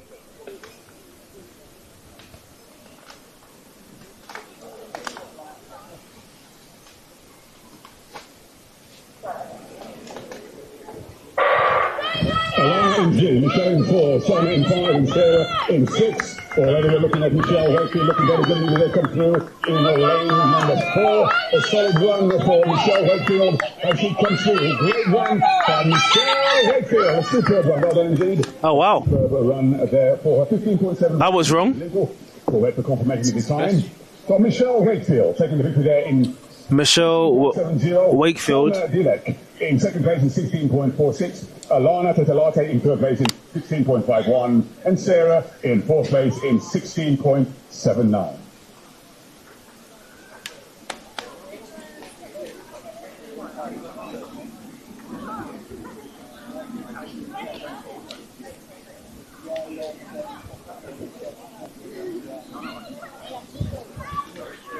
So really, really solid run in there. Again, you can see that trademark bounce that we were talking about sprinters having. Michelle just demonstrating that in her run there towards the end. V55, bouncing like that. So you've got strong Achilles, man.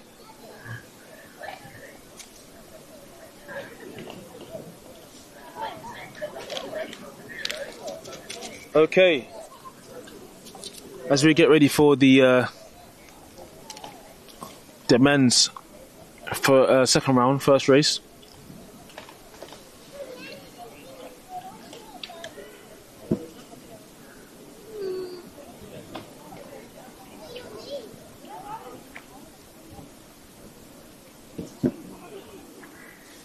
So there will be 20 of these men's races in the second round. So we come down from 25. We just consolidated those into 20 races. Hoping to not see too many scratches. Really want to see a nice run. I think we saw 10.25 from the first round in less than favourable conditions. So I think there's a 10-1 here for us if we want to look for it. Maybe even a 10-0. I think it's going to go 10-1 low. We had a phenomenal viewing 10-1-5 maybe. Athletes in round one. You know what? I'm cheeky. I'm going to say 10.06. Okay. Of a series of the 100 metres. And then in lane 1 from Plastic Blind Carriers, Krishawn Aiken. In lane 2 from Cardiff Athletics, Louis Hammond. In lane 4 from Enfield and Haringey, Adi Adiwale. In lane 5, we have Stephen Awuwa Bafor. In lane 7 from Radley AC, Joe George. And in lane 8 from the Bftta, Sean Anyaogo.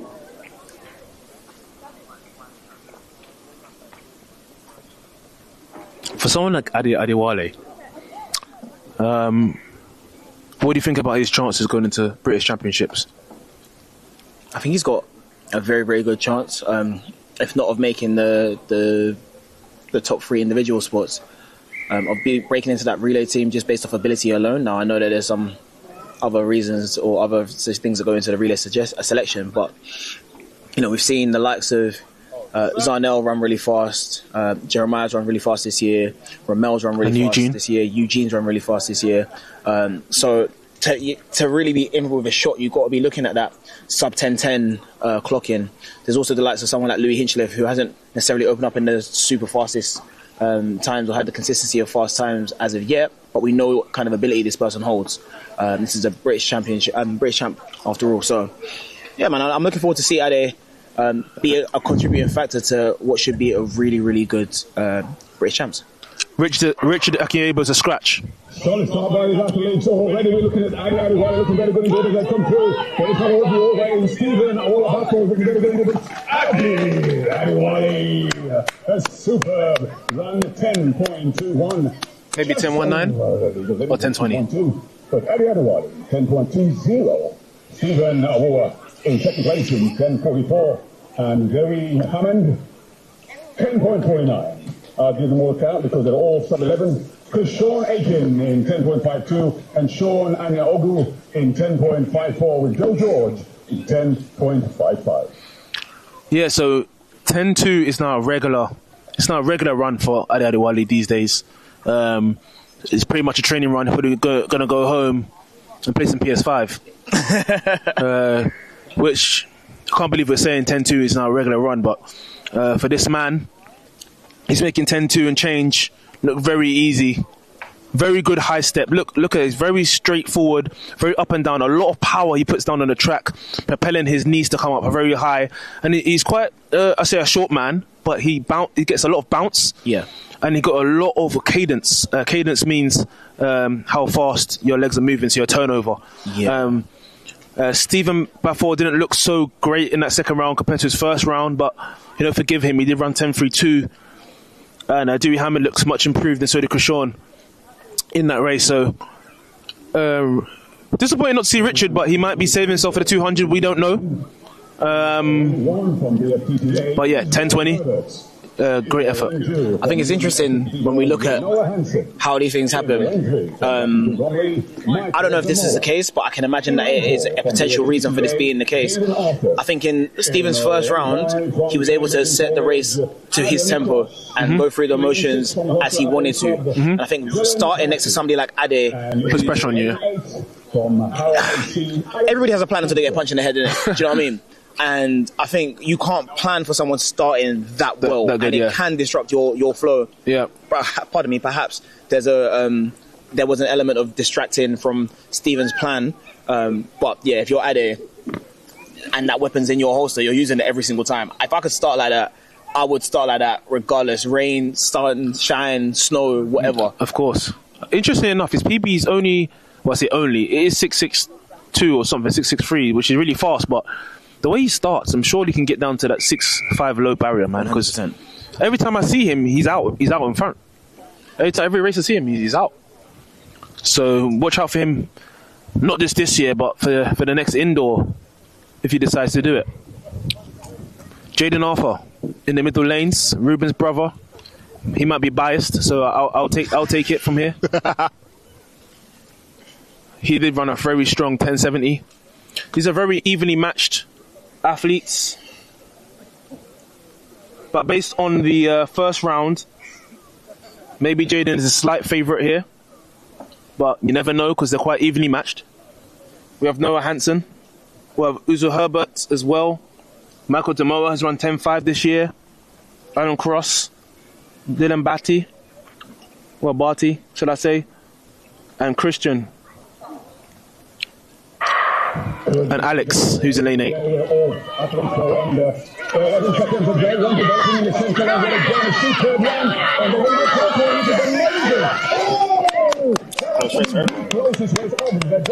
That looks like a 10.59. Yeah. No, 10.57. 10.57. Let's see how the main athletes score. That's a PB for Noah Hansen, 10.57. His PB before was 10.58. Noah Hansen, once again in 10.5. That was so close. And you can tell it was close. Yeah, that was a really good race, man. Jaden Arthur, 10.60. Getting down to that. 6-0. Adam Cross, 10.61. Michael Damoa, big season's best. Uzo Herbert, 10.67. Dylan Barty, 10.68. And also Alex Hansen, 10.68. And this is why you ran the second round. Under 11 seconds. Because a lot better than the first round, so that was a really good race, competitive race. Ruben's just going to congratulate his brother. 10.60 for him was really solid. 10.6 across the board. They can't really say, they can't really do more than that. It was a really, really close race. So 10.57 to 10.68 separates the whole field. I'm sure they could all go home and be satisfied with a really strong run.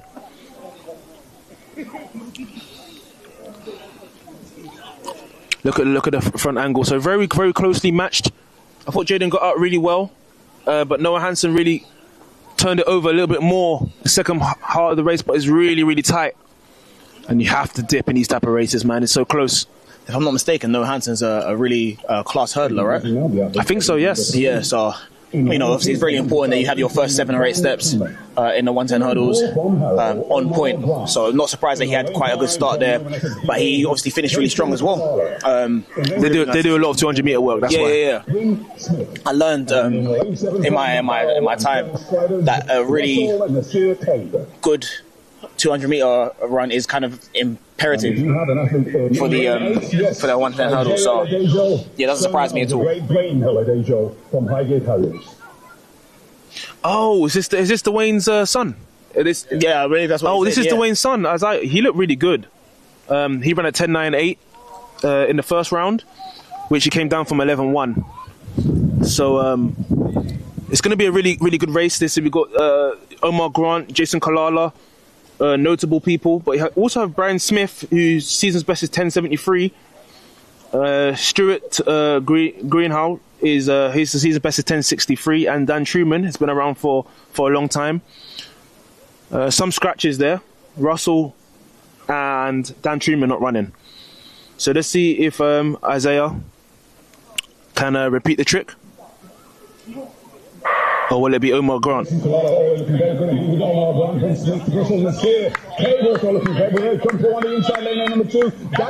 looking very good, but no, the centre lane's doing it again. Well, looks like Omar Grant. I'm going to call that maybe lane 5. It could very well be Jason Kalala. Indeed, that was Kalala. Jason Kalala, 10 points. Kalala and Omar Grant, same time. So good second round from Kalala and Omar Grant. I did say look out for these two. Dan Truman had a phenomenal final sort of 30 meters. 10 points. Oh, Dan Truman was in the race, 10.80, sorry. And Isaiah went under again. Another race with all of the athletes sub 11 seconds. What a great race. That was a really good race. As we see here, this is Omar Grant's got the step, but here comes Kalala with 200 meter strength. Never count out the 200 meter man. Look at that dip. He just wanted it more. And that's what it comes down to ultimately, man. It's like, who wants it more? How bad do you want it? Are you going to run all the way through the line? 200 meter strength. Starting to feel smatterings of rain. The umbrella's just coming out just on a precautionary thing. Yeah, so it's raining and sunny at the same time. So, very interesting. Yeah, it actually is raining again.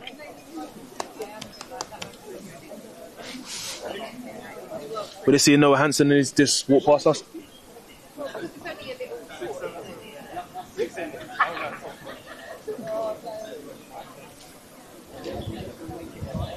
So Jason Kalala taking the victory, and he'll be happy, and I'm sure he's going to post this on Instagram as he always does. No, listen, I like athletes that update the fans. We want to know what's going on, because it's so hard sometimes to find out. For sure, that is very, very true. So he's very consistent at that. We have Alex Bramble. In lane 3 from Walton AC, Jacob Thomas. In lane 6 from Marshall Milton Keynes. I can't believe it's sunny and raining at the same time. So I'm not sure to wear my sunglasses on my umbrella, and I might have to do both. Yeah, I don't know, man. It's giving step up to the streets.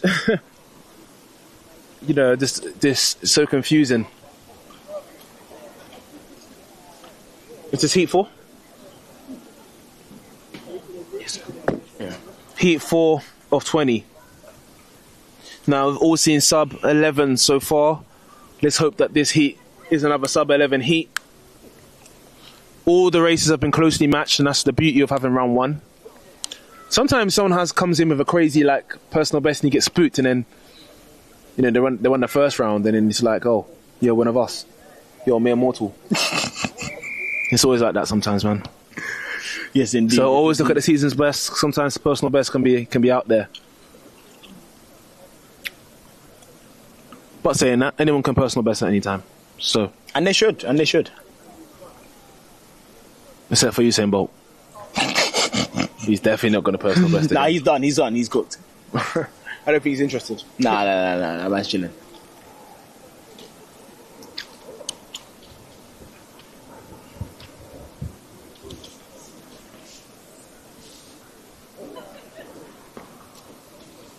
Unfortunately, a couple of people haven't ran in this race, but we have 5 athletes, so just make the most of it.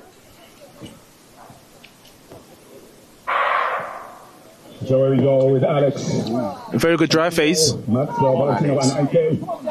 Oh, we're looking at lane 2. Looks to be very confident. Solid form.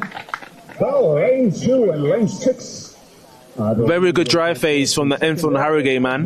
Yeah, really happy with Alex there. Who beat Maxwell Brown, who's a 10-7, 10-6 guy at his best. 11-1-3 and EK Okudi 11-1-6.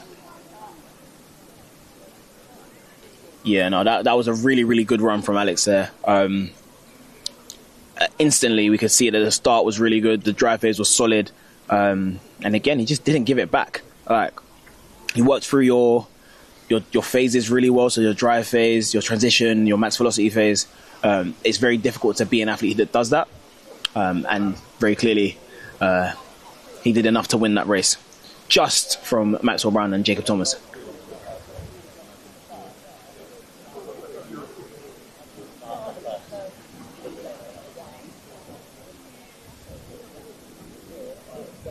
Oh, we'll have Key Ways back. He gave the famous celebration that Ruben didn't like. Ruben did not like it. Ruben just said if Ruben was in the race and somebody did that to Ruben, then Ruben might feel a way about it.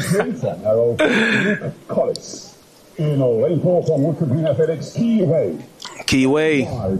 He's doing some boxing out there. Maybe he's watching Usyk. Aidan Jarvis, big up yourself. I thought he was running today. Obviously not. Laurel, let's drop another sub 11 today. So Laurel dropping down his times. Some of these guys have big seasons best of 10-9, 10-8, 10-7. We'll see if this goes under 11 seconds. Soya, Vaniela, Rico, Luke, Key, Laurel, Thomas, Marius, and Champy. Aiden just wanted to update you, said he's not running until Friday. He's got English champs, so we wish you all the best for English champs, my boy. Good luck.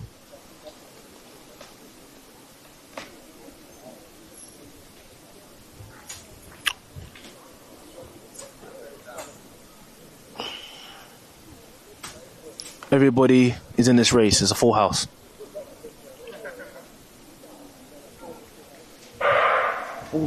Oh, Keyway looks like he stumbled a little bit. A very next close one race in lane 6 and 7.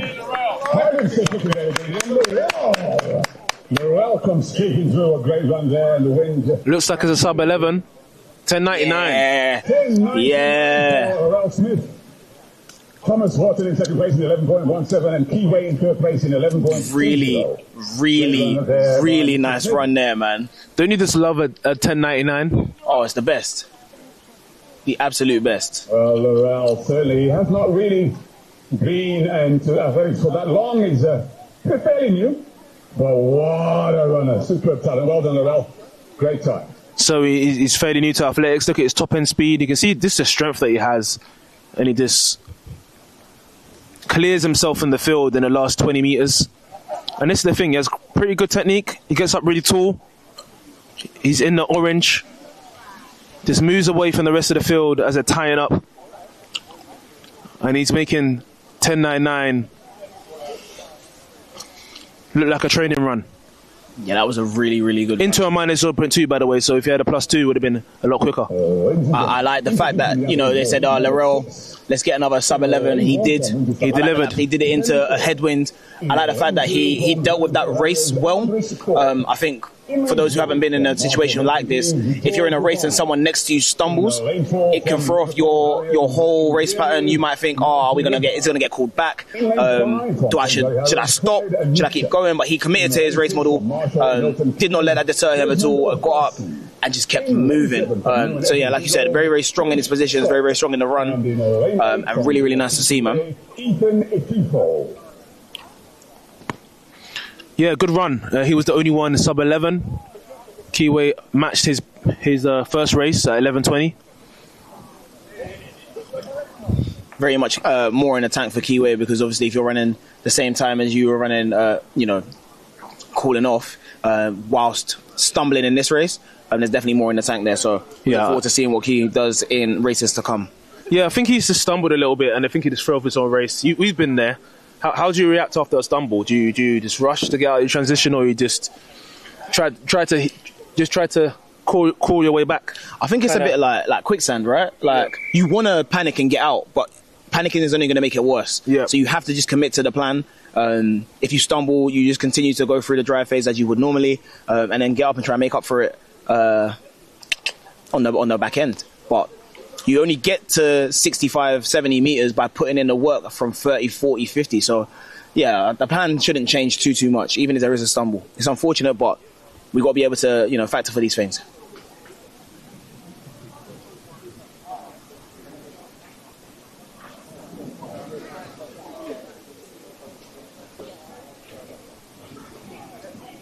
Heat 6 of 20 on the track.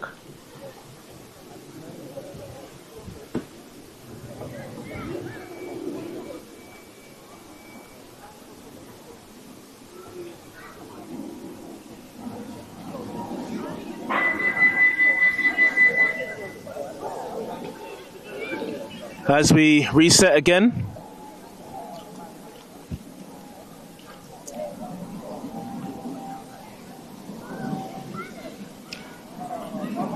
We'd like to remind you when the next Bftta competition is. Take it away, Ruben. Yes, so that will be August the 30th. So the 30th of August, like I said, means that you can go and do what you need to do at Carnival weekend, or just have a nice bank holiday weekend, and then prepare for what I believe will be the final Bftta of the year. Yellow card given out.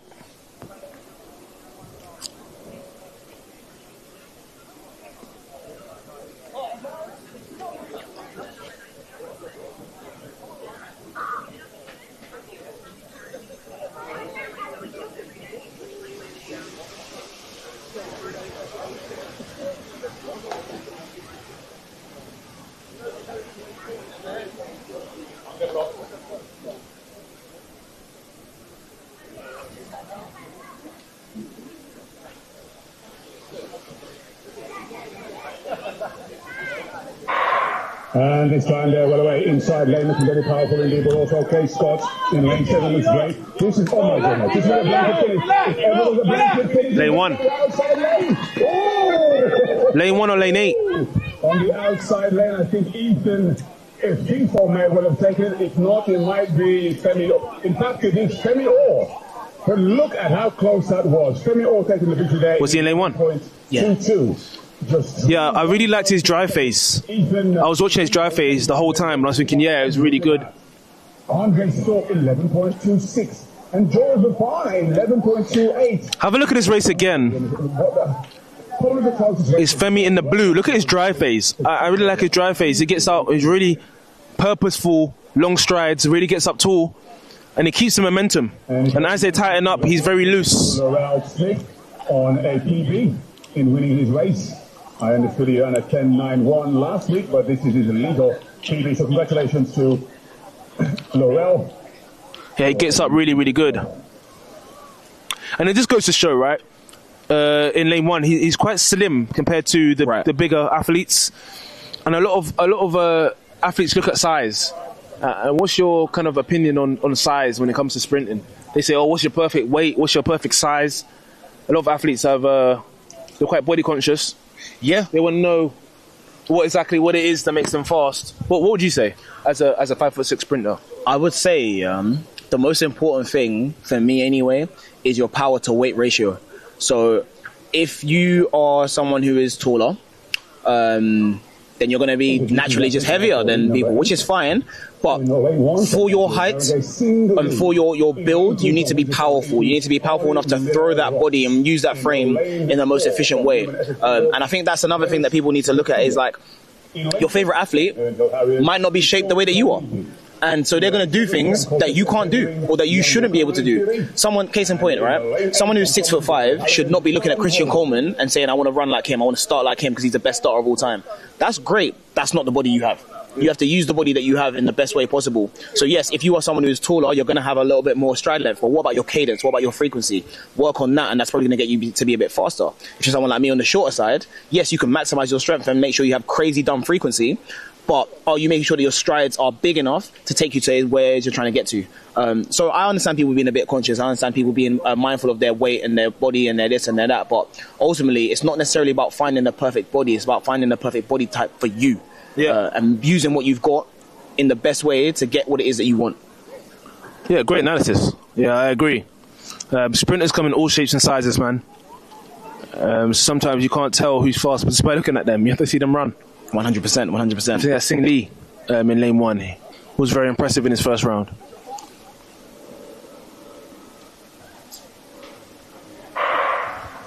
Great start by the athlete Sing Lee. Yeah, Sing Lee had a great start there. But here comes the middle lanes. We're going to have a close finishing. Good one on the outside lane as well.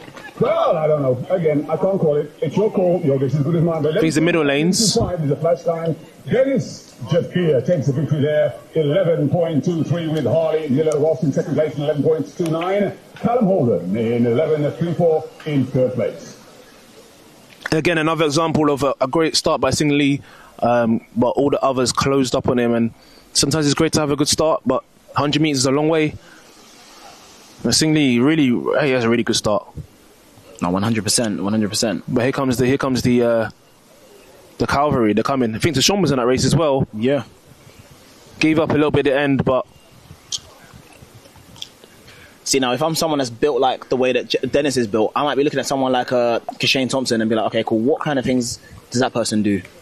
And how can I take some elements of this person and try and incorporate it into what I'm already doing? Just because there's already an example of someone that might look a little bit like me or be built similar to myself, doesn't mean I can do everything that they can do. People are very different. People are very unique. But there's going to be things that you can take from someone's race model or be like, okay, well, I'm tall, therefore I'm not meant to have a good 60. That's not the case. You can improve your 60 with the facilities that you have. I will never forget, I was racing someone a lot taller than me in Lee Valley indoors, Reece Prescott. Ran 6'4". And that's at the height that he's at. I think he's 6'4", actually. And he ran 6'49" and something. So, 6'3". Judah Asamoah. In lane 4 from Bftta, Segan Samuel. In lane 5 from Bromley, Blackheath. Segan Samuel, another Paralympic athlete in this race. And also from Marshall Edson Cambayo, who I know very well. And in lane 8 from Walton AC, Mr. Velocity, crafted himself. It's going to be an interesting race. It's going to be a very tight race, and I can't call this one. I think from here, now on out, it's going to be very difficult to call simply because they're very, very evenly matched. So I don't have a standout performer for this race. So I'll be watching this like you guys to see who prevails. Looks like a full house. The heat is heating right now. Oh man, the sun beat. It's getting warm. So there should be no excuses about times for this round. 100%, man.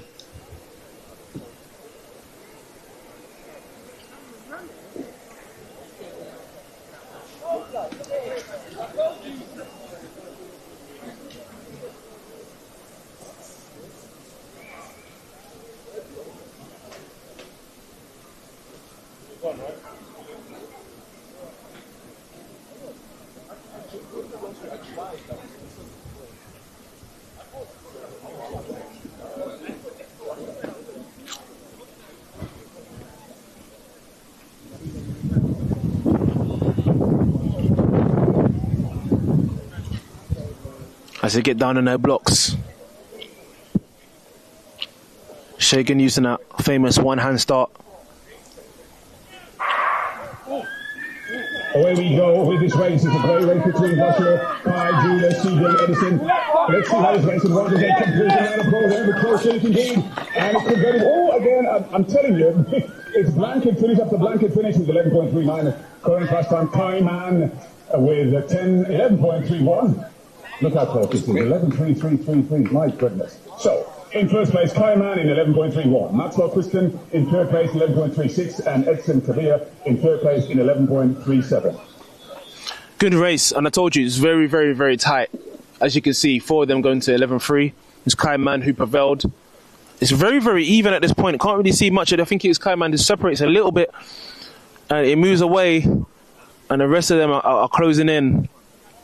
With Shagan Samuel, the Paralympic athlete, finishing strong as Edson Cabal. Looks like he really strong through the middle as well. But yeah, very good race, man. Indeed, I think it would have been really interesting if that race was like 10, 15 meters longer. Man, if they raced that again, it could have been a different order. That's how close these guys are. Look, 500, 600s. Not much in it. No, not at all, not at all. But obviously, at the upper echelon of sprinting, that's all it takes, man. Like we watched the Olympics last year be won on thousands. And that's the kind of margins that we're dealing with in sprints. Whereas, you know, the 800 and stuff, we're maybe looking at maybe like a couple seconds, that kind of stuff. There's a bit more room for error. Sprinting, if something goes not the way you plan it, and it goes to plan for somebody else, it might be the difference between winning and coming second or fourth. Thank you.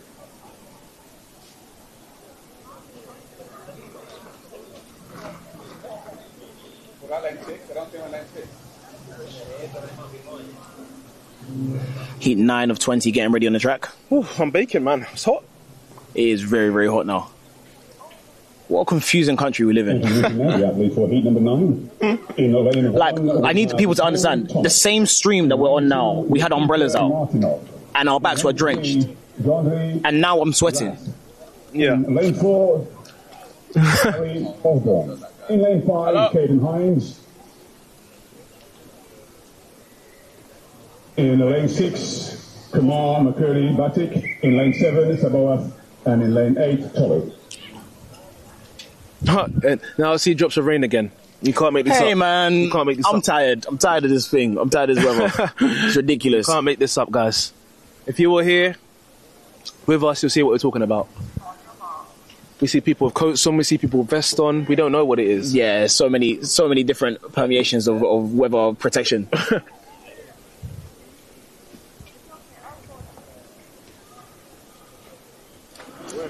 So, again, 2 scratches, 2 people who said, nope, I'm going home. Before it rains again, but when they went home, it was sunny. So it is what it is. No, good dry phase. They're all holding their own. Entering Harrogate in the lane 7, but coming through in the lane number 5 to very well. Another blanket finish. These races are just ridiculously close. And in lane number 4, I believe that may well be Harry Osborne.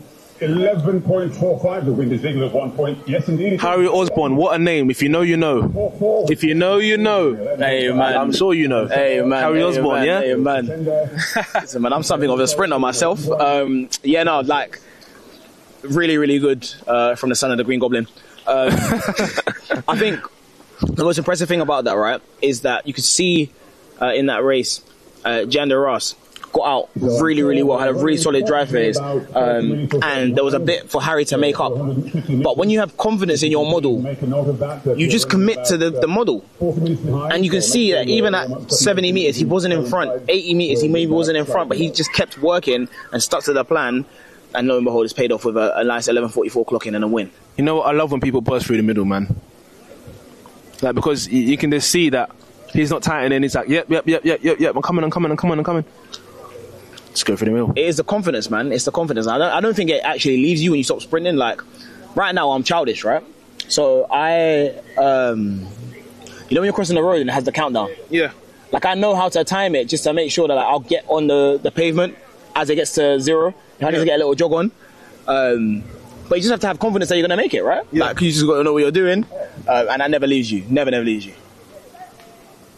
So now introducing the athlete for Heat 10. Approaching Heat 10 of 20, so just approaching the halfway point. Ooh, it feels like it's Heat 15. It might as well be, man. Heat 47. There's so many close races. So we're losing track, guys. Forgive us. In lane 2 from Twain, Cambridge. Oh, it's warm, man. Yeah. In lane 3 from Marshall Wilton Team, Helen Hughes. In lane 5 from Cambridge Harriers, Rohan Bedford Collier. In lane 6 from City of Southend-on-Sea, Alex Blake. In lane 7 from Jersey Spartan Athletics Club, Jonathan Lagrange. And in lane 8 from Jonathan Lagrange from Jersey. That's quite a long way to travel, if he did travel for this meeting. If he does live in Jersey. Not sure if he does. Maybe this represents them. Maybe he's moved to London. We don't know. Oh.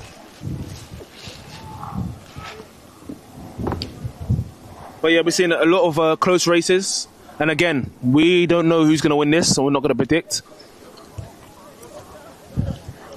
Close races are the name of the game, and a round 2 at Bftta, man. That's what you want to see. So do you think everyone's got super spikes these days? Do you think you can beat these guys without super spikes? You think it makes a difference?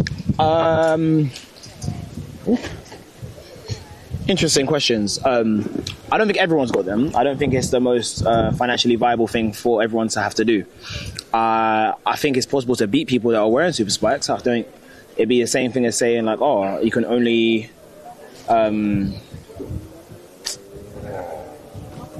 I don't think the equipment makes the athlete. It helps, but it doesn't make the athlete. Okay. So let's hear the cheers coming through. As come through day 1. Central line looking very sorry as they come through. And it could be the lane number 3. I think the first step over the line was lane number 3. Well, we're racing 11.40. 11.40 for Dylan Hughes. Rohan Bedford in second place in 11.47. And Jonathan Lagrange in third in 11.48. Which looks like to be a huge personal best, by over a 10th. So he's gone under, and a big season's best for Rohan Bedford Collier. Yeah, look at it, really good. A bit side to side, but he's got a great turnover, and he's very, very determined. Very determined. I think he just wanted it a little bit more. Yeah, and I mean we've kind of seen this. With athletes of all levels, right? There's sometimes athletes might have a quirk or, a particular action, especially with their arms in the sprints, that traditionally might not be what you would prescribe to people to run, but it works for that athlete. I think even there's the athlete, one of the latest athletes to run sub 10, I can't remember his name. I think he's an African sprinter. He has quite a unique gait, kind of like rocks back and forward when he runs, but he runs 9.9. So do we coach that out of him and potentially make him run slower? Yes, yeah. Okay. Is it a thing, or do we coach that out of the athlete, or do we just allow them to embrace who they are, warts and all? Even someone like a bit more popularly known, Andre de Grasse, had a very unique arm action with his, straight arm back down. But this is someone who has run a windy 9.6. 9.6, yeah. How do you tell man you can't do that? In 19.5? You can't tell man it don't work for him, because it works for him. 9.6 is crazy. I don't care what win is on the. I don't care what win. Is mad. 9.6 What, is very mad. a lot of people say, you run a windy time, it's this, but I mean, can you do it? If I give you +8, are you going 9.6? I don't think you are. I never understood the argument. I was like, yeah, I understand it, but it's still hard to do. Further to that point, right? Sometimes the wind coming from behind you is so much that you have to be able to control that and not fall over. Like, I think people have been walking in storms and have been blown over. So imagine trying to move at speed and you're only ever going to be balanced on one foot at a time. Having to control that well and navigate that is a thing that you have to do. So 9.6 anything is just fast. I don't care what anyone says. 9.6 is insane. 9.6 is in Stockholm as well. Stockholm's not like a mad track. Like 9.6 is insane. Yeah. It's only when you get to these times you realise how fast these guys are moving, man. When you start getting to these 9.8 races. Anyway, that's topic for another day. But yeah, these guys are running fast. Thomas Ledger is back for round 2. He needs a guide, but he ran really, really strong. I think he ran 11.8 in the first round. Yeah, it was really, really good. James Ledger there. Hoping that he gets another solid race, maybe even a better race. And the wind is changing quite a lot. The trees are moving, so we don't know what direction it's going in, but hopefully it's positive. Genuinely the most confusing day's weather I've ever experienced. It's overcast, it's sunny, it's raining, it's windy, it's still, we don't know. Welcome to London. Well, lane 3 is running with sunglasses on, so he's definitely seen me in a live stream. I said, yeah.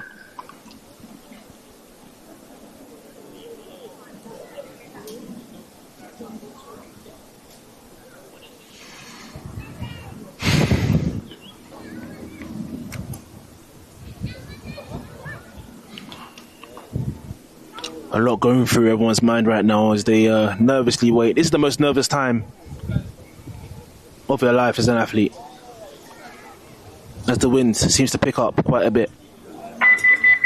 Oh.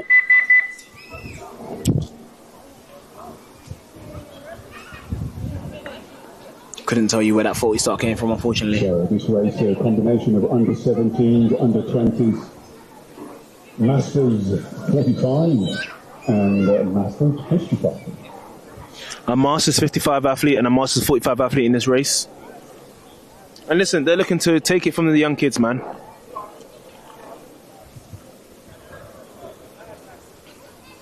There was a saying: if you're old enough to fight, you get in the ring. Everyone's in the ring today.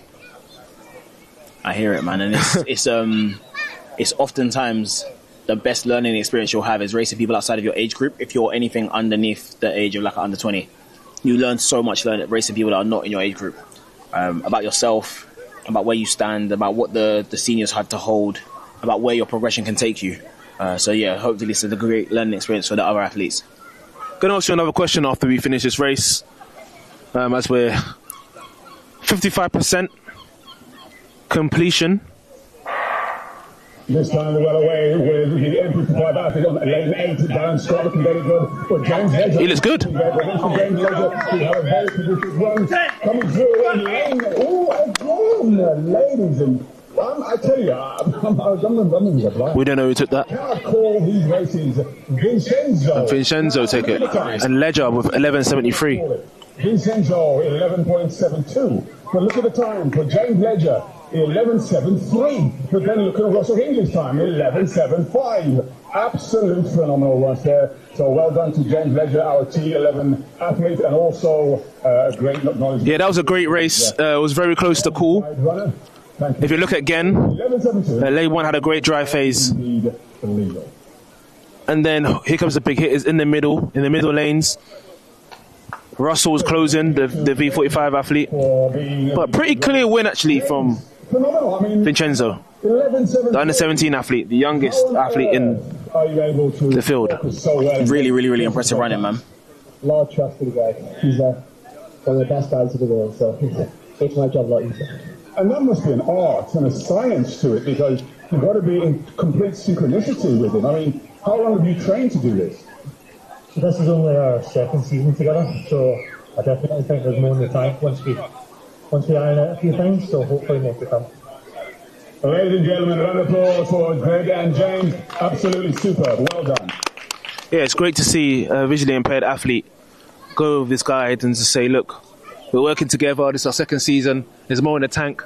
So very optimistic and a lot of trust you have to put into somebody. I'm just eavesdropping and I'm listening to Greg talking to Nina here. I didn't even realize that, but 10 metres to go, then the guardian has to shout 10. And that informs the athlete that there's 10 metres to go because he can't see it, and that's just amazing. It's the science behind it. So the next race, it looks like we have a full house. So, just a quick question. Ask away. English schools is happening, and I made a post about, if you didn't do so well, English schools is not the end of the world. Yeah. What message do you have for younger athletes? You've been to English schools yourself, haven't you? You won, didn't you? Yeah. Yeah. Since you've won English schools and since you've grown up to be a senior in the sport, what importance do you think English schools has now?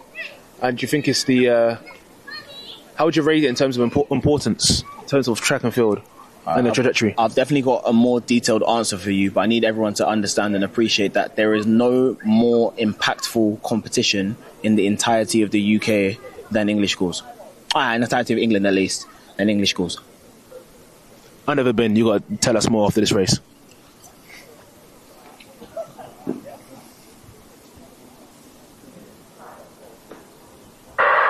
Well, let's keep our eyes peeled because we can see another blanket finish with this race as the athletes come through. I can't call it making it either of them. Lane number 2, which is very making a move forward. But then lane number 7 is very strong move, but lane number 3 and 7. Well, lane number 7 may well have taken that, and I believe that is David Bueno. I couldn't call that race. 47.3, the winning time. The win is illegal. And indeed, David Bueno is taking the victory there in 11.72. For Jaheim Roman in second place in 11.72. So many instances of these athletes really just not giving up and going all the way through the line. So big run from David there. And Dylan Glover looking very pleased with himself. I'm wondering it might be a personal best. But we'll wait and see. Indeed it is. This is a thumbs up. So well done to Dylan Glover on achieving a personal best. I think David was the V45. He was indeed. So experience really showing up the age here, which is fantastic to see. So going back to my earlier point about English schools. So I have had 3 very different English schools experiences, right? So the first year I was in athletics was year 7. I couldn't qualify for English schools. I was too young. I'm not like someone amazing like Ono Oteng, running up an age group. I was just doing my normal thing and I couldn't qualify. That's fine. The first year I was aware of English schools was year 8. And I remember there was an athlete, his name was George Perkins. He ended up winning English schools in 11.2 for the junior boys. And I raced him after English schools and I beat him. And I was like, oh, that's really good to know. But I didn't realize he was the English schools champion. And I found out, I was like, oh, raw. So I'm of the kind of ilk to be there. I wasn't at the competition. I didn't qualify. I didn't have the time at the time. I didn't know about the process. But I was good enough to do that. That's fine. Made me work really hard and say next year I will be at English schools and I'll do really well. The following year, 2011, I'm really showing my age here. I went to English schools, I PB'd every round, and I ran a personal best in the final with a stumble as well, which goes back to what I was saying earlier. Sometimes you got to just commit to the plan and go get up and get it. Yep. The following year, I went to English schools off the confidence of winning previously, but I learned a lot about myself because I'm racing other people that are a year older than me now. So I made the final. Didn't get a medal or anything like that, but I was like, it's all right, it's cool, I'm happy to be here. Now, why I say it's important is because English schools is the foundation, or serves as a foundation for every other competition I went to, in terms of travelling away from home, being around my team, understanding that I'm around teammates that are doing different events to me, but also with some people that are doing the same event as me, and even though they're your competitors, you still want to, support them as your teammates. Understanding how it is to navigate a relay situation, understanding what it's like to do heats and semis on one day and then a final on the next day. It serves as a foundation for everything that you're going to go through in the sport if you continue to progress as you grow older. And for some people, that's their Olympic Games. They're not necessarily going to go to the highest level of the sport, but they can say forever, I went to English schools and I showed out. Okay. I will comment back after this race. As we're in the blocks. Okay, cool. Keep 13 of 19. Yeah, I never went to English schools myself because I started off too late. So I didn't know anything about English schools. So, But a lot of people were disappointed. So I put a message out to the younger athletes. I let them know, listen, it's not the end of the world, man. You can bounce back. You can go to nationals. You can go to next year. There's many things that can happen. There's many different ways to Get into track and field. It's not a linear thing. And yeah, I agree. Sorry, continue. No, I was just gonna say, just looking at this race here, it's the it's not Caden. It's yeah, we have the under 13, and just look at the stature of this under 13 athlete. Oh, this is a guy that's taller than me. Yeah, we saw him in the first round, looking really impressive, winning his heat.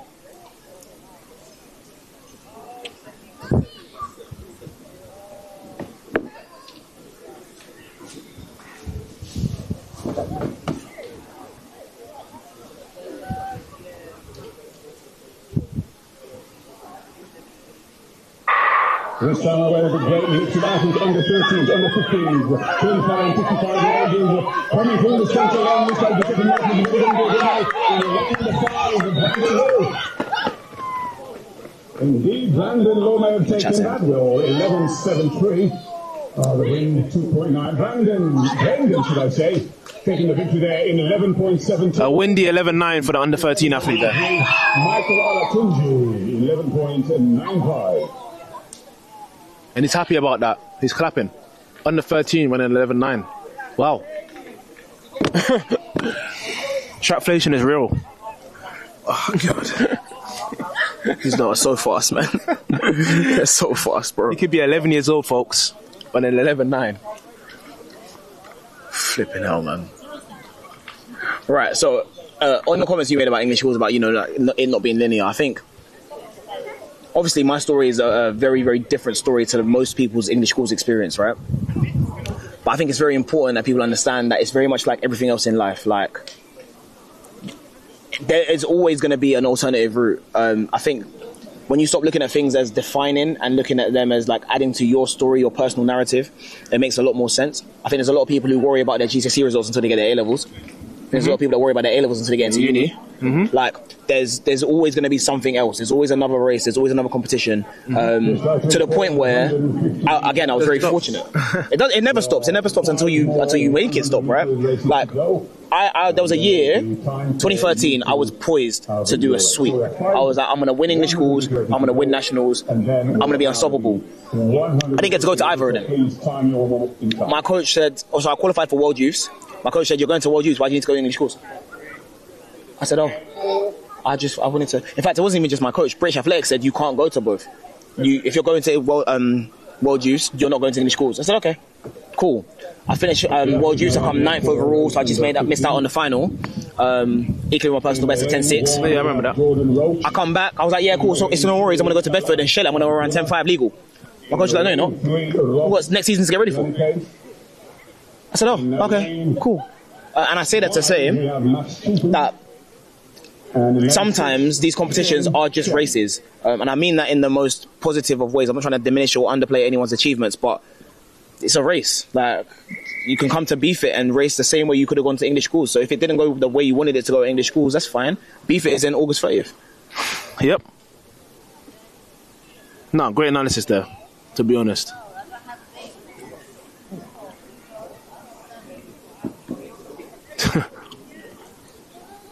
So, I think heat 14? Or heat 15? They called it 15. I think we skipped 13 entirely. It went to 15 now. Oh, was that? It's finished? Oh, no, it's 19 now. 15 of 19, yeah. Oh, I think one heat's gone.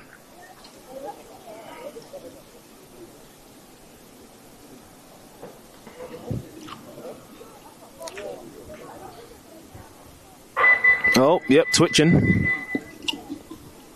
It's getting to that time, man. It's getting to that time. People are a bit nervous. They've been out here a long time. A long time. It's now nearly 4 o'clock, and these probably got here at 10 o'clock. Yeah. So, been a bit of a wait. Oh, should go. Let's go back.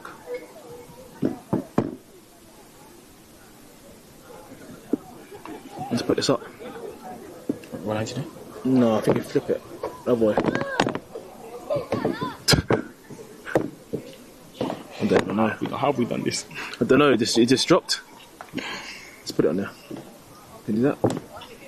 Oh, it's calm, man. It's just 5 to go, man. Hold it like this.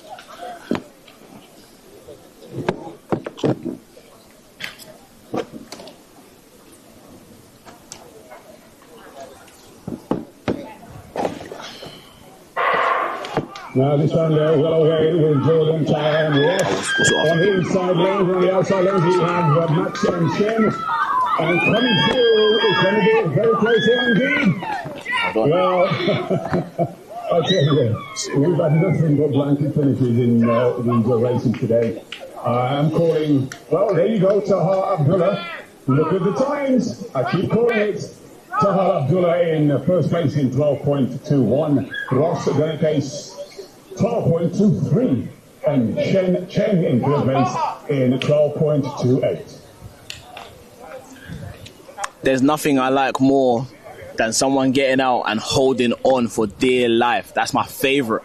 I like it so much. Taha did not want to give that race up for anything. He said, this is mine. I'm holding on to it with everything that I have, and I have to respect it, man. Pure grit and determination there. And he's kept his form.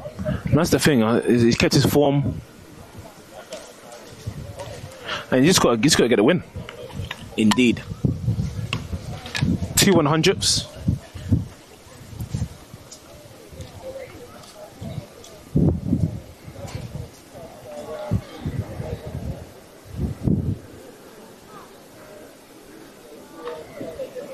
Four races to go.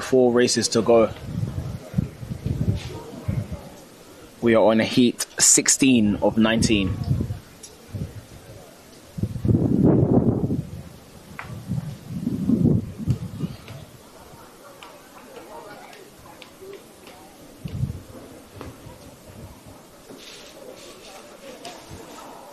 Oosh.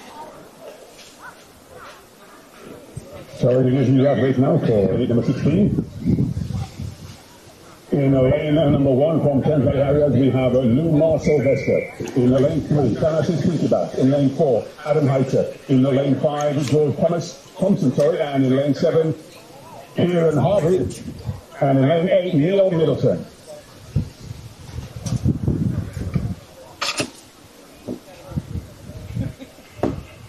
The wind is picking up quite a bit here. The commentators boxing you getting blown away. So we're having to navigate weather conditions. If you see us moving around, it's because we're trying to keep this table.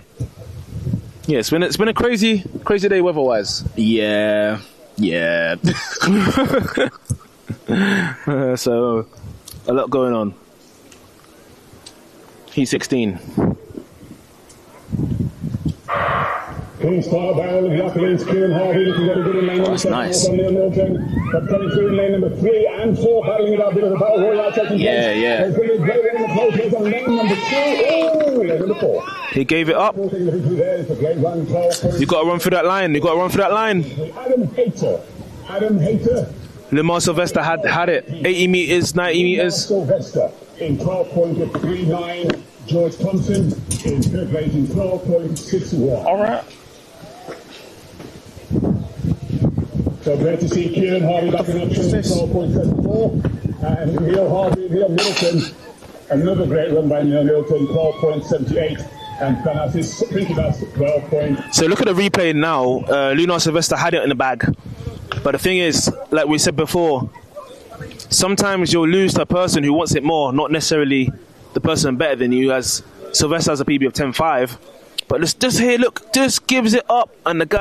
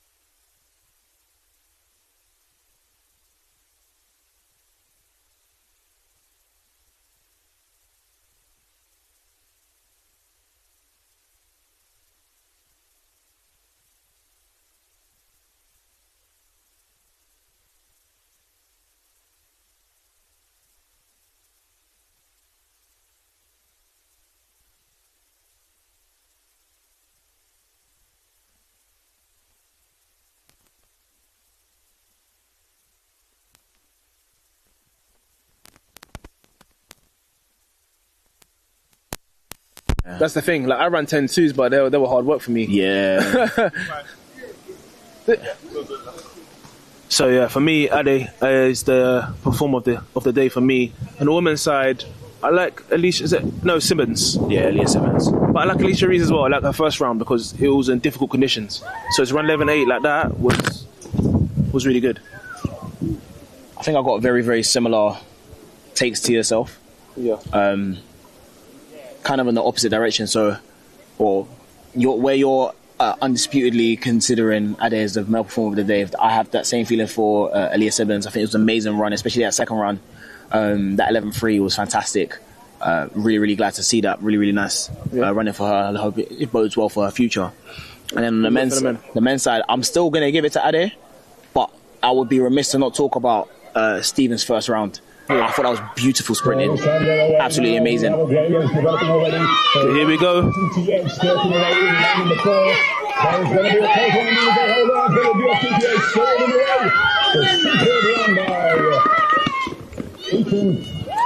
Bftta strikes again. Malachi Reed. Great fan base over here for Malachi. Is that PB? 15.67. You're walking in front of the camera. Oh, sorry.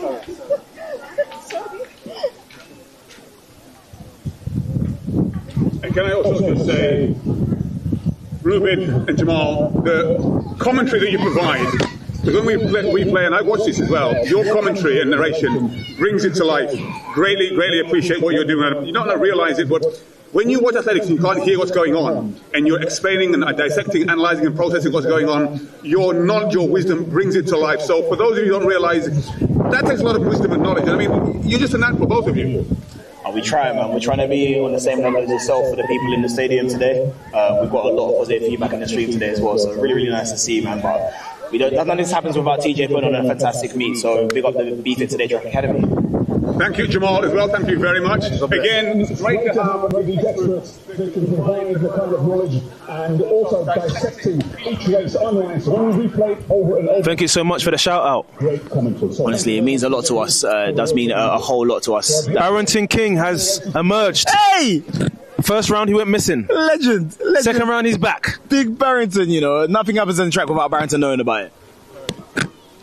Well, he's back. What a guy. He was missed in the first round, I'll be honest. He was missed. Right, now we've got the... is it Kataya? Yeah, I think Kataya is now in this race. Number 9. I'm hoping for a safe race, because we do have some veterans here. A veteran 80. I don't want to see a veteran crash into a young kid. I really don't. So I'm praying. That would be something, right? That would be something indeed.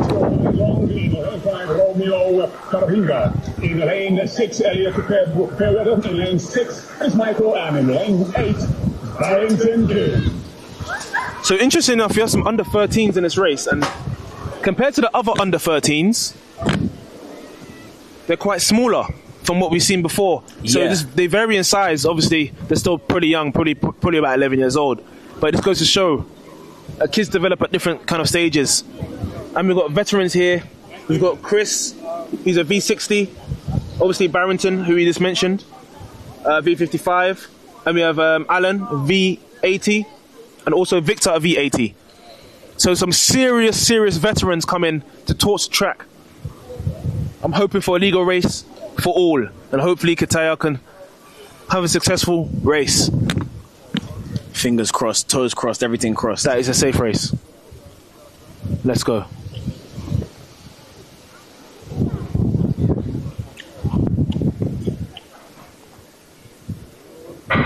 The final 100 meters underway. Ladies and gentlemen, let's do a round of applause as these others come through. It's the final 100 meters. Barrington King on the outside lane. Big Barrington, Barrington clears the field. V55. Like I said, old but never old. Oh, Barrington, old but gold. What a guy, man. What an absolute guy. We love Barrington here. He's a real legend in the athletics community. He knows about everything. He sees everything. That's an amazing. He even knows about my dad. Amazing. My dad used to run, so he knows about my dad. But yeah, that's so cold. That's so cold. Yeah. Replay. Yeah, he missed the first round and he made up for it. He kind of put those kids to bed. Brian said, "I'm not wasting time in the rain, man, but I'll come later on." He's got to tuck in those little kids. That's what he said. He said, "I ain't playing with you." He said, "Listen, I'm not here to ramp, man. 13 seconds." Absolutely fantastic way to end the 100-meter portion of today's. Big shout out to Alan as well.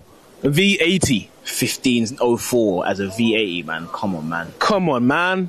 What are we doing here? What are we doing? What are we talking about? Ridiculous. This guy's fitter than most. Functioning young adults. Yeah, we're cooked. We are cooked. We're absolutely cooked. I don't think he's running super spikes either. Nah, he's just running a middle distance. He don't care. Yeah, he said, "Love, I need a little bit of support for my feet, bro. I can't be doing this super spike thing." Absolutely amazing. Great effort from the V80s. Indeed. So, Alan and Victor, as I've said, this 100-meter portion of the Bftta Today Track Academy meet is over, and thus myself and Jamal will be out. But make sure to tune in to the next stream. That'll be August the 30th. There's a bevy of athletic events in the middle of there, but we're not going to be doing the commentary for that, so it might not be as good. Thank you so much as well. We navigated a lot of the weather conditions. Yes. And yeah, it's attacking us now, so we're going to get out of your hair. And yeah, see you August the 30th. Yes, be there or be square.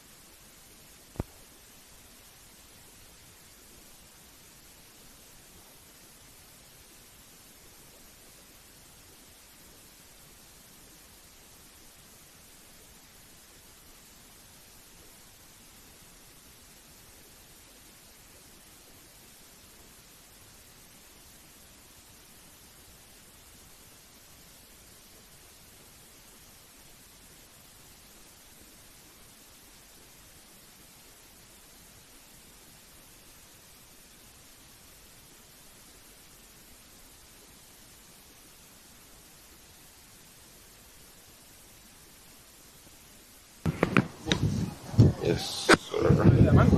You help do anything? Just if you bring it over. Table? No. Oh, you're gonna get it. I don't want it. You can have it. Not really. Maybe. What do you want to eat though? Can you at the top. Can you take I might order. you know this I don't know. Maybe Wingstop. I don't know yet. Because I'm so far. I'm so like Because it took me a while to get home. Hold on. It took me a while to get home. Yeah. You went red in it. No. Keep it on. Because I need to get there. Yeah, keep it on. That's not keep it. I'm on the table. Okay. Yes, good job, man. Yeah, that's good. Thank you. No.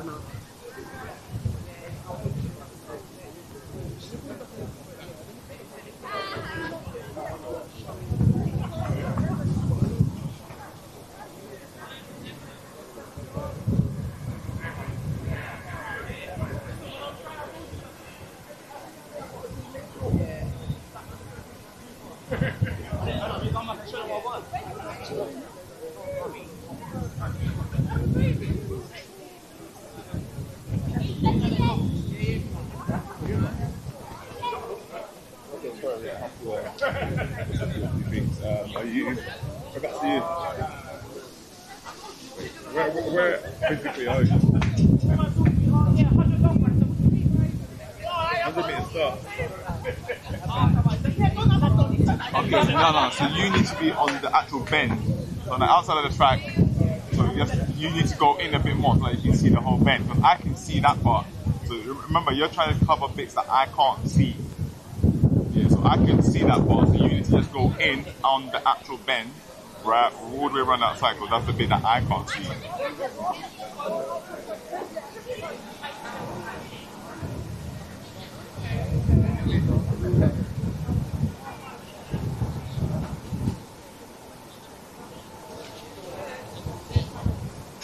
Yeah, around there should be fine. Yeah, you should be able to see them all like when they start in the middle, right? Yeah. Where you're coming base is what I can't see when you come in.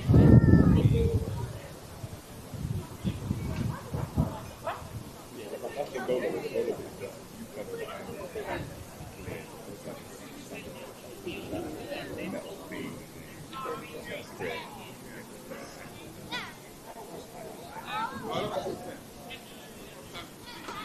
There you can also have the same thing. But this time it's going to start new. Let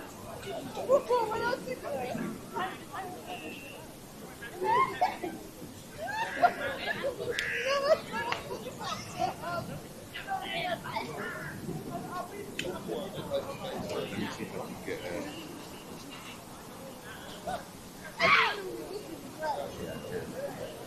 so we'll just make sure everyone's really short as well, yeah? Not too much of the top, but we're going to give it more athletes and track. A little bit more down. Yeah, it's like a little bit heavy. This is what it's heavy. If anyone's on the feet and go up whatever, I'll follow it.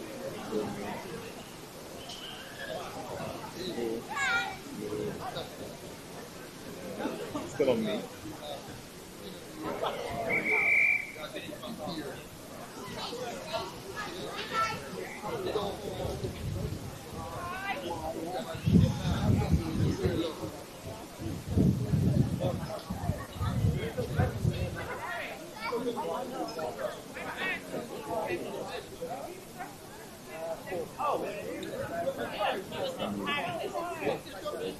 So remember, just debate it as it's coming. It's on you at the moment, so just keep it good.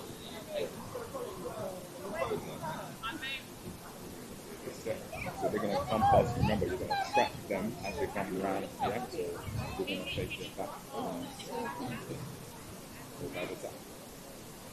Huh?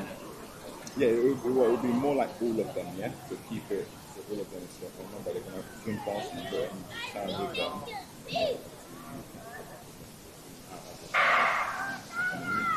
So there you go with the 150s underway now. These athletes going around. Let's give them a little support as they come through. You can see now in the lane number 4. Also, lane number 7. Keep your ears covered right here by lane number 7. 3:17, very well indeed, well done, and that is Zara. Zara taking the victory there at the rest of the time. Well done to all of the athletes, and that's a time. 21.34 is the flash time, and confirmed at 21.33 for Zara Table. Esme Robinson in second place at 22.46, and Malcolm Kayang in third place at 23.84. Yeah, with some of these angles, obviously, I can tell you what to do, but I'm going to also just make sure. So we're not every year. Which angle is best, yeah. Some of the angles are also based on what I can see.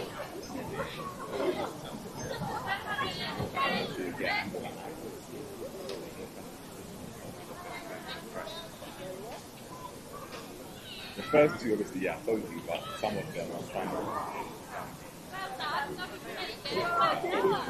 angle. So it's not only one, sometimes it's one or two angles. So sometimes.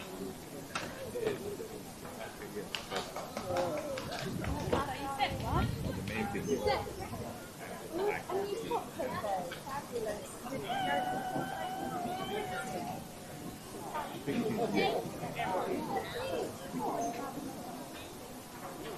really nice. I want to do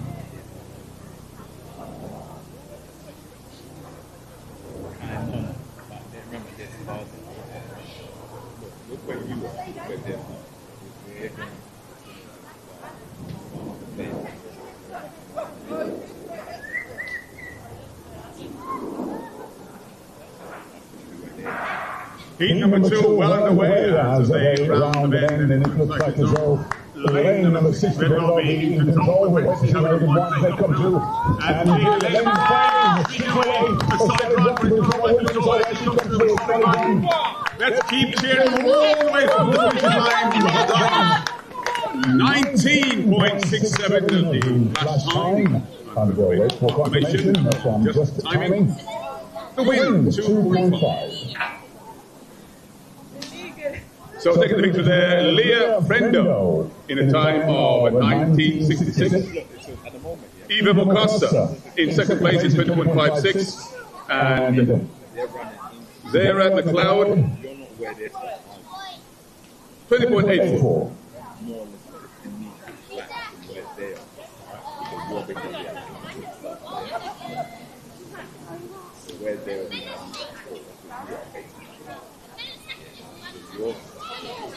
You have to give them enough room to run. So they're doing the thing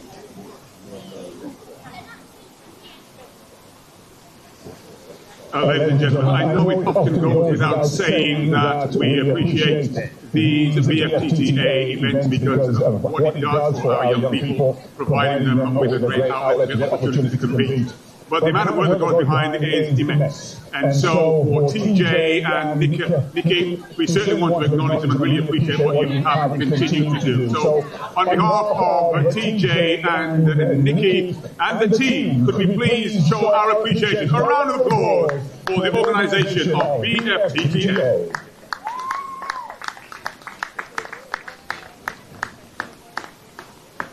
Thank you.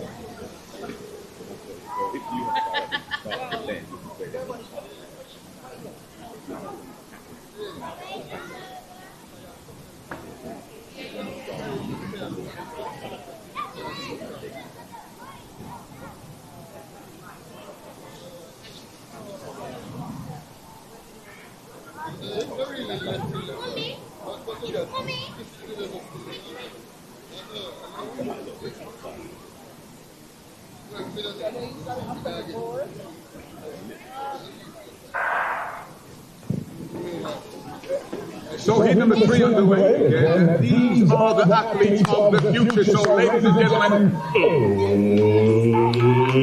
let's get behind them and support them all the way. Big as we can see in the lane number 6, speaking away a solid run. As these athletes are going to give it all they've got. A superb run, great cheers from the spectators. And one final athlete, let's give him a round of applause. 266 as he comes through. Well done. The man in red, ready to rumble. Well done, 22.53 winning time. And Jack Blomfield. Jack Blomfield taking the victory there, 22.52. With Aziz in second place in 23.26. And Arda Hussein in third place in 24.19.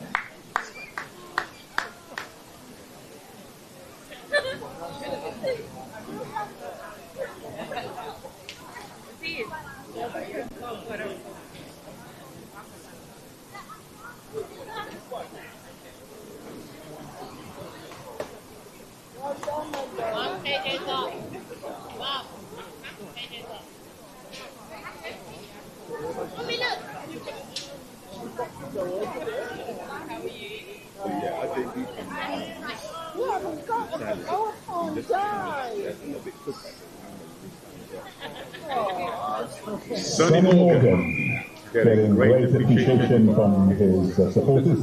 Well done to Sonny Morgan.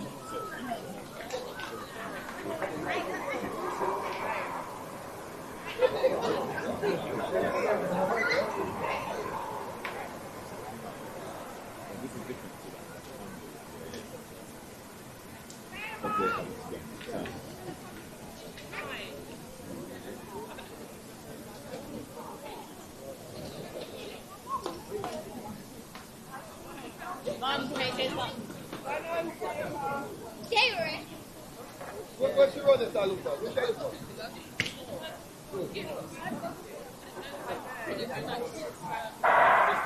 Away we go. So keep Morgan Jr. getting tears coming in from the spectators. A great race to rally what you can see. All cheers are coming through as you can see.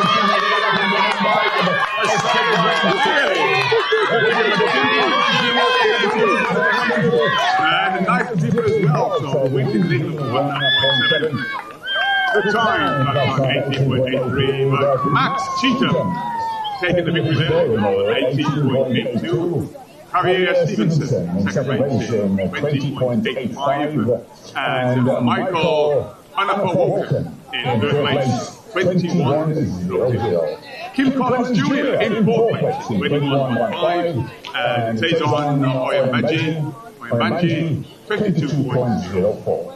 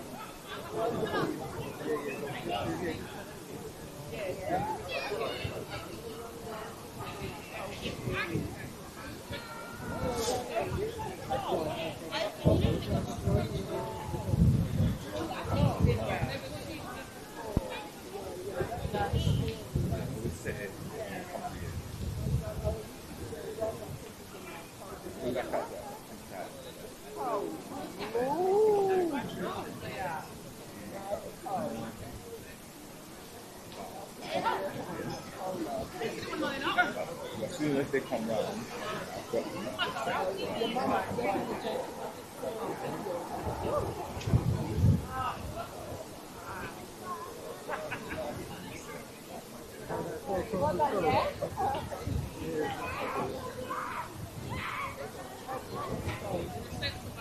That's good, man. We're getting the hang of it, man.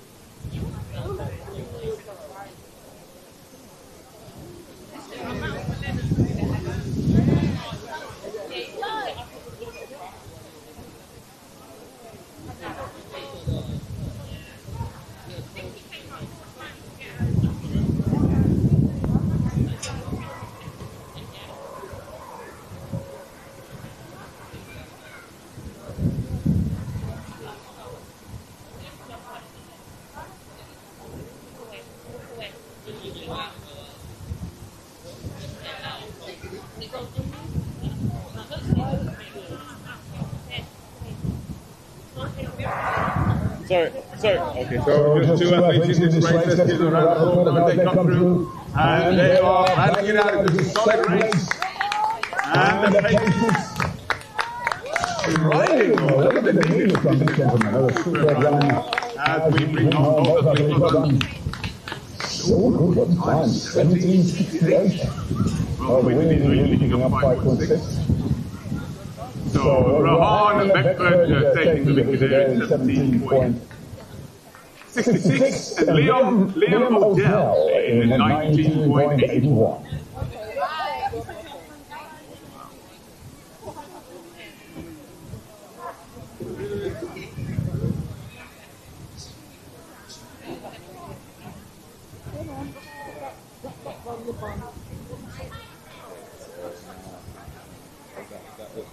Yeah, 200s now.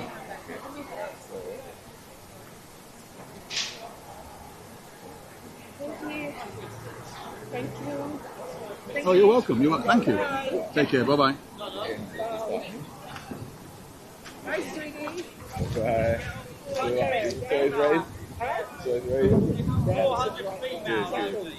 Can we have all 400-meter athletes at the start, please? All 400-meter athletes over to the start now, please. Thank you. The 800. So your position for your bar. What you're going to do is just make sure you're like, because they run in lanes, right? One, they run in lanes. So you're going to be right on the edge, yeah, of their last lane, yeah? So obviously on the outside of the lane, but you're going to be right on the edge, yeah? That way, hopefully people don't actually get in your way, yeah? So where you was for the 800, but you just need to make sure that you come forward so that your tripod is at the edge of the last lane, yeah? That way, not right at the edge, but close enough. That way you just avoid people just coming into your head. If people do try and come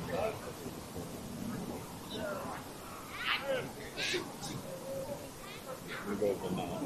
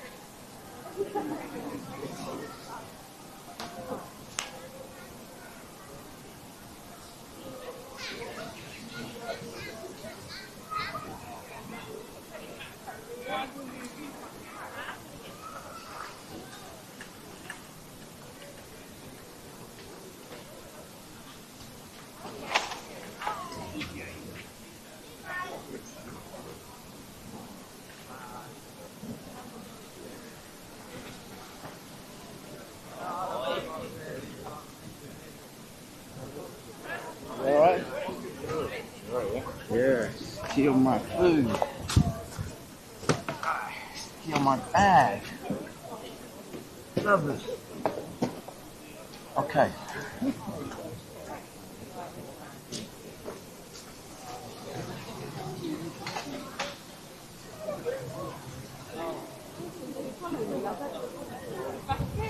He likes you.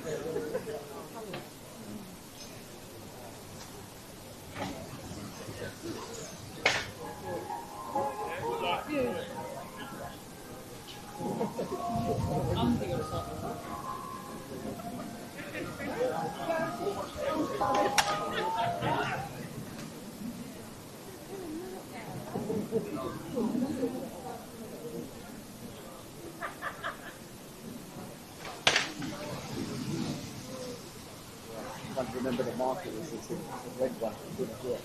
Oh, God. Yeah. Been stung before. I don't like it.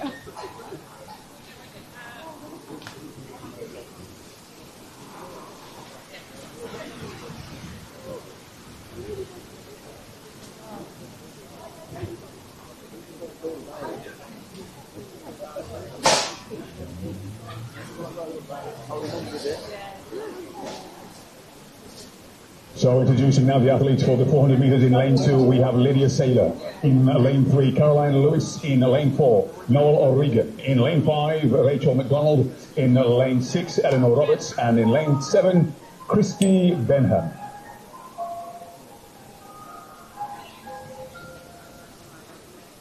Okay. Where's Paul? He's just gone to Luke. Oh, it's not that. He's a bit of a way over there. He's going to come back to take. Because he's pulling some film over there. He's gone to the toilet. He's going to come back out that way, isn't he? Okay.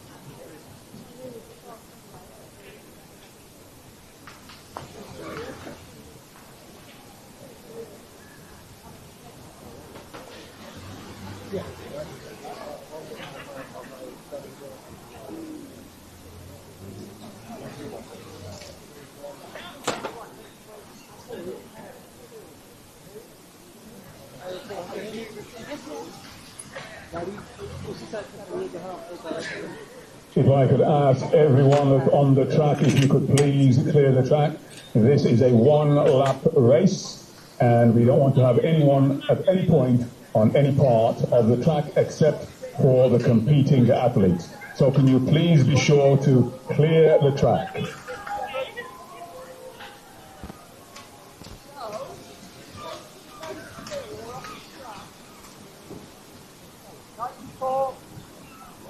431.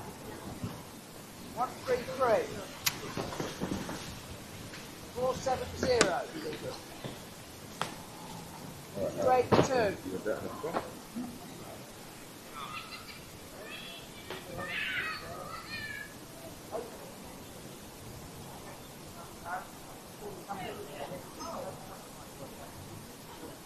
So how can you practice sort of zooming in and out? So it would be a zooming because we're going to basically capture the same place where. So we're almost ready to go now with the start of the 400 meters in lane 2. Once again, we have Lydia Saylor. In lane 3, Caroline Lewis. In lane 4, Noel O'Regan. In lane 5, Rachel McDonald. In lane 6, Eleanor Roberts. And in lane 7, Kirsty Benham.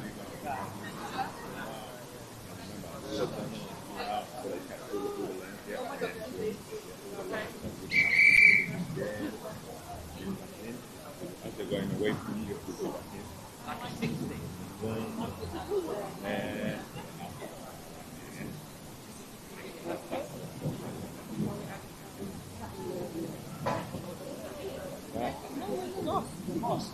Prepare for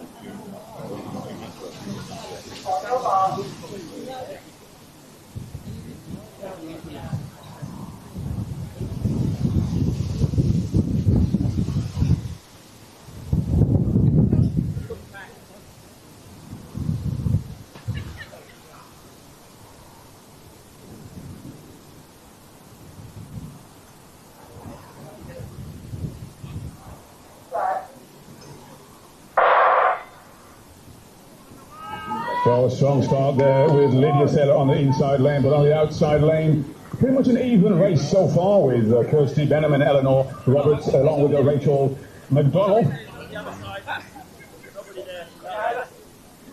Well, it looks like we're getting a bit of movement with Rachel McDonald from London Heatside, has the season's best of 59.96, so let's keep our eyes on the clock. For Rachel McDonald could very well be in pole position as we hit the 200-metre mark, going around about 29-30 seconds. So let's see how this begins to unwind. So as they come around, folks, let's give them a round of applause now as we see this is developing into a great race now with these athletes coming around. Eleanor Roberts, Rachel McDonald, it looks as though on the lane number 6. And great cheers incoming for Kirsten. And lane number 5 as well coming through. Lane number 5, Rachel McDonald, looking very good indeed. Well done for London Heatside. And lane number 6, Eleanor Roberts. Well done to all the rest of the ones that have come through. Well done indeed. And we look at the winning finishing time. 59.94. That's the flash time. And we wait for, in fact, it's 59.93 for Rachel McDonald, which is a new personal, well, let's double check. Yes, it's a new personal best by a few hundreds. Well done to Rachel McDonald. 59.93. Eleanor Roberts, 60.64. And Noel O'Regan, 64.18.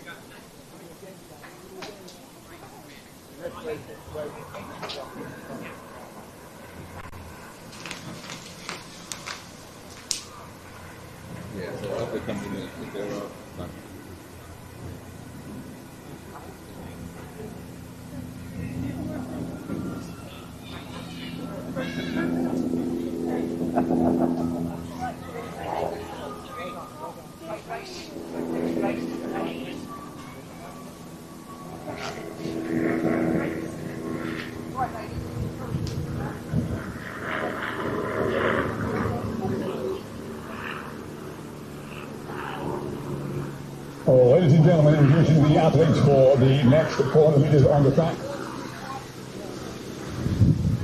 In lane 2, Noah Chodukufa. In lane 3, Rebecca Williams. In lane 4, Mike Ashworth.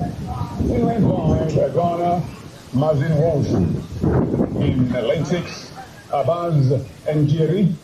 In lane 7, Rachel Cullen. And in lane 8, Zoe Thompson.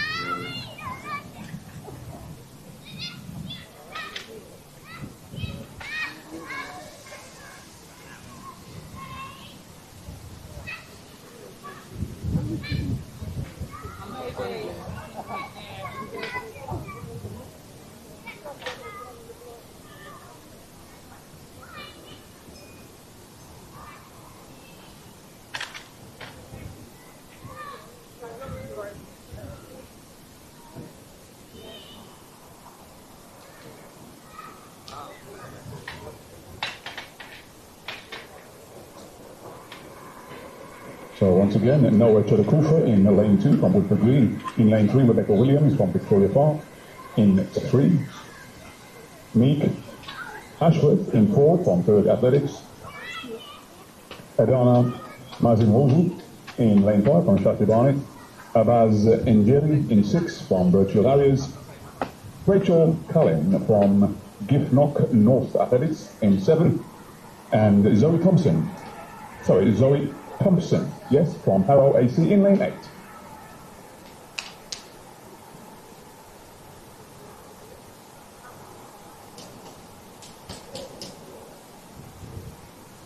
At present, I don't see Zoe, so I think yes, there's no lane 8. Thank you.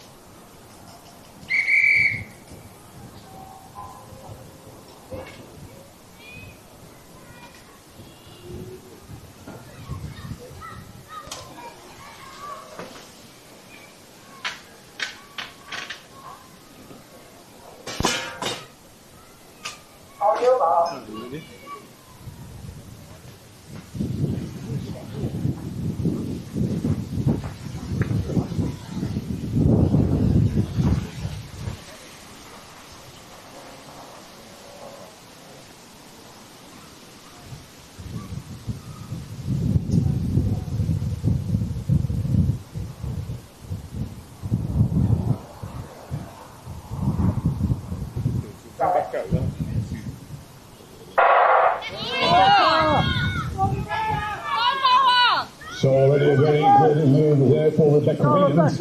Rebecca Williams in the lane 3, already looking as though she's putting the pace down and picking up.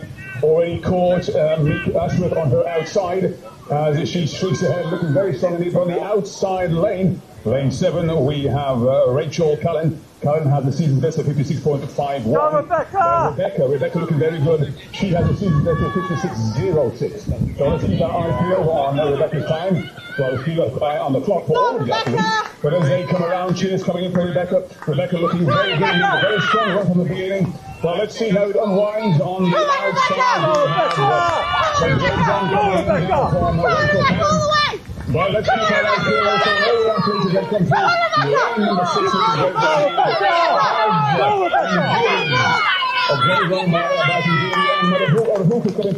in second place. Well done. Well, what a change of orders for these athletes as they come through. It really one of the races. You've got to pace yourselves. Can't go out too fast. So Abaz Njiri, 55.33.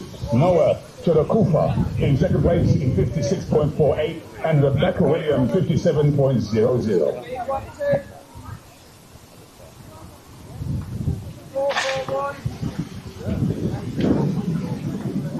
I've just been handed a pair of keys. If anyone has lost any keys, let me try. It's 2 keys, a silver key and a brass key or a brown key, and it has a shield. And on the silver shield is a horse. Pretty much like the horse, what's that back? NatWest. In the position of the NatWest horse on a shield.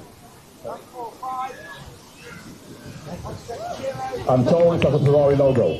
So if you've lost any keys, then please come to the blue tent.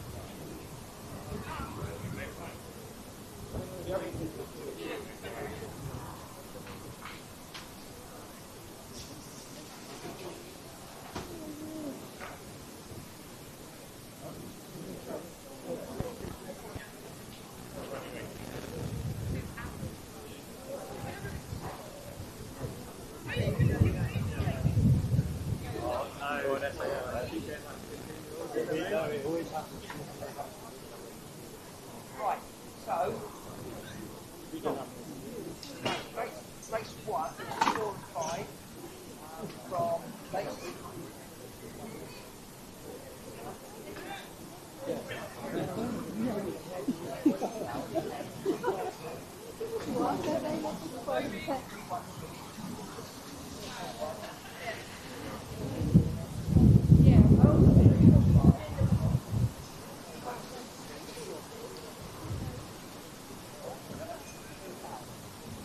Okay.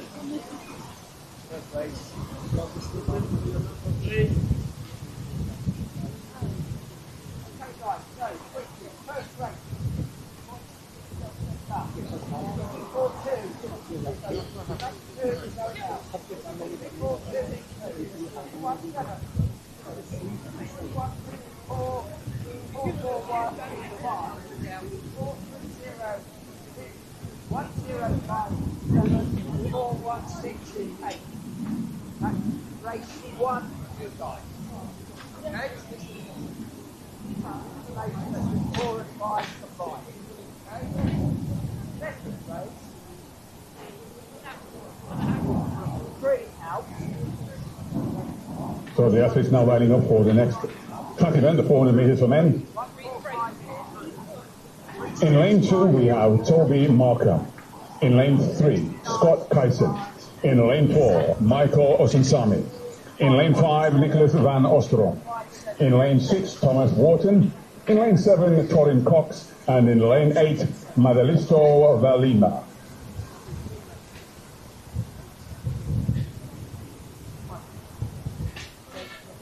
Race 3 now, the old race 8. Lane 4, 7. 4, 6, 2, 4, 7, 5, 4, 5, 9, 6, 4, 5, 8, 6, 7.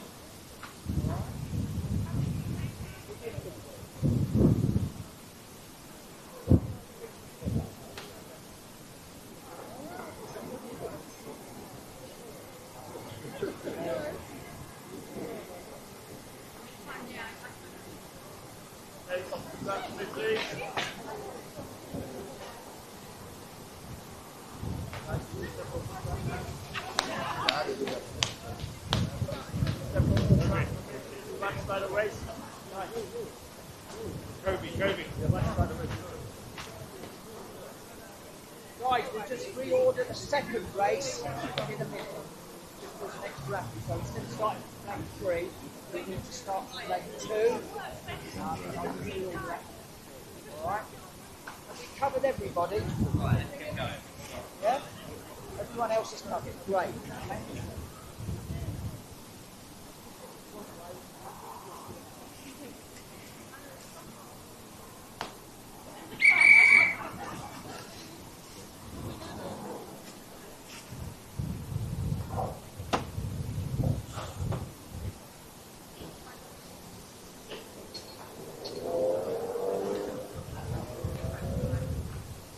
On your mark.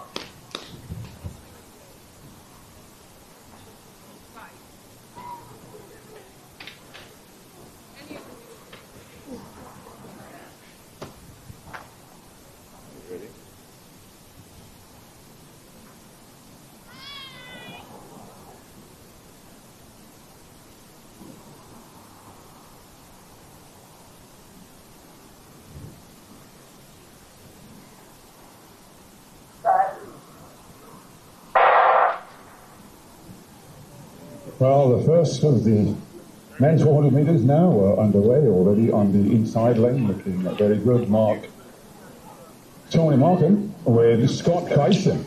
Scott Kyson also looking as though he's putting down a bit of a marker, but on the inside lane, it looks as though Tony Martin may well be eating up most of the track as we see this race beginning to unwind. Now they're approaching the 200 metre marker. Well, they've gone way past it, should I say. 150 minutes to go as we bring these athletes around. It's a healthy pace that they're running at, so let's see indeed if this continues once the lactic acid kicks in or not. So let's give an applause as we see these athletes coming through. A great run, and in lane number 5, lane number 6, should I say, we see a great run by Thomas Wharton. So well done to Thomas Wharton, and on the outside lane, Madalisto coming in second place. So well done. Well done to Osinsami, Michael Osinsami.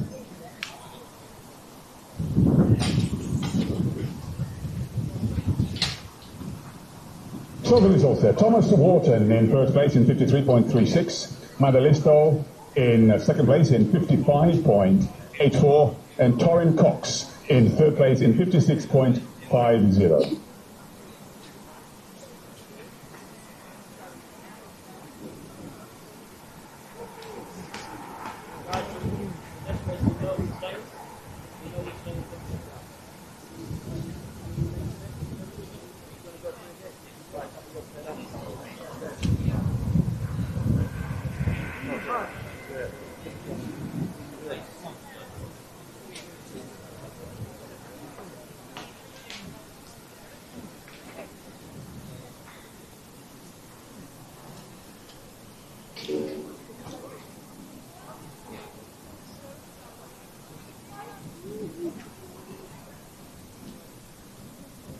waiting for you to catch me. I was waiting for So introducing now for the next 400 metres on the track. Athletes are as follows. In lane 2 we have Toby Falola. In lane 3, Kelechi Okori. In lane 4, Benedict Scott. In lane 5, Kobe Blake. In lane 6, Columba Blanco. In lane 7, Ethan Kirby. And in lane 8, Dawood Cohan. Dawood Chohan.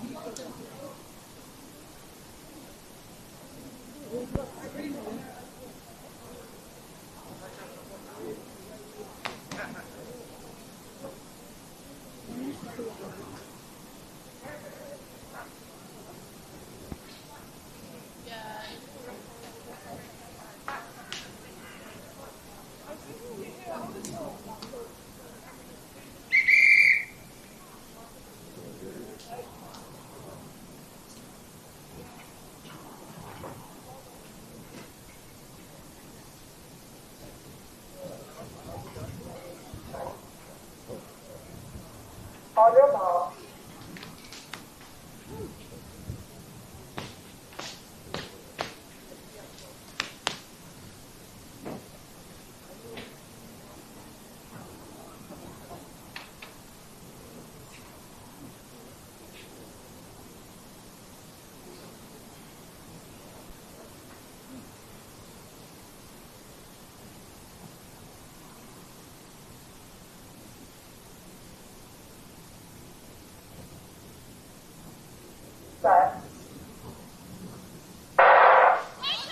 So in lane 2, Toby Falola, the son of the late, great A.O. Falola, streaking around now. A very good pace actually, these athletes coming around, as we can see this race beginning to unwind now.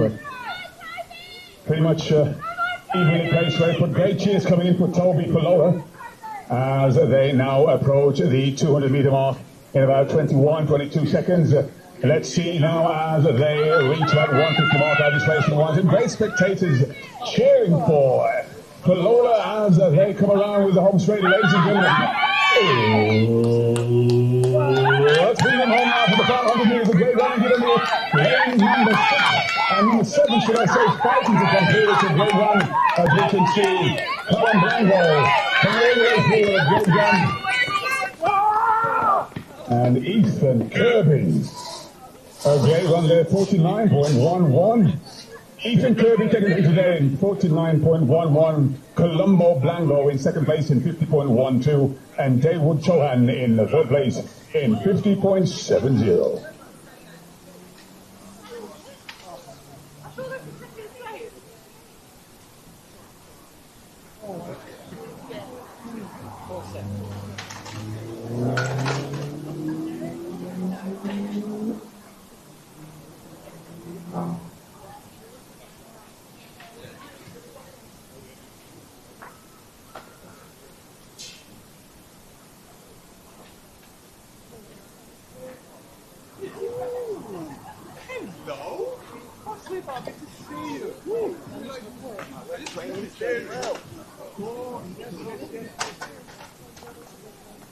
Exactly.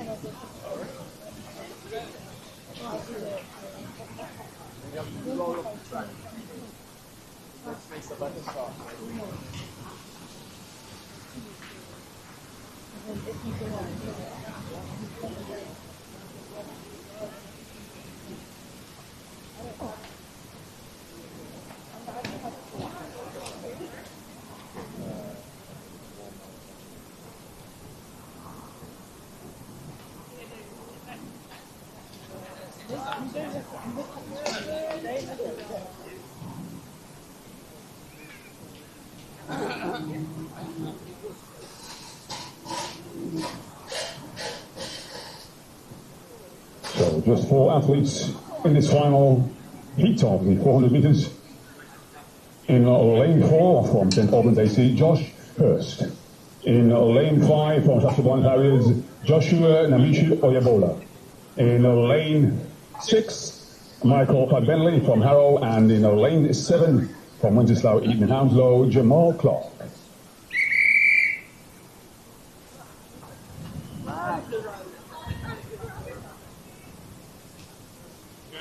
Have the track clear, please. Can we make sure that the entire track is clear, please? Thank you.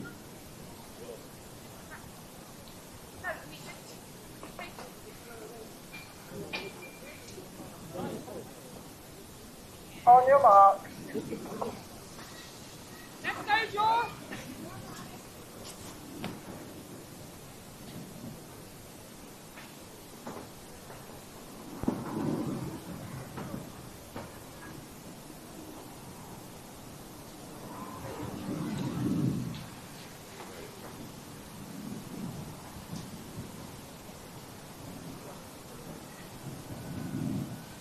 Set.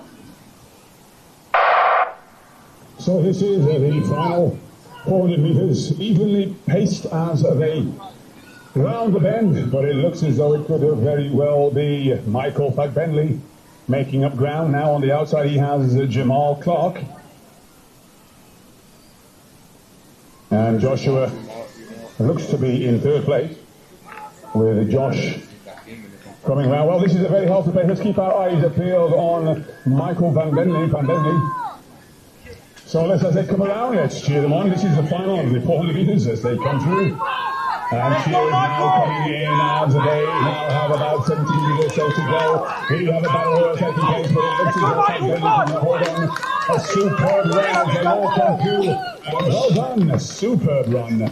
As we see the clock stopping flash time, 48.07. But once again, just timing, doing a brilliant job throughout the day. Michael Van Bentley, in a time of 48.05, takes the victory there. And Jamal Clark in second place at 48.549. And Joshua in third in 49.79. And Josh in fourth place in 50.37. All female 200 metres to the start, please. All female 200 metres to the start, please.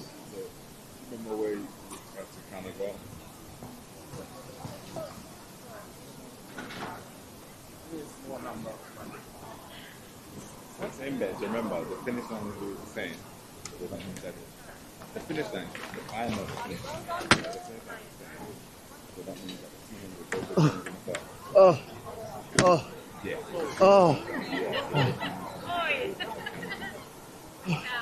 Oh, wake me up in 10 minutes.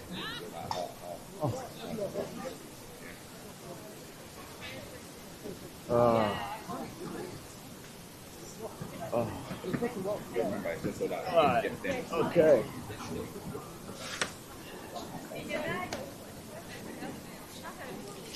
Come on, this is crazy.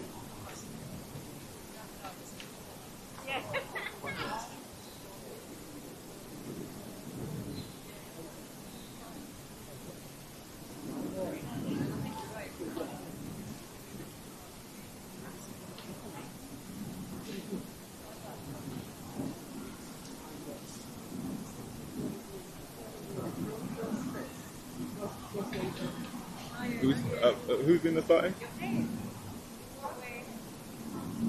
Not me today. Not you. As you can see, we late. Carol.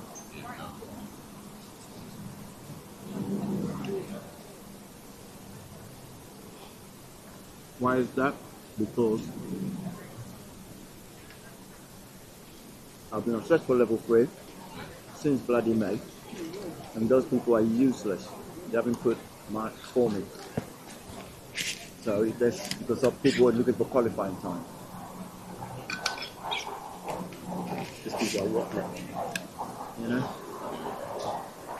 So that's why she have to be here just in case. Even though I'm ticked, I haven't done the paperwork.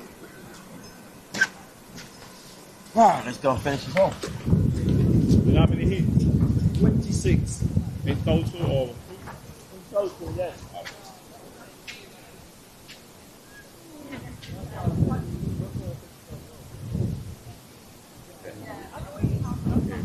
So, are you more than halfway?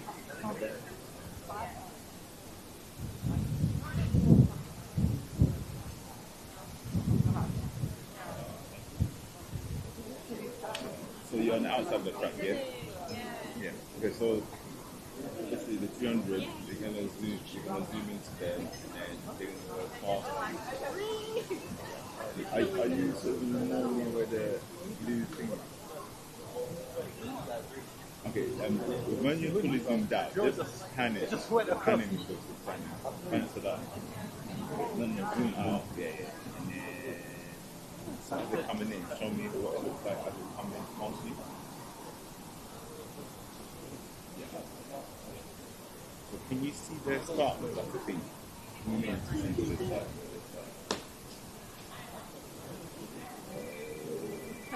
You might need to go back in a bit more. You need to go back into like the space just a bit more.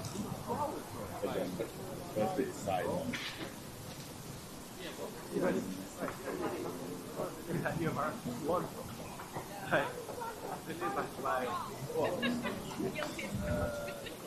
Yeah.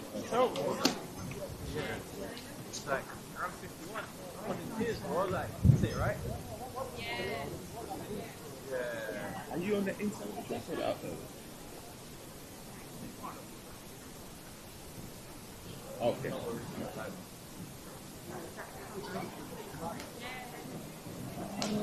Okay, so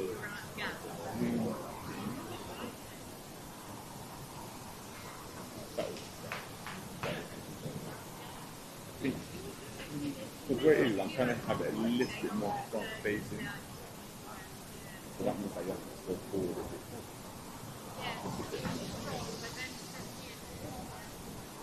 So that it's not that, you know, at the start, it's not side on.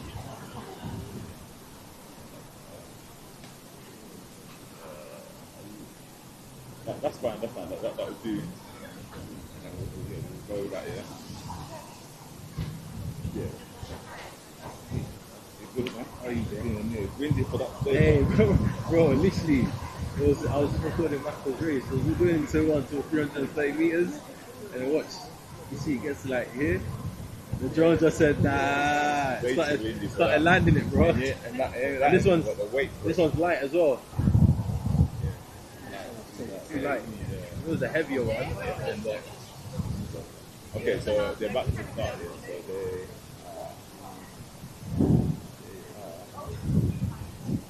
ready. You can see them now.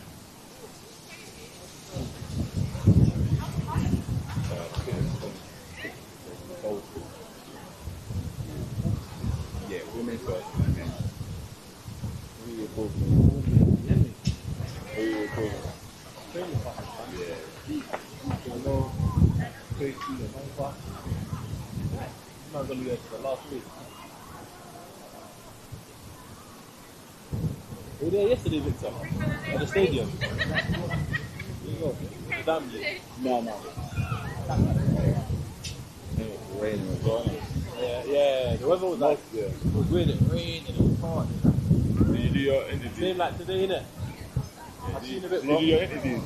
What's that? Yesterday, did you do interviews? No, I did a media pass, you know. Oh, okay. It messed me up this year. So, it's always next year, man. No, for sure. Let me get over to these, yeah? See you in a bit. Let's start.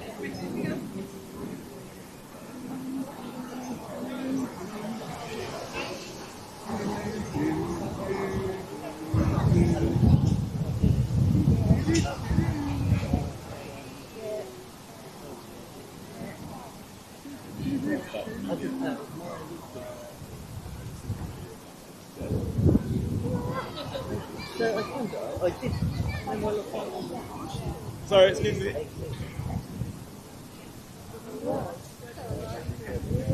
Sorry, excuse me. Oh, sorry.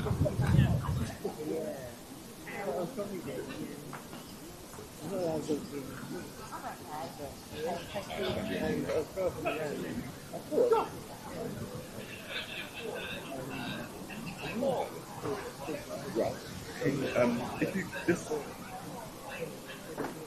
after this race, we are going to get you to move forward.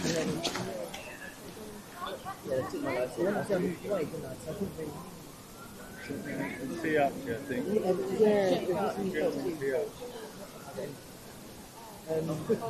Yeah, I waited. And then I got down to and then I was waiting to clear in. You can get them on the front.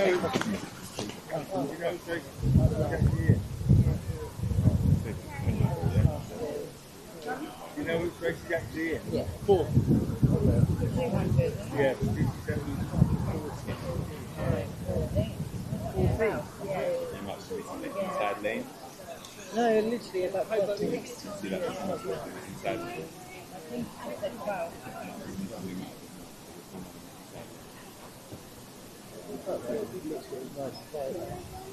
That's why I want you to see how you can't see the inside lane. Yeah, you go forward so you can see the inside lane.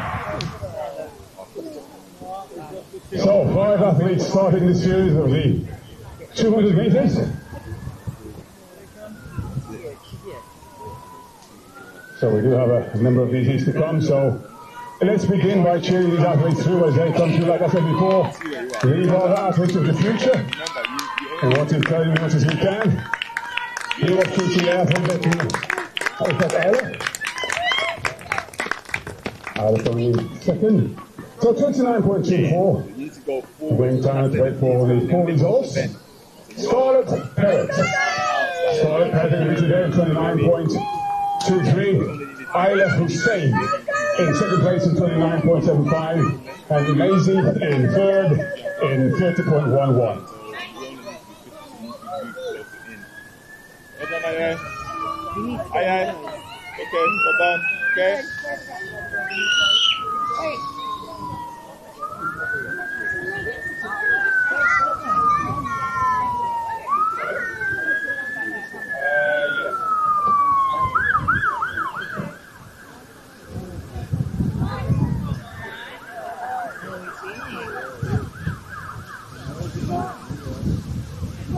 So, whereabouts is my where are you?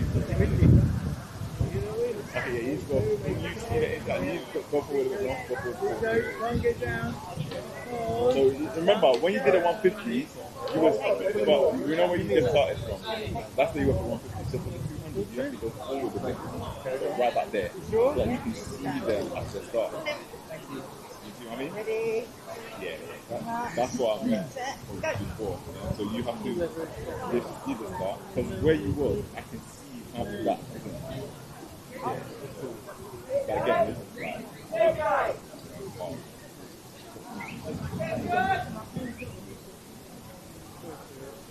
TJ, if you could please come to the tent, please. Oh, so Scarlett Parrott has run a new personal best, previously 29.90, and today she just run 29.23. So congratulations to Scarlett Parrott on a new personal best.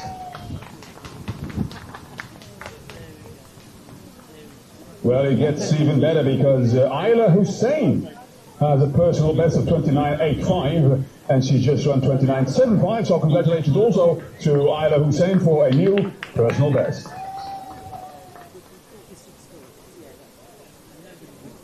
Well, Maisie Pavey Brightwell has a personal best of 30.17, and she's just gone 30.11, so another personal best. So well done, a great run for these athletes, and very impressive indeed. Well done.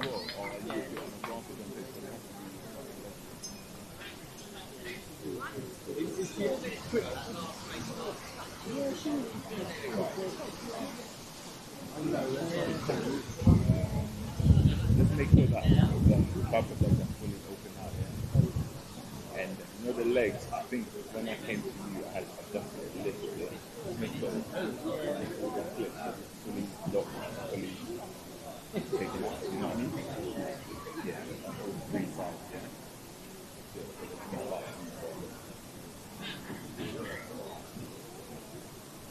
Now this is what we stand.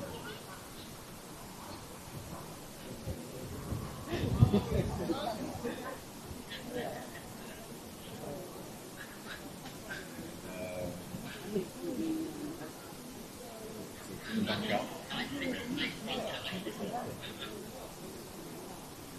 See how you can see lane one, yeah? Now you can see For the next race in lane 1, we have Charlotte Obilano. In lane 3, we have Kieran Newell. In lane 4, we have Leila Griffith-Phillips. In lane 5, Eva Mokasa. In lane 6, Georgina Warmate. In lane 7, Samara Dorr. And in lane 8, Caroline Lewis.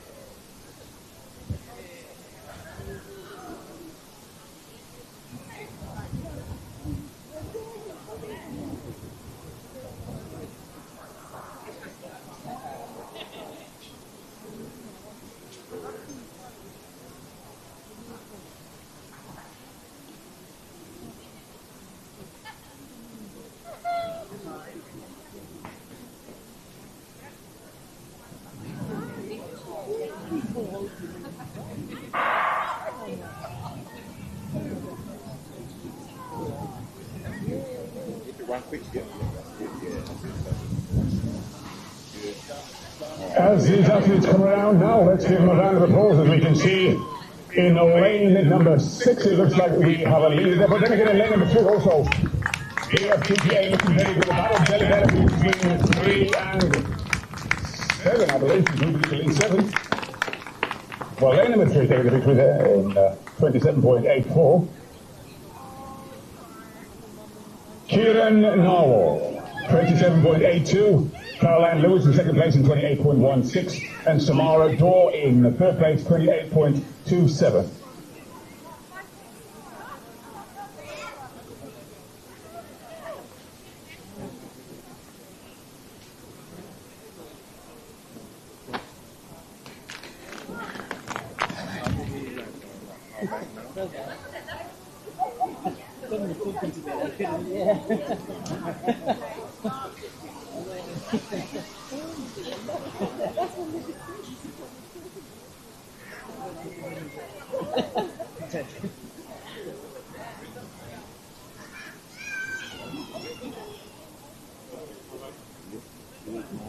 Athletes now lining up for the next race.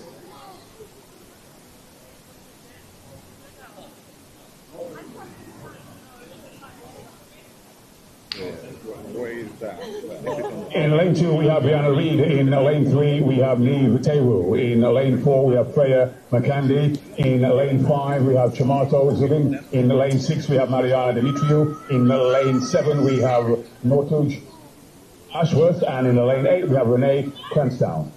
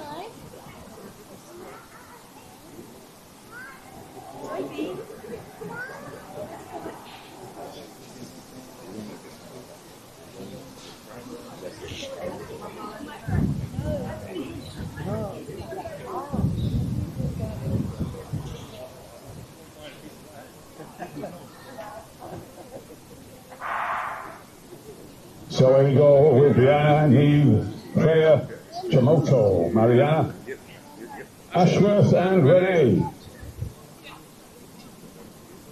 As they come around, let's give them a round of applause now as these athletes battling it out to get to the Battle Royale.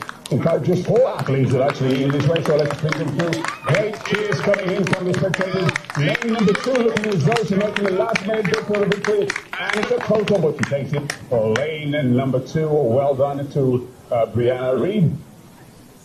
Plus time.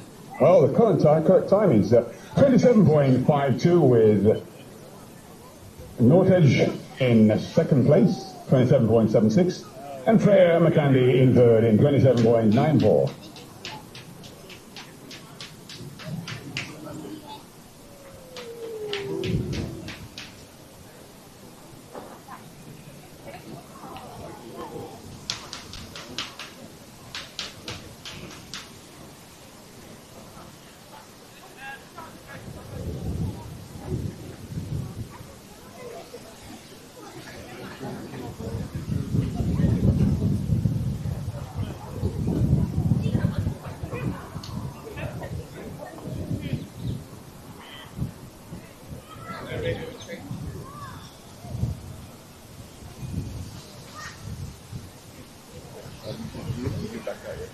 So the athletes now lining up. In lane 3 we have Leo Evans. In lane 4, Aisha Barletti. In lane 5 we have Nia Marshall. In lane 5, Olivia Thomas. In lane 7, Holly Taylor. And in lane 8, Amber Tandy.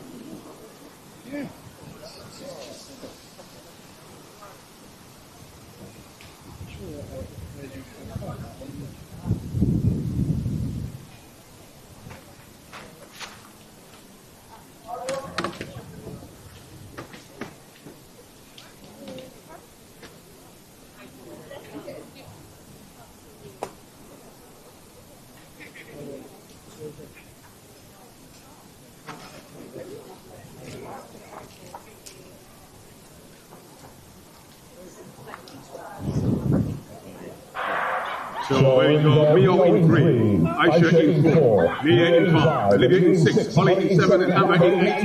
As they come along, they're developing as we can see exactly on the outside of the Bftta looking very good, but on the inside, Holly Taylor looking very good, but they come through. And that's lane 5, Nia Marshall. Nia Marshall sneaking away from Bftta Academy. Great run by Nia Marshall from the outside. Olivia Thomas coming through in second place, so well done. I had a list of about 6 athletes. So 26.01 the winning time to Nia Marshall. Olivia Thomas in second place in 26.78, and Aisha Barletti in third place in 27.11.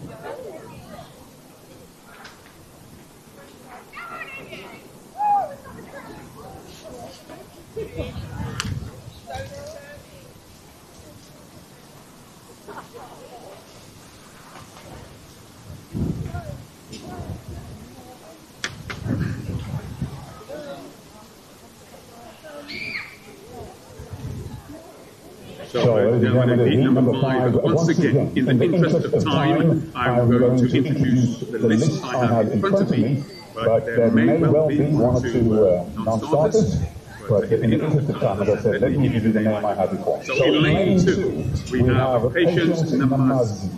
In lane 3, Shalom Obedana. In lane 4, Mia Karvinga. In lane 5, Evie Boyle.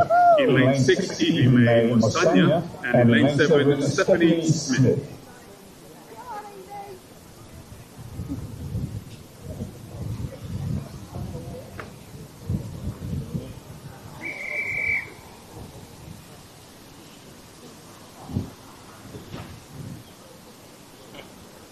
Still alive.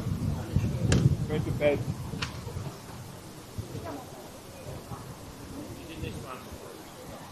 I've got a tractor for it over around there getting training.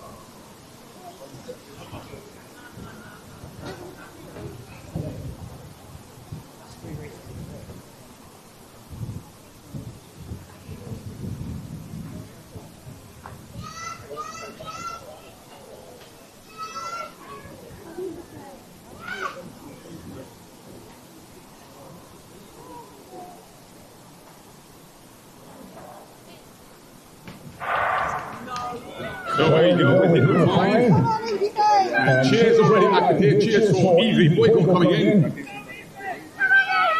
Evie, make sure it's well, great cheers coming in as Evie Boyle and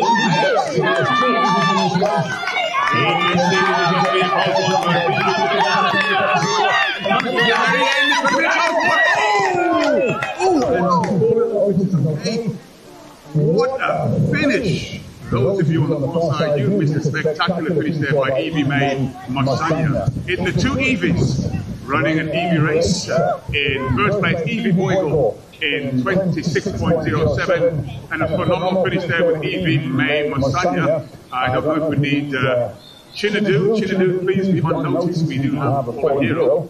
But we'll wait to see how she's doing. In third place, Mia Taravinga in 26.31. Do we need medical? Evie, do we need medical? She's the one that fell. No, I know. Oh. That's the one I know. The other one answered even though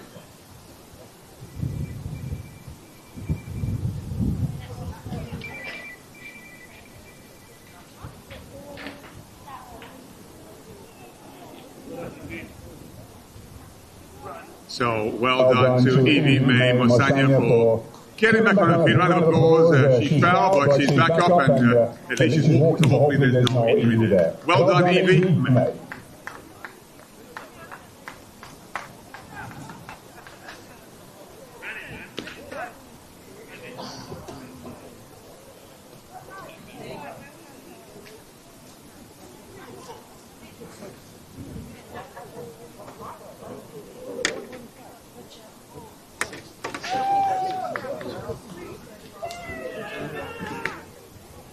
Once again, ladies and gentlemen, I'm going to go ahead and introduce the athletes. As per the list I have in front of me, but please excuse if there are any empty lanes. In lane 3, we have Isabella Phillips. In lane 4, Olivia Stockwell-Reed. In lane 5, Olivia Mutwazi. In lane 6, Anna Oteng. In lane 7, Emily Cadman. And in lane 8, Princess Okoma.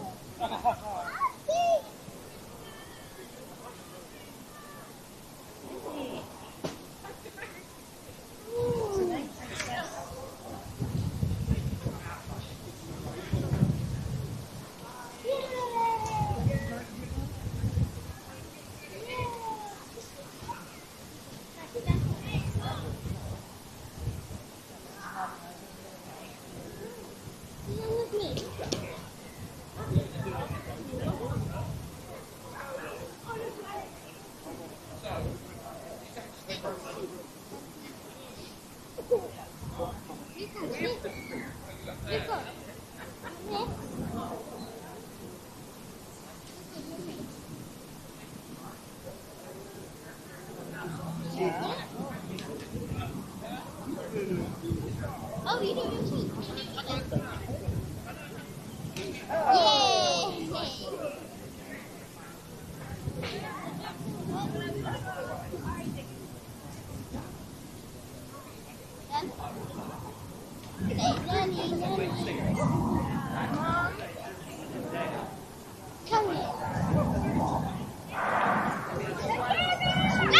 Just 3 athletes in this race.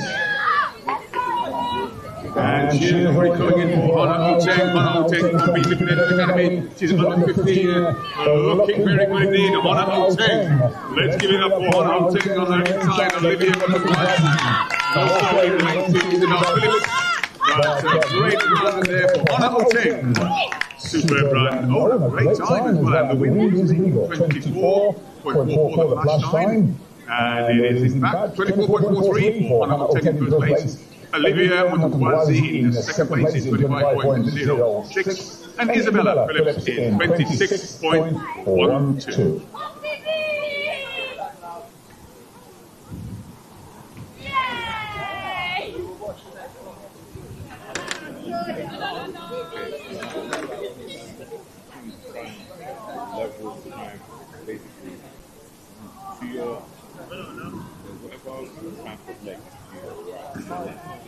So folks, as you can see, in that race I announced 6 athletes, and just 3 actually participated. And I will continue to introduce the names that I have listed in front of me to save time and to try and make up time.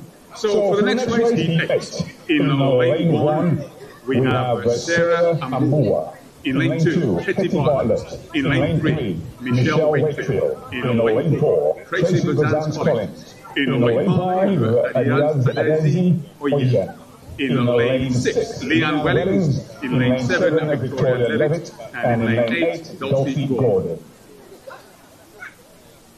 And I believe that's Adezi Oyem in lane 5. Adezi Oyem.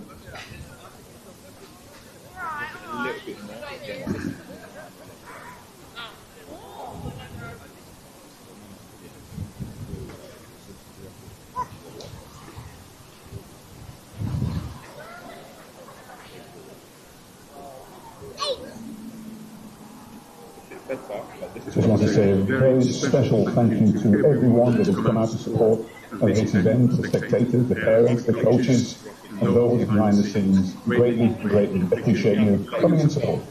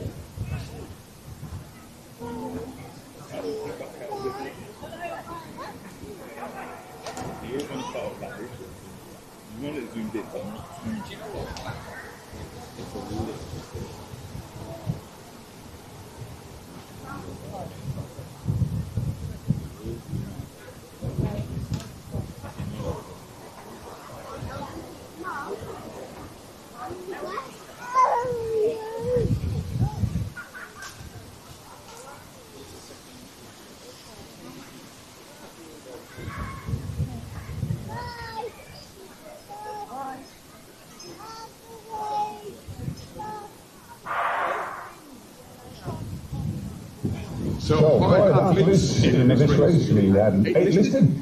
And already on the inside, it looks like sorry, making the ground, but on the outside also a great run coming through, ladies and gentlemen.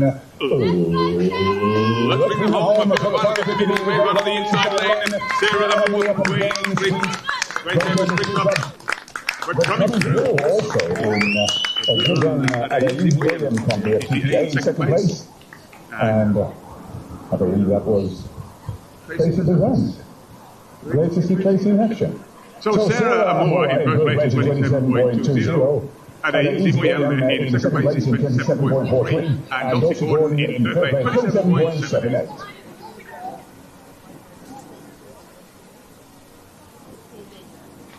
And Hetty Bartlett. Great to see Hetty Bartlett. I believe we enjoyed watching her at the Diamond League just yesterday. So Hetty Bartlett there with 29.35. And Tracy Bazance Collins at the tender young age of 16, running 31.69. So a great race to witness there and enjoy. Well done to all the athletes.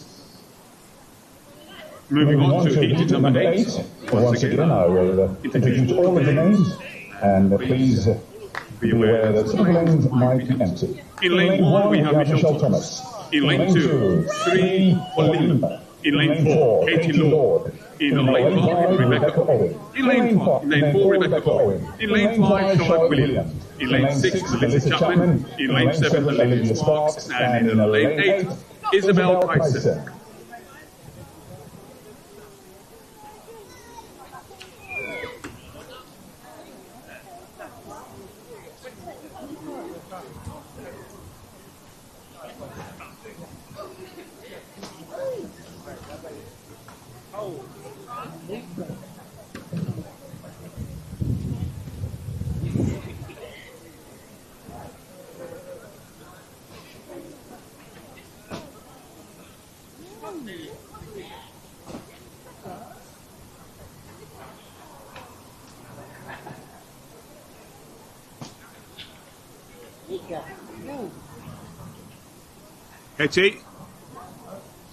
Hetty.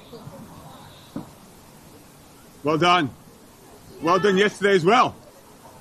I didn't see this best earlier. Sorry? I didn't see this best earlier.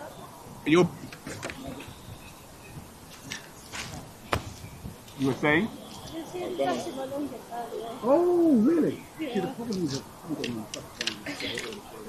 That was hard. Yeah. Enjoy yesterday? It was wet. Yeah. That's my second fastest this year. Okay. So, yeah, I almost PB'd at Stratford.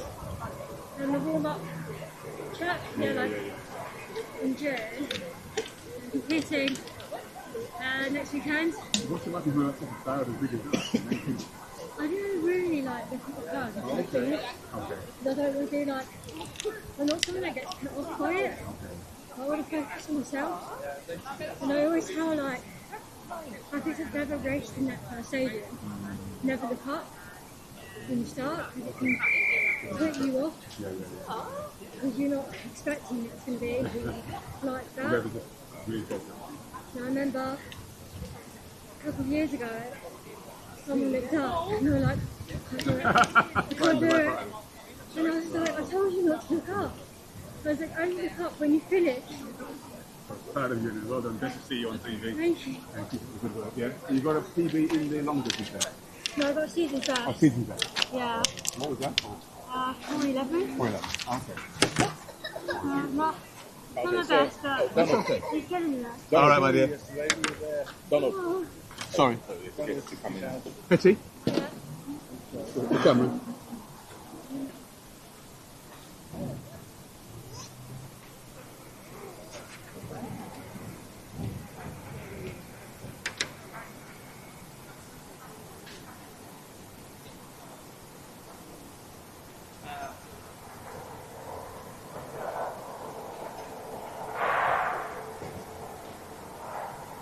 So 6 athletes here in the list of 8. As they come around now, let's see how this race unwinds. A great race developing. Let's bring them home for the final 100 metres. A great run coming through lane number 6. On the outside lane as well, but also lane number 3. Oh, number 3 speaking away, superb run. And also lane number 4 coming in second place. Great cheers going in from the applause from the spectators. Flash time 24.98. And indeed, Rachel Callan taking the victory there at 24.96, with Katie Law in second place at 25.68, and then Naomi Badibo in third place, 25.74. Wow. Yeah, no, 8 and 9 5. Okay.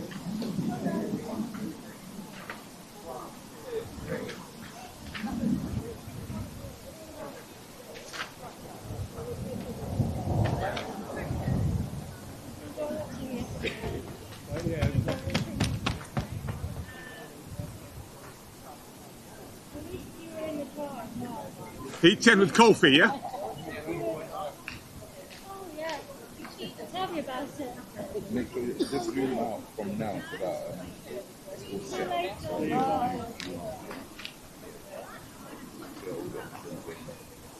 So once again, folks, I'll give you the full list, but if my psyche tells me well, I believe Sabine, who will probably pull the muscle early on, won't be in this race, but I will announce it anyway, just in case of a miraculous recovery. So, in lane 1 we have Kiana Kofi, in lane 2, Katie Marie Sherlock, in lane 3, Rosanna McGurkian, in lane 4, Rachel Bennett, in lane 5, Shiloh Wright Taper, in lane 6, Aliyah Sibbons, in lane 7, Sehon Sadili, and in lane 8, Lucy Fraser.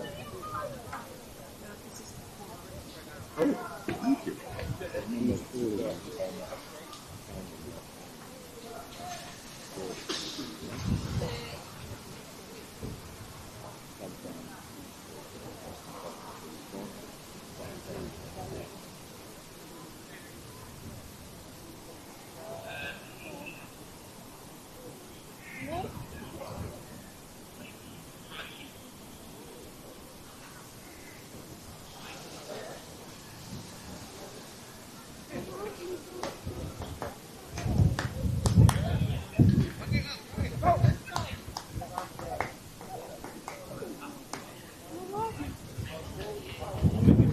Apparently TJ's been calling him. Thank you. Thank you.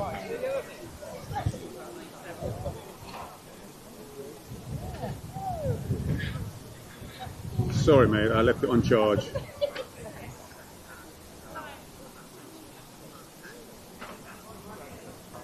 Say that again? Okay. Okay.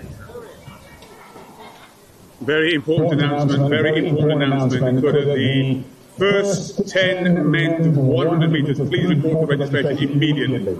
The first 10 races for the men's 100 meters, for the 200 meters.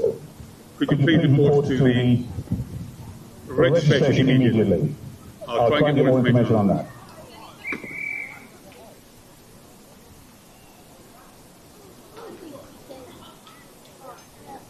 Did you say 100 meters or 200 meters? Okay, all right. Forward.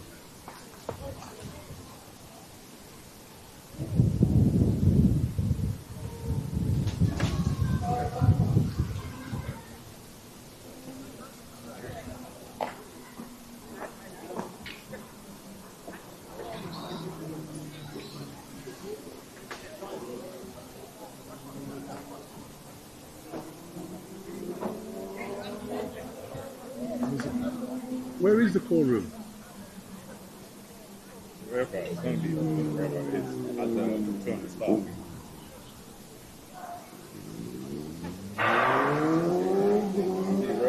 So we have 1, 2, 3, 4, 5, 6 athletes in this race.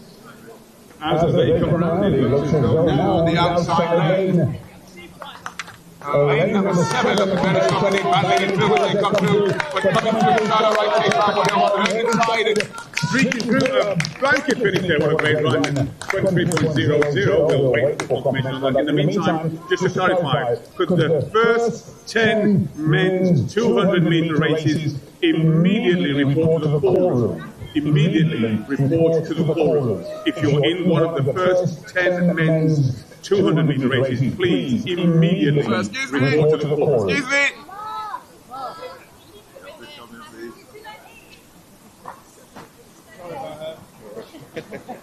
So Liam Simmons taking the victory there in 22.98, a great finish, a great close. Rachel Bennett in second place in 23.06, and Charlotte Wright Tapau in third place, 23.33.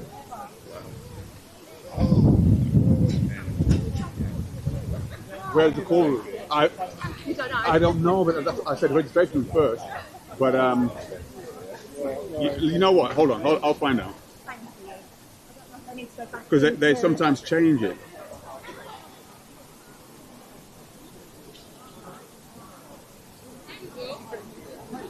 TJ, people are asking, where's the call room? All right, okay. Okay, got it. Just to clarify, the 200 metres, the call room is the start. Can you please report to the start? Once again, if you're in the first 10 races of the 200 metres, could you please report the call room is the start of the 200 metres? Thank you. Can I just say what a fantastic job. Oh, bless you. Thank you so much. That means a lot. That does. It just really makes it. We won last weekend, but it's fine. But Yeah. no, it's a really good contest. Oh, thank you. No, you made my day. You've made my day. Thank you.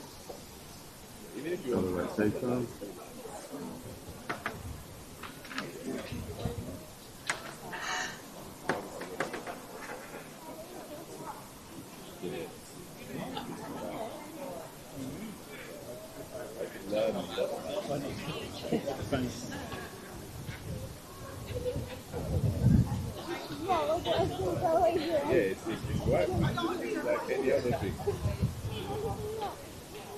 Right. So imagine that a lot of things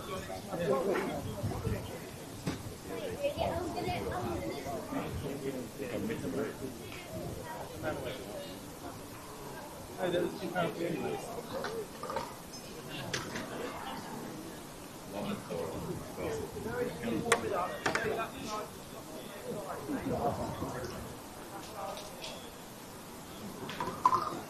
So whilst they are addressing the first 10 races, I'm going to, as per usual, introduce the names, and again, if there are any empty lanes, I trust you will understand. We are at the stage where last minute changes occur, where some people drop out. In lane 1, Chris Michael. Lane 2, Victor Nobel. 3, Sammy Davis. 4, Kian Ajima. 5, Romeo Carabinga. 6, Jim Lawrence. 7, Elliot Fairweather. And 8, Alan Long.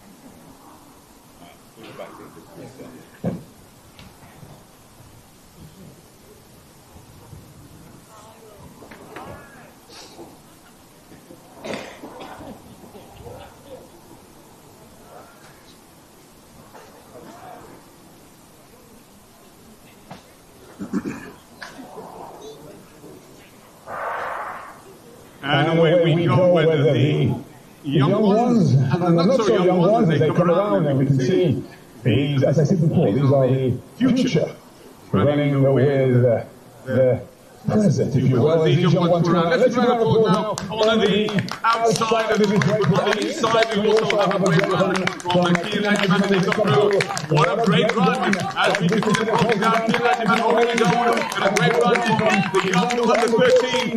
Killing it through, and let's bring on the 2-4. A great run, superb. Well done, Jim Lawrence. Jim Lawrence, 65 years young and moving like that. Jim, how do you do it? You are amazing. A round of applause for a superstar. 65. I bet you can go and check. Because when you're at 65 category, you can do 65, 66, 67. Jim, if I may ask, and I know you're out of breath, how young are you? 68 and a half. Oh, 68 and a half and looking like that. Well, I'm not going to tell you any further, and I know you're getting your breath back, but listen, thank you so much. Fantastic, you're an inspiration. Well done. 68 years young. Well, I'll tell you what. I'm moving like that when I'm 68. So the results, Kian Ajiman taking the victory there in 30.62. Romeo Taravinga in second place in 31.41. Elliot Fairweather in 32.04. And look at that, Jim Lawrence, 35.01 at the age of 68. Amazing. Thank you so much for acknowledging spectators. You are the best.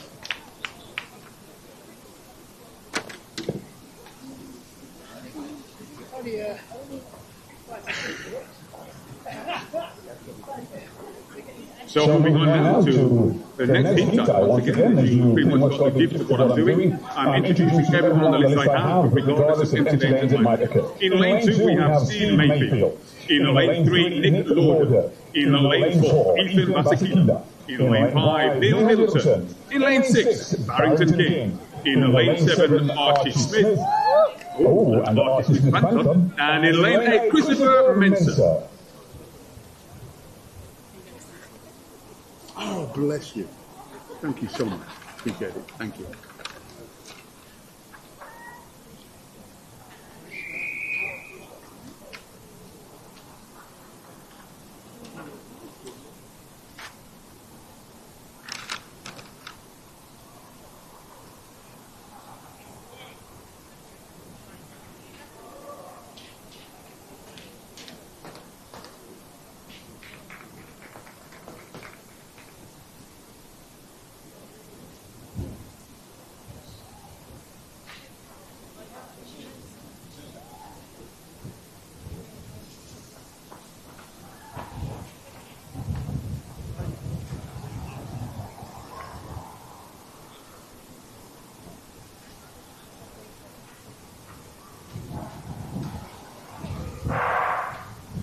Well, this is a great race. We have under 13s right through to 60.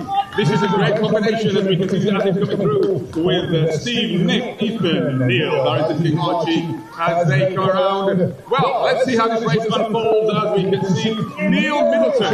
Neil Middleton with Nick. Oh, this is a great race. Nick Lauder also coming through. But Neil Middleton breaking away as they come through. Well done, Neil Middleton strikes again. What a great run and a superb finish there. As you see Barrington King coming in.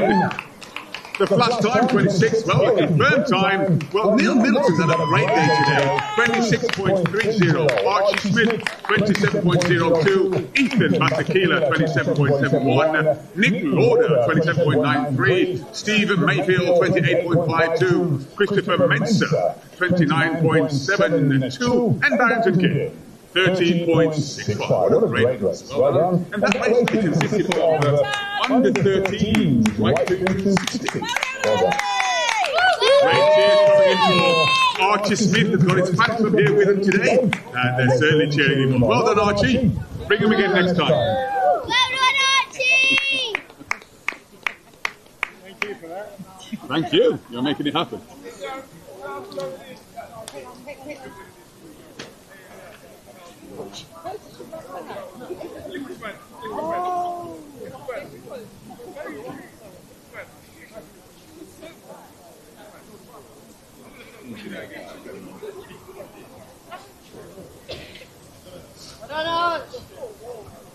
So now moving on to Heat 13. Once again, I'll introduce the names, and you will appreciate it. Maybe one or two intellects. In lane 2, Angel Gutierrez Beatty. In lane 3, Caden Hines. In lane 4, Kieran Harvey. In lane 5, Gunpowder Oscar. In lane 6, Sancho Petford. And in lane 7, Ian and Natalia Kayambe.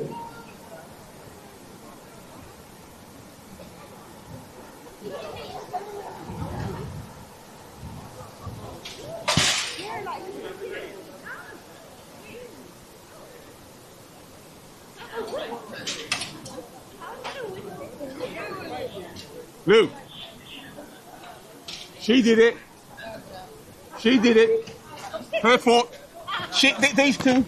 This one, this one here, and that one. They did it. I didn't do it. You breathed in. Really good.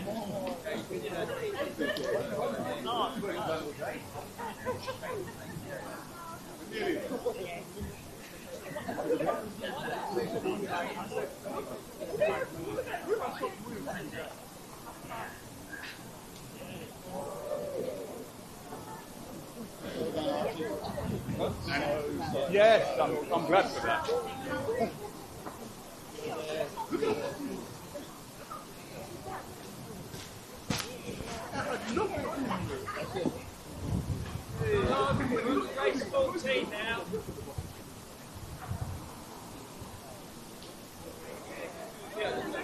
So moving on now, I will do what I've been doing and introduce you all the names on the list that I have. And you will see if there are any empty left. In lane 2, Jack Warworth. In lane 3, George Thompson. In lane 4, Lucas Stafford. In lane 5, Jermaine Ringer. In lane 6, DeAndre Duncan. In lane 7, Jordan Thomas. And in lane 8, Mason Elwin Davis. Over to you, the starter.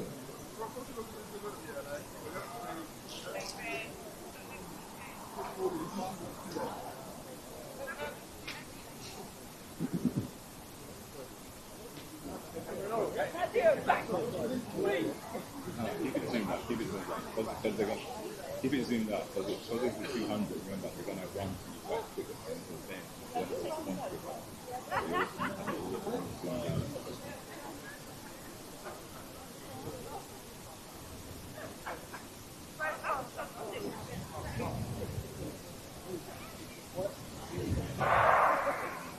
Well, 7 athletes announced, and it looks like there's 6, so away we go already. It looks like we have a mover in lane 7, where we have the wines. Oh, ladies and gentlemen,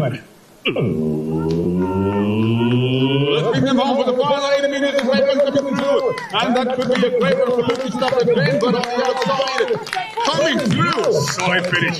Well done to DeAndre Duncan in 24.23 last time.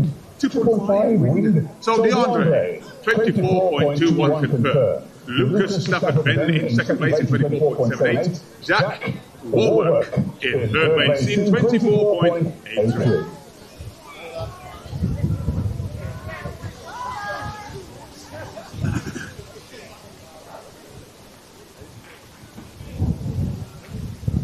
$15.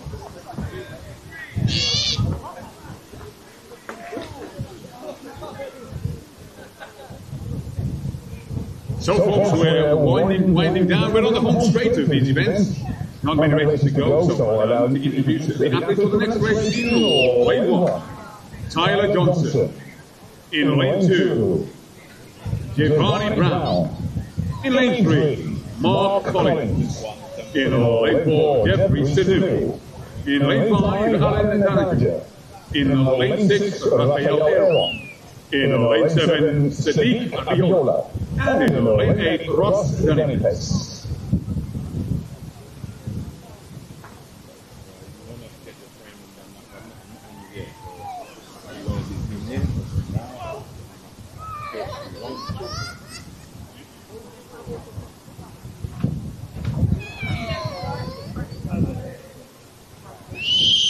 Well, I must say, the weather has turned out rather nice. Why are they doing that? Are they just warming up? Yeah. Okay. I thought there's more events to go. I thought, No. what do...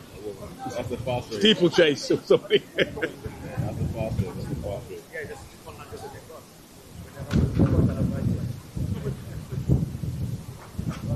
It looks like it's another event, isn't it? Eh? It looks like it's another event. Exactly.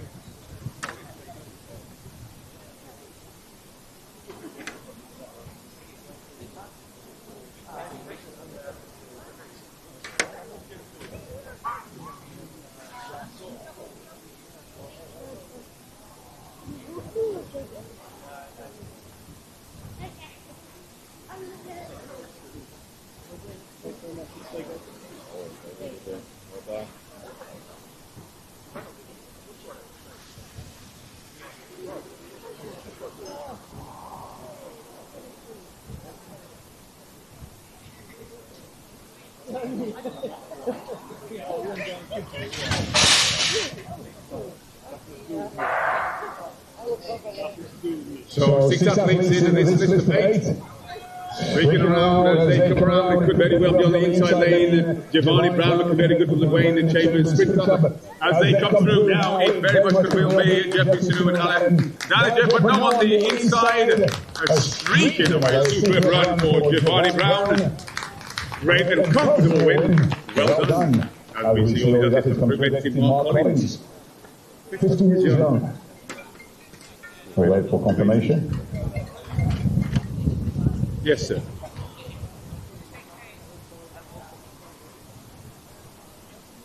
Okay. Announcement for all athletes remaining to run in the 200 meters for the men. If you could please make your way to the start of the 200 meters, which is of course the forward. So all remaining 200 meter athletes, please make your way to the start, which is the forward for the 200 meters immediately. Thank you.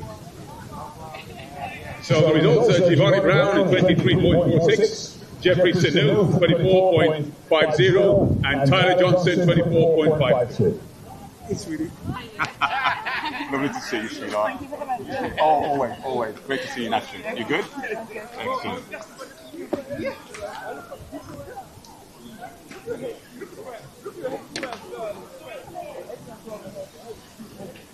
So the athletes now lining up for the 200 meters. In lane 2, we have Jaden Horn. In lane 3, Tahar Abdullah. In lane 4, Giuseppe Minetti. In lane 5, Aderevi Adijun.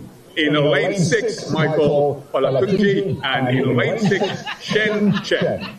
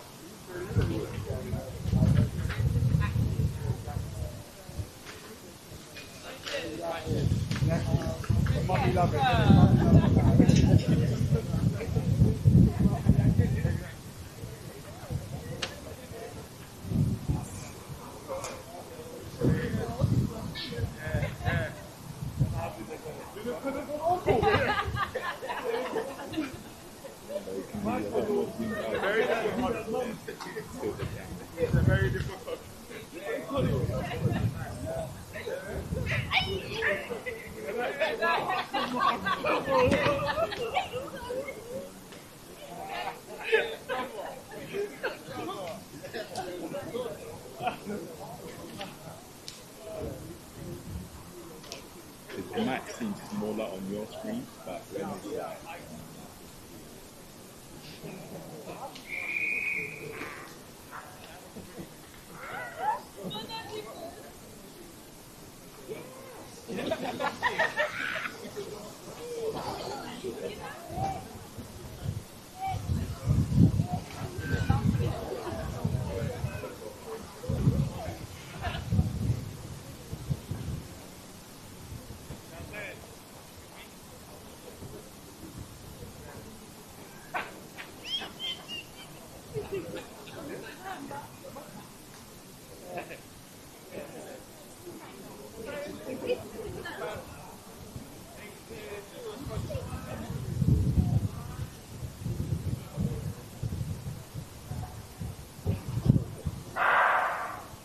And indeed, we have all 6 athletes here. We have Jaden, Tahar, Giuseppe, Remy, Michael, and Shen. As they come around, let's bring them all to the final 80 meters. A solid run coming through. Let's see how they hold on. And it's a great run. Streaking away.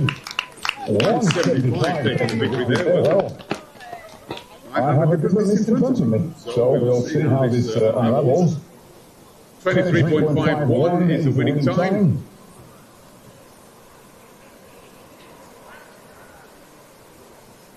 Well, the score says Giuseppe Minetti 23.51,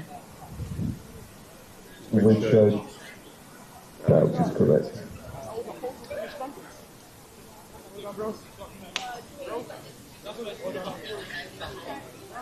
So there may well be a miscommunication in numbers. Who crossed the line first? You crossed the line. You crossed the line first. Well, that's not Giuseppe Minetti. Yeah, I know Giuseppe, that's not Giuseppe. I came like So here we have the results. Caden Hines taking the victory there in 23.50. Remy in second place in 23.75. And Shen in third place in 24.78.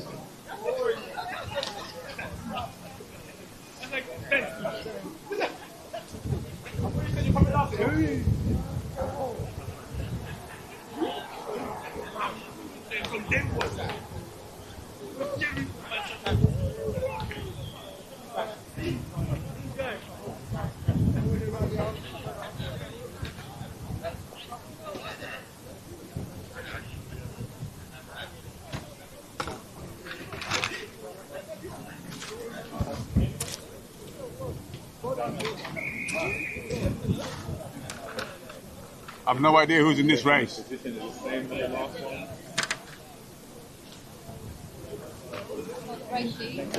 Sorry? It's not accurate. No, it's all gone. But thank you. Take care. Take care. Bye-bye. Thank you. Bye-bye. Thanks for coming. Okay. You're very kind. Thank you. Yeah, they even put up the wrong results on the board. The problem is, if people start leaving, they start changing, filling gaps. But the list that was originally, I'm sticking to that. So I'll have to just wing it.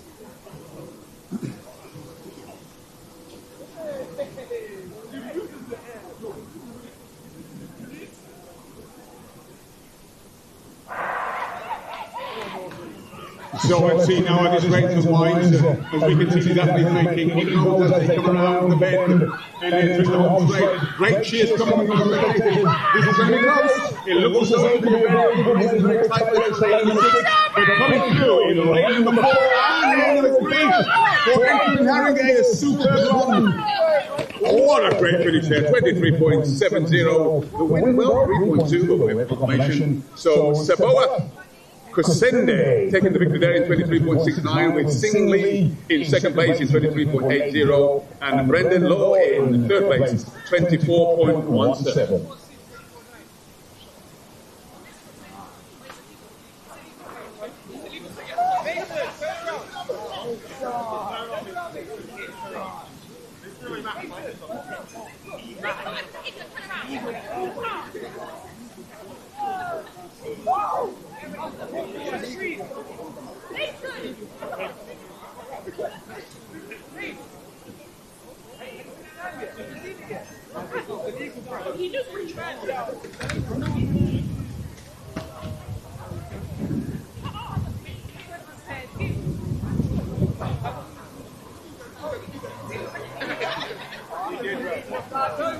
Ladies and gentlemen, introducing the athletes as per the list right in front of me in lane 2, Ishan Patel. In lane 3, Kaspar Kadman. In lane 4, Callum Holden. In lane 5, Luke Below.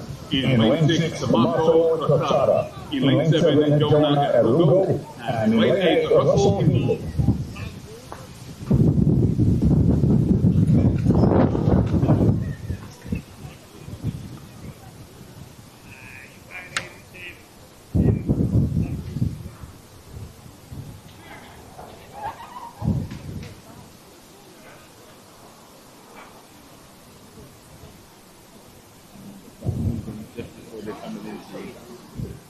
Special thank you to Just Timing for providing the display and the results so that the athletes can see immediately once they've run their races.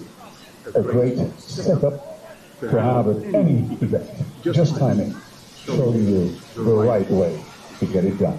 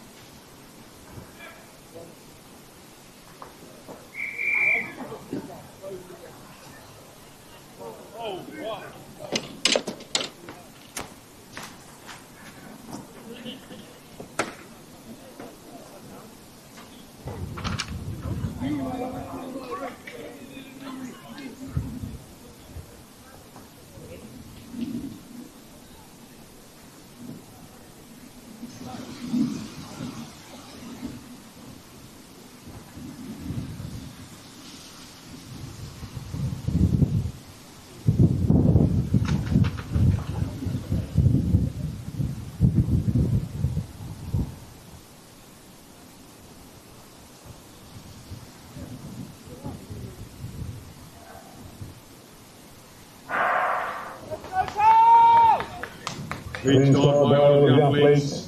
As they come around now, let's see how it winds. The great close finish could be very well on the cards. Look at them all, look what it is. Again, looking in at lane number 4. Lane number 4, competing with the same result. But it looks as though coming through on the inside lane is going to come through. Oh, what a finish. Well, lane number 4 was holding on. Lane number 3 came from very close. I believe we'll wait to see how close that was. 23 exactly, we finished the last time, and we'll wait to see. Well, Casper Kazamax, one of our elite Masters athletes, looking forward to his event next week. So, getting himself warmed up. We'll just wait for just time. That must have been a very close race for us to get the timing. We'll just hold on. Well, that certainly was a great race. Great to see how the last 20-30 meters can really have an impact in terms of the way the athletes run. You never give up. It's never over until it's over, and that clearly was a great race to watch. Now, I do know we have athletes who are being switched and added from different races into, so hence when I do introduce the names, it is a last-minute change, so the actual result will, of course, be on the display board, which we are just waiting for.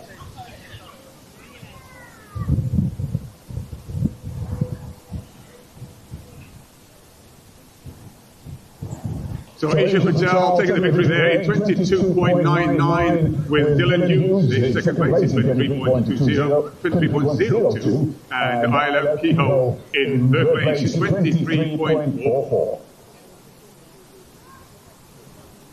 Now, once again, we will get the name rectified because Casper Kazamax was in that race, and yet we don't see his name, but I'm sure that will be resolved.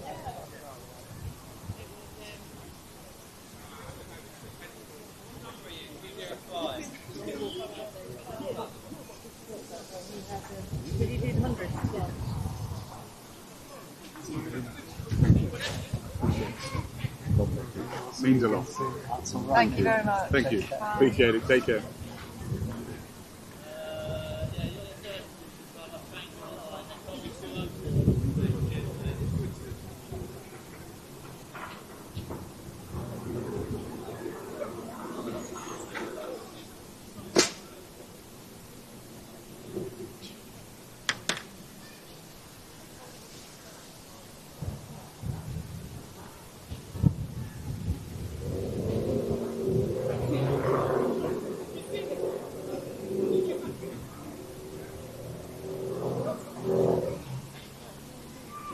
The next one. So moving on now to heat 20. In lane 1 we have Dijon Jarrett. In lane 2 Harley Miller-Ross. In lane 3 Dennis Jafia. In lane 4 Jordan Duncan. In lane 5 Pierre Walker. In lane 6 Daniel Stefano. In lane 7 Marius Ball. And in lane 8 Tori Hayes.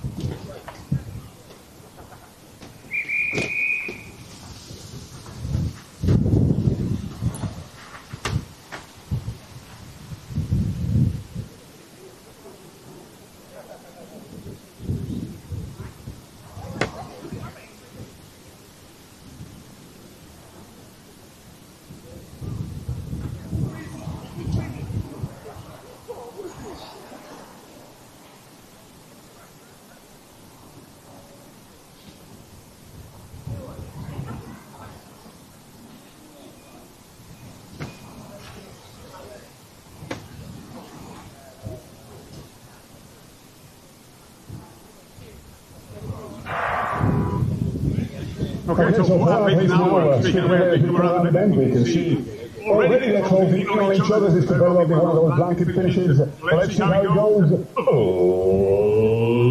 Let's bring them through the final 80 metres and coming through the central lane. It's going to be a close one. I called it for a blanket finish, but streaking away, well, coming away slightly in lane number 4. Yes, a great finish there, 22.71. The flash time, the wind, 2.4. Jordan Duncan. Jordan Duncan takes a victory there in 22.70 with the Harley Miller Ross in second place is 22.95. Dennis Jafia in third place 22.99 and Daniel Stefanov in fourth place 23.17.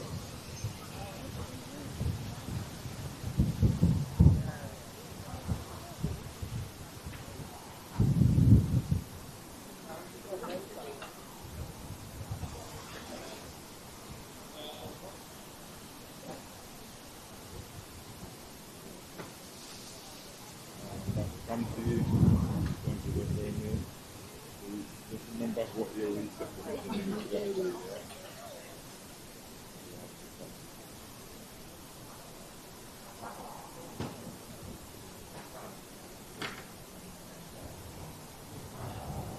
Sorry, mate, you don't want to do it from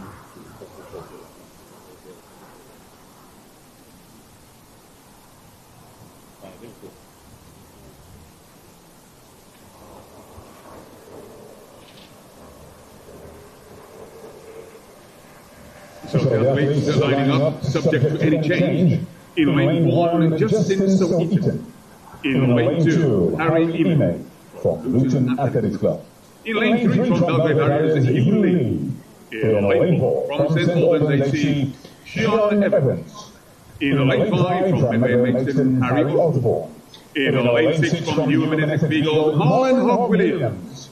In lane 7 from Enfield Renegade, J.H. Chan. And in lane 8, unattached, Ayla Mustafa.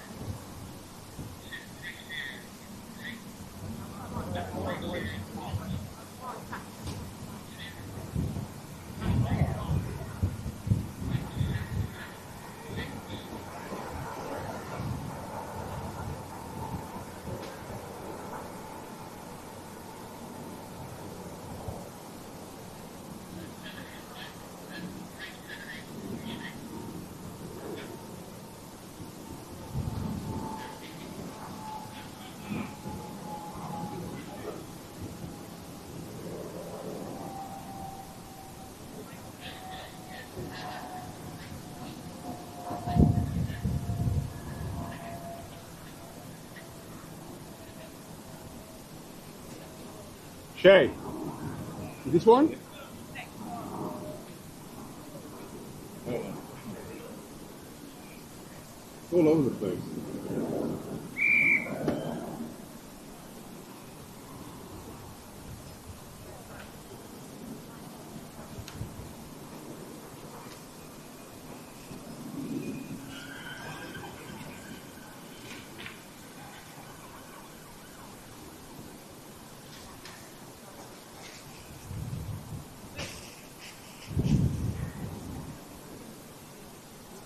So we have Harry Ema, Yuli, Matthew, Aaron Martin, Marlon Hogg Williams, and Justin Sowita.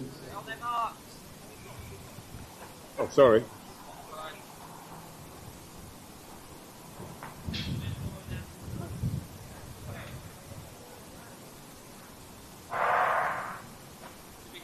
Where we go, solid start there by Marlon Hogg Williams, looking good on the outside as they got through once again. Let's bring them over the final 80 metres or so. A great run, Marlon Hogg Williams holding on. Will be a battle between the two as they come through. And Bftta holding on, and it's going to be a finish there for Bftta. 2-4 taking the victory there, 22.20. The win is legal, and Aaron Marty taking the victory there in 22.19, with Marlon Hogg Williams in second place, 22.25, and Harry Ime in third place, 22.52. A great run by the athletes, and great to see that the win is legal. That was 21 and 22, so we're now at 23. Okay.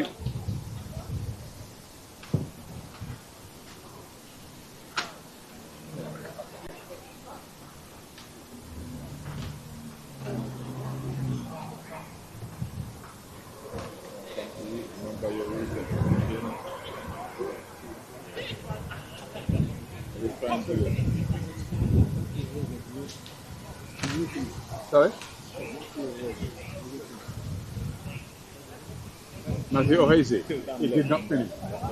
So he may have started or injured or something.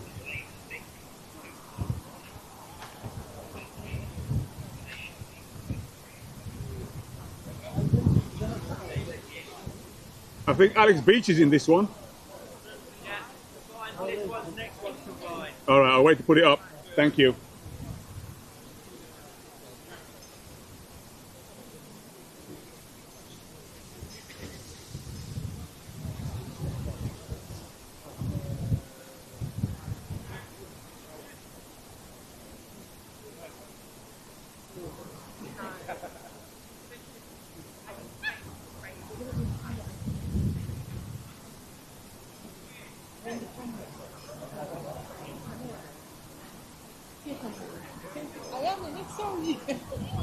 So here we have the lineup for the next race. Just four athletes listed. It's Jamal Clark in 3, in lane 4 Valentin Lozzolo, in lane 5 Caelan Taylor, and in lane 6 Paul Lambert.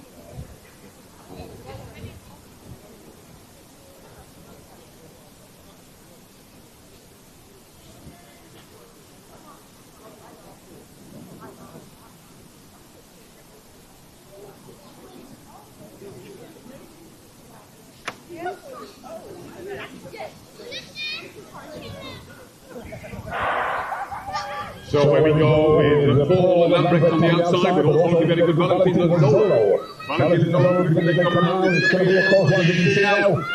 Cheers coming in from the spectators down in the machine. It could very well be a Paul Lambert show here at the goal. A superb run here, as you can see. Bftta coming through very strong. 21.66, great time between legal. And that's Kaylin Taylor.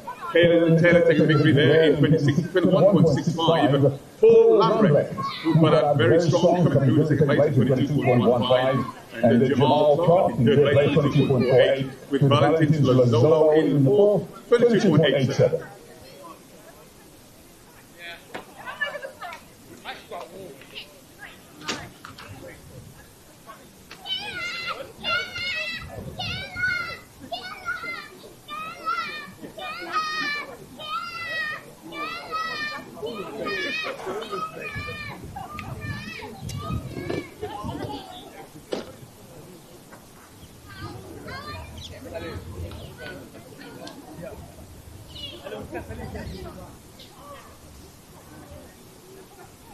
So moving on now to the next race.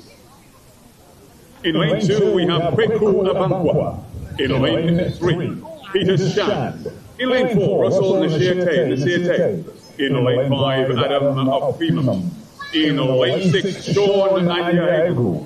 In lane 7, Alex Beachy. And in lane 8, Alex Hansen. Alex Beachy, 10 weeks at Daddy.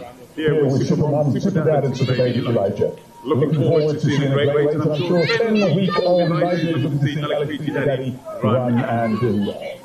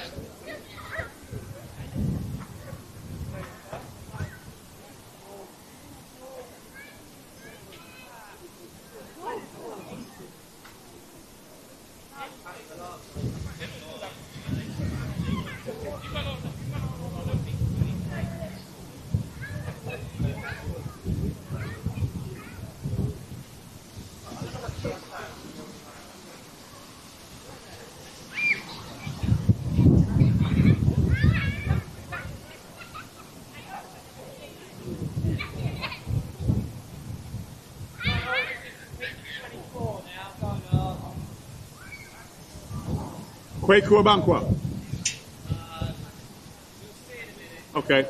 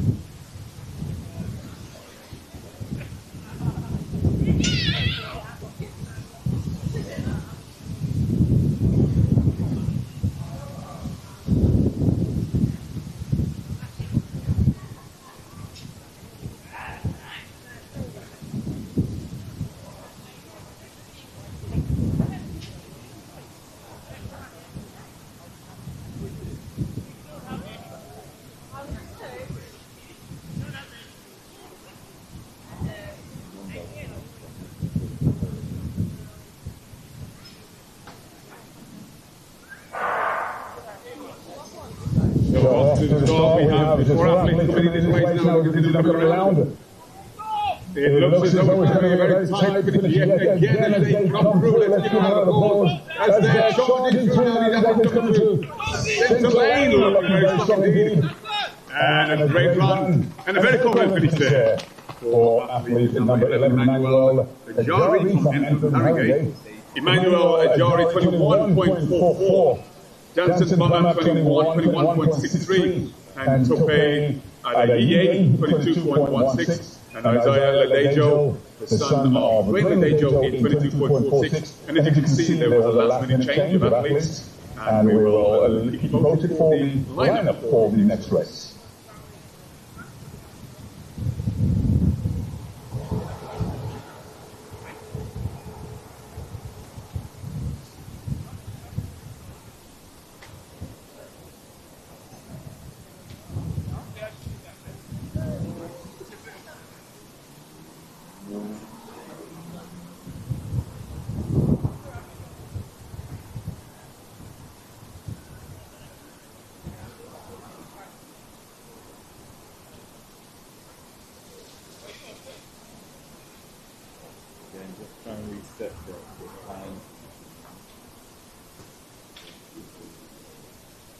Now I see there has been a last-minute alteration, but I can see Alex Vici is now lining up in this next race.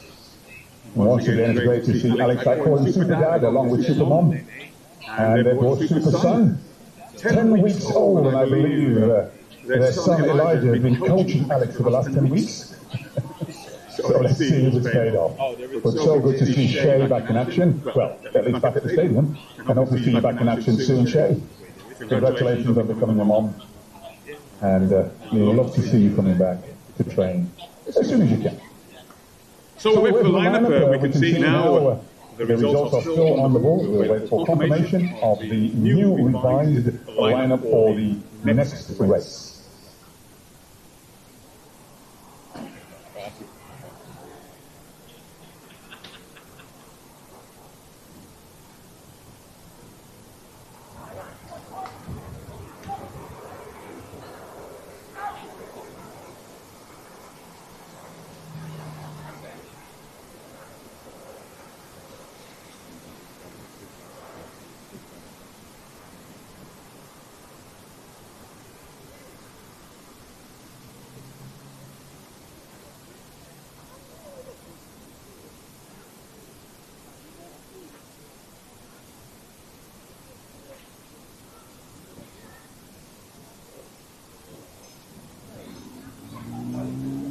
So here we have the final revised lineup. In lane 3, we have Kweku Abankwa. In lane 4, Russell Nasir Tabe.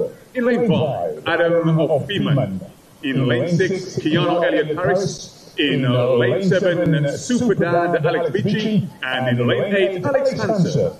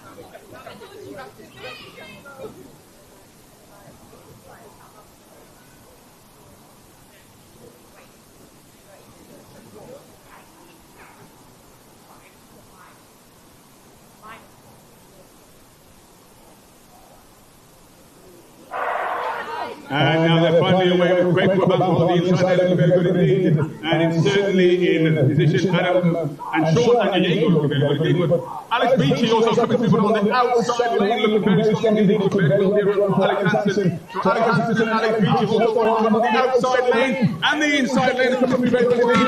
A solid run. And I believe Alex Beachy may well have taken second place. A great run indeed. 21.07. Could this be the Alex show? Indeed it is. Alex Hansen and Alex Beachy in first and second place. Alex Hansen in 21.06, Alex Beachy 21.54, and Craig Webber 21.71. Hey, not bad from lane 8. And the gentleman with the shirt off, what number are you? That's 161. Oh, you are the winner. Well done, Alex Hansen. Superb. I couldn't tell with his O's off. A great run, the win, 1.9, that's just what you want. A superb run, well done to all of the athletes.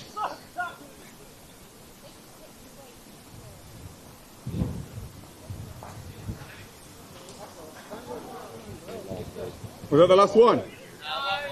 Oh.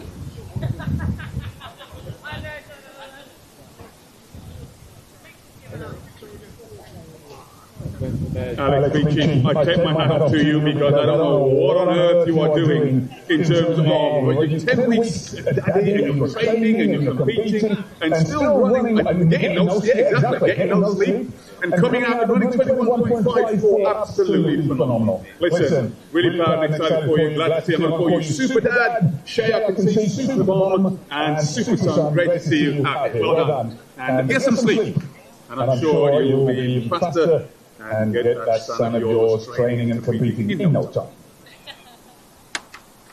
Well, I believe we have one more race to go.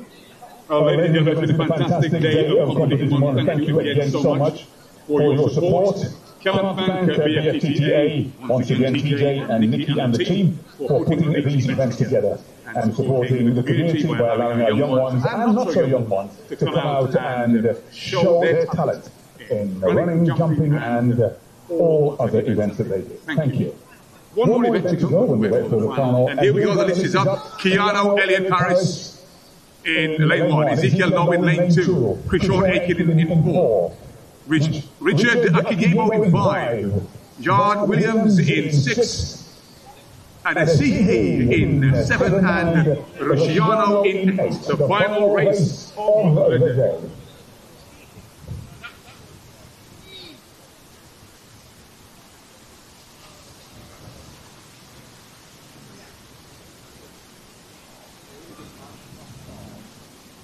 Sorry, excuse me. Excuse me.